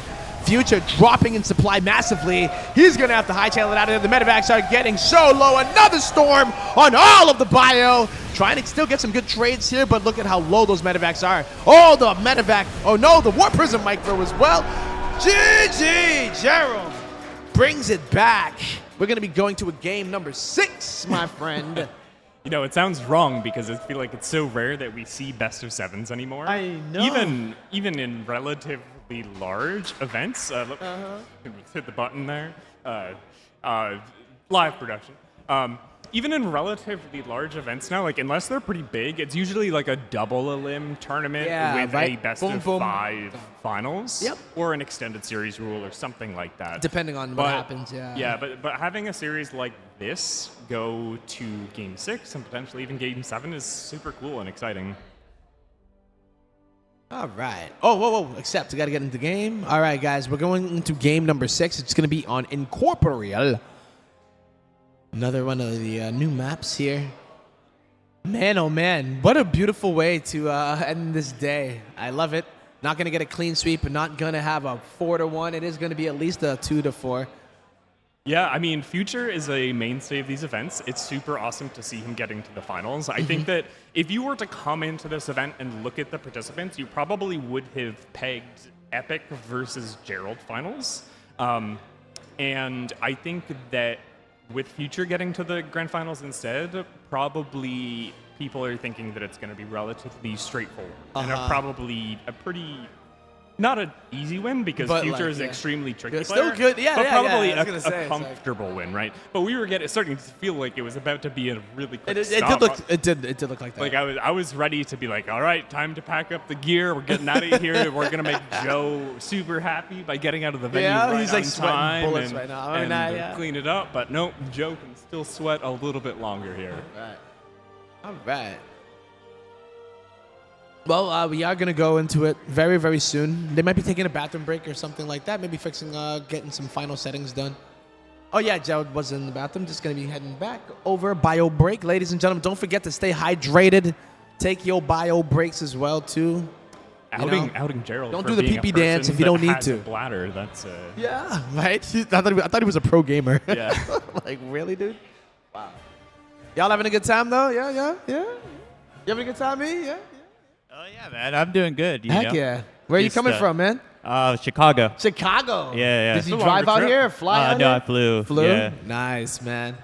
I'm coming from Boston area. I just say Boston, but really it's Massachusetts, like closer to New Hampshire. Oh, yeah, that's really not. Normally there's like this gatekeeping thing. We're gonna get in Boston talk, but there's this really gatekeeping thing about people who live in like Boston proper, saying that like Camberville is not Boston. And can I just say on stream right now that like those people can go fuck themselves. Like it doesn't matter. To the rest While of the we're world. shitting on Boston, I'm just gonna say Caltech is better than MIT. We really got the full spectrum of opinions on Yeah, we important do. Boston opinions here. That's how we do it out here, man. Are we bringing our boy SC Historian back on here? Yeah, maybe so. We're gonna have a little sub if that's okay. All right. Without to be rude. Let me get this up. We're bringing in somebody else instead of Dave Testa. Do you mind if I do this introduction though right now? It's the only thing I'm gonna do, Tempo. I do. Do you remember how to flip? Dave, why don't you sit here on the desk quickly, and I'll go over to production. I have a mic there and everything. I can jump in as needed. But all right. We'll just let Dave do the intro. Here we go. No, this one. You Spawning in the upper left end corner in the red. Representing Streamer Zone, he's Polish. He ain't out yet. It is Geralt. That's right. He had to do this just to get his pronunciation. Geralt. I know. Keep calling him Gerald. Like, I'm sorry. Yeah. He's mad about that. I also do believe that Dave Testa had a not insignificant hand in coercing Daryl to come to this event. So I respect the commitment to the bit. And he made it to the finals too, man. Here he is. He could potentially claw his way back, but he has to overcome this massive obstacle, the North American menace. He is not of the past. His presence is a present, but his name is future of Terran. Oh, look at that. You hear that in the background? The crowd is going wild right now as he blocks the natural base with an engineering bay. All right, so I think we're also going to get Ahmed up in here as well. So we're going to have a little tri-casting action, but here we are at Cheesedelphia, man.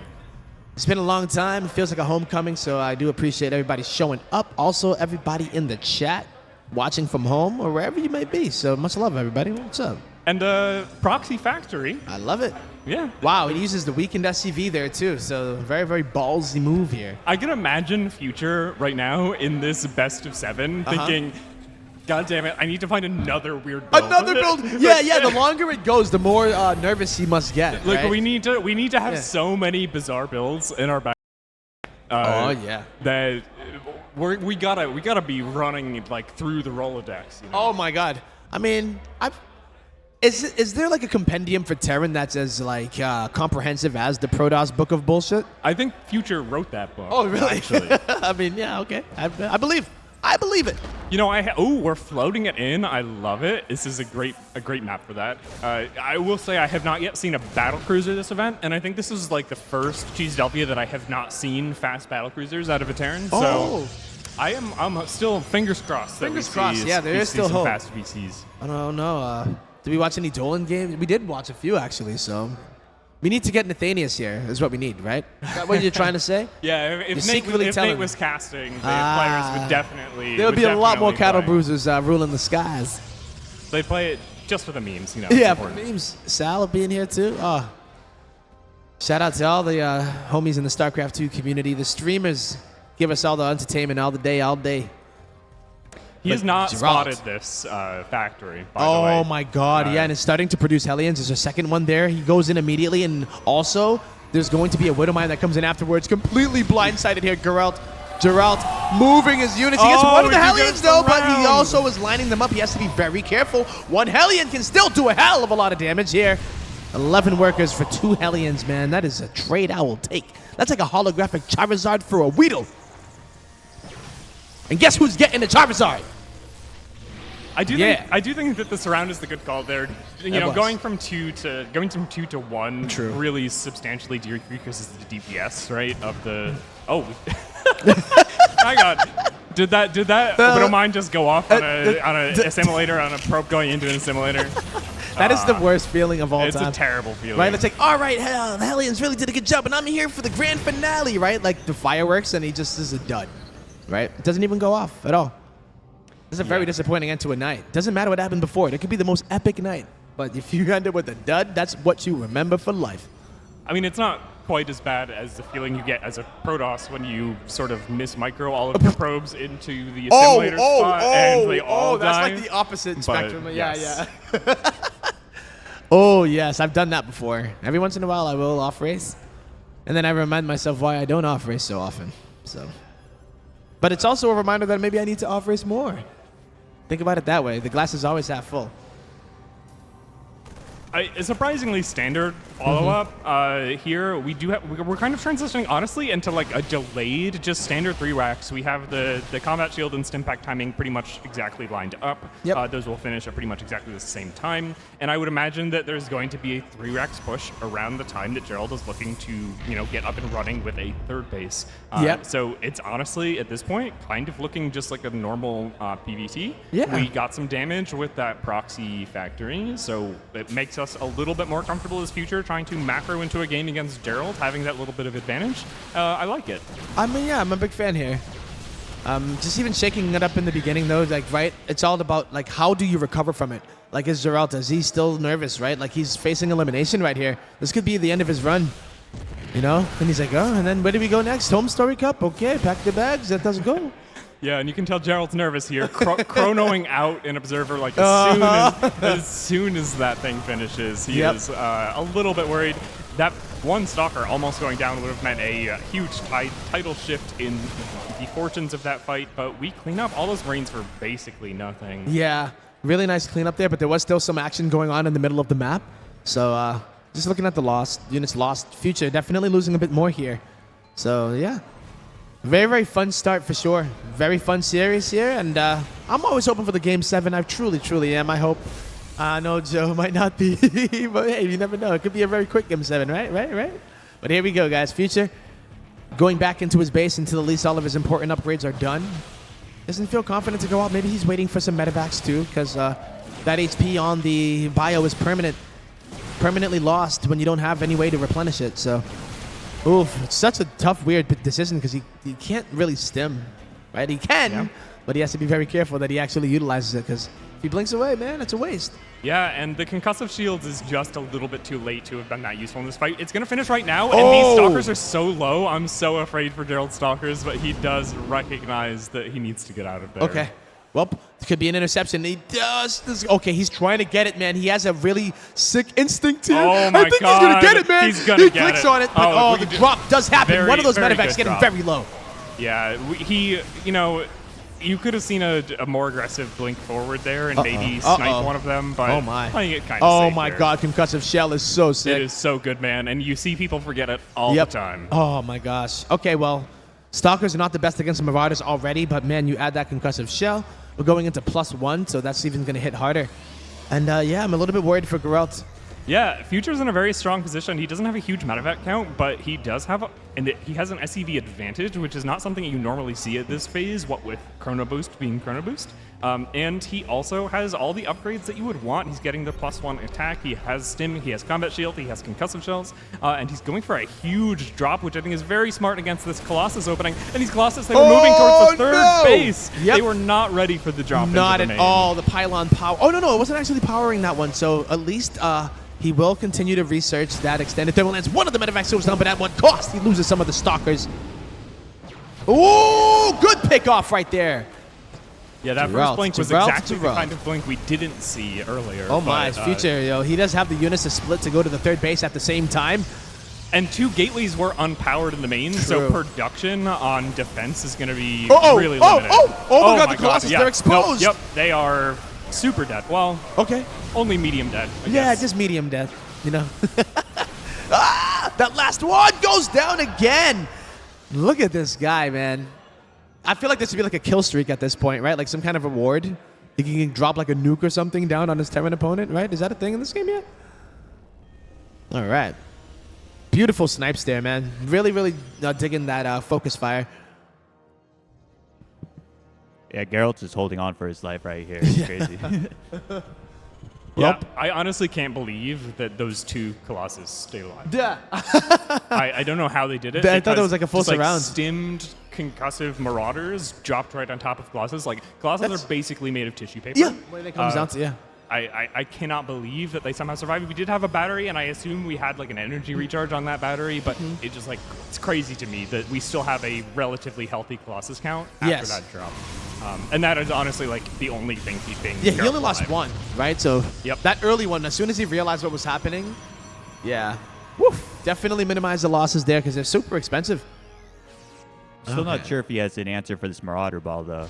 Oh, no, yeah. I mean, the Templar Archives was literally just dropped. We do have the RoboBay, and so we're transitioning. Oh, Disruptors! So Disruptors no longer one-shot Marauders, right? Oh, I didn't know that. Okay. So since a couple of patches ago, Disruptors are significantly weaker unless you also have other splash damage, right? So if you have Storm, and you can Storm then you and can, like, at least finish it off, right? Or if you have Colossus and you can get that a little bit of extra Colossus DPS, then it's still very strong. But you do need to manage that very well. It's much more difficult to tackle a Marauder ball just with the Disruptors than it used to be. Okay. So it'll be interesting to see if he manages to make that happen with just the 3 Colossus. All right. I'm very intrigued as well. Disruptor, hype. Getting a very nice mix of units from both. We did see Ghost getting added to the mix, right? Storm is being researched, but it's not going to be done in time for this, at least the start of the fight. But I think with the Disruptor and the Purification, Nova, no! Oh, you can't spell Nova without no. Oh, he's hopping on top, and I don't think he wants to really engage this yet. He's trying to make it happen, but the Vikings are getting some good damage. Stalkers do survive in the back, though, as do the Colossi. Yeah, I honestly think that was not a great fight for Future. Going right into kind of a pretty strong concave from Gerald and not having an angle on the Colossus. Like, you really want to have an angle where you're taking down some of those high-value units, like those Archons, or at least getting some EMPs off. Oh, yeah, and that would be clutch, like, too. We had Ghosts that were on the way, but they weren't quite at the front of the army yet, and so he just, like, didn't have... Like, if you'd waited a few seconds to get a slightly better position on that fight, it might have been a little bit better for him. Yeah, it's still not the worst fight in the world, but that is the kind of thing where at this level it is a sort of it's a differentiator, right? Oh yeah, big time. Wow, there go those EMPs though. He gets the sentry, so no more of those Guardian shields. I think there's one in the back there, but the supply is telling the story at least of where we are going to be heading here. 63 workers, though, for Future, so he's not very healthy. I mean, I think it'll work for him right now, especially with the main starting to mine out. So I'm not mad at it, especially because I don't see a 4th base, so he most likely will float that. But, yeah, we're going in, man. He's starting to set up. He has the turret moving out there, the sensor tower as well. And where it is, you know, I've pronounced his name about 6 different ways, and I'm confusing us every single time. Am I? Dave Testa is thoroughly making us... really overthink this. It's great. I'm glad I'm not the only one. All right, I'll ask him afterwards and be like, okay, how many times did I actually butcher your name today? To be fair, he doesn't help his situation by spelling it both ways. Oh, yeah, alternately. All right, well. Disruptor shot. Nice dodge. Really nice dodge there from Future, not losing those Ghosts. Keeping those High Templar in the back line. Oh, still getting some EMPs, trying to hop on these units. He does not get the Archon, though. Wow, this Protoss army is on 1-1. He's only going to be going for the attack, it looks like, but the Storm. Keeping those bio units at bay. The Vikings are starting to kill a few of those Colossi, but as long as he doesn't lose too many of them, right? I mean, I don't think he cares if he can trade them out, so... Yeah, no, that was a really great fight for Gerald. If you look at the battle report for that, it does look like Gerald actually lost, or actually, Future lost slightly more. But I do think that it was, in proportion to the economies, it was probably advantageous for Gerald. But, okay.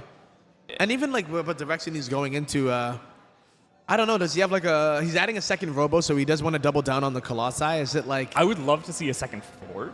Yeah. We do have double upgrades and also getting +1 or +2 ship weapons now, I believe, for Future. For Future. Yeah. Oh, wait, no, that's just +1.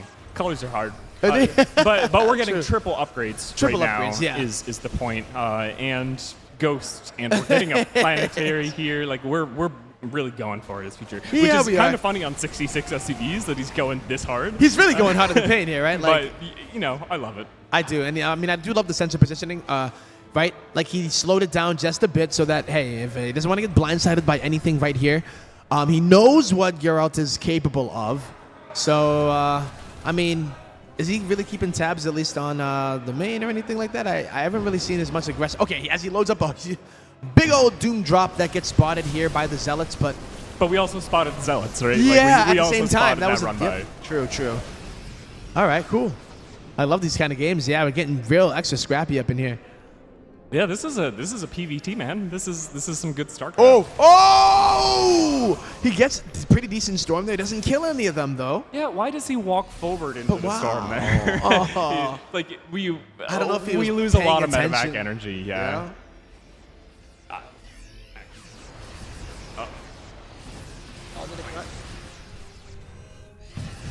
Anyways, guys, yep. Engagement could be happening very, very shortly. Yeah, Gerald's postured on the right side of the map. He's going to send a few of the Zealots here. Target down the sensor tower. Oh, he just leaves it. It burns down, though. So, yeah, he is able to get that kiss of death to it. It's a little delayed reaction, though, so you got to definitely be careful. Don't want to lose those ghosts at all, so, yep, just kiting back. He does have a giant force on the left-hand side of the map as well. That is the main force. Good storms here. Going to be able to whittle the health of these units. Oh, my God, he gets a lot of HP on the Vikings as well as the medevacs. Good feedbacks here from the High Templar.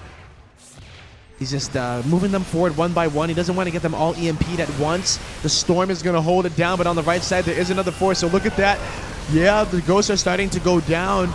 Man, I don't know, man. He has to split them up perfectly here because there is going to be a force of Marauders here on the right-hand side trying to kill this Nexus. He's going to recall some units, but how many and will it be enough? It's mostly Zealots. I think that is good. Warping on the Zealots, recall on the Stalkers, but on the left-hand side, he still has Disruptors. He has the AoE. He has the Archon in the front, tanking massive amounts of damage here. He's producing 2 Colossi at a time as well. He hasn't even shot the Disruptor shots yet either. Future pushing Gerald back as best as he can, and I think he is looking to take this into Game 7. He wants it so bad. He didn't come here from Poland to go home like this. Hell no. Here he goes. Just still getting those storms.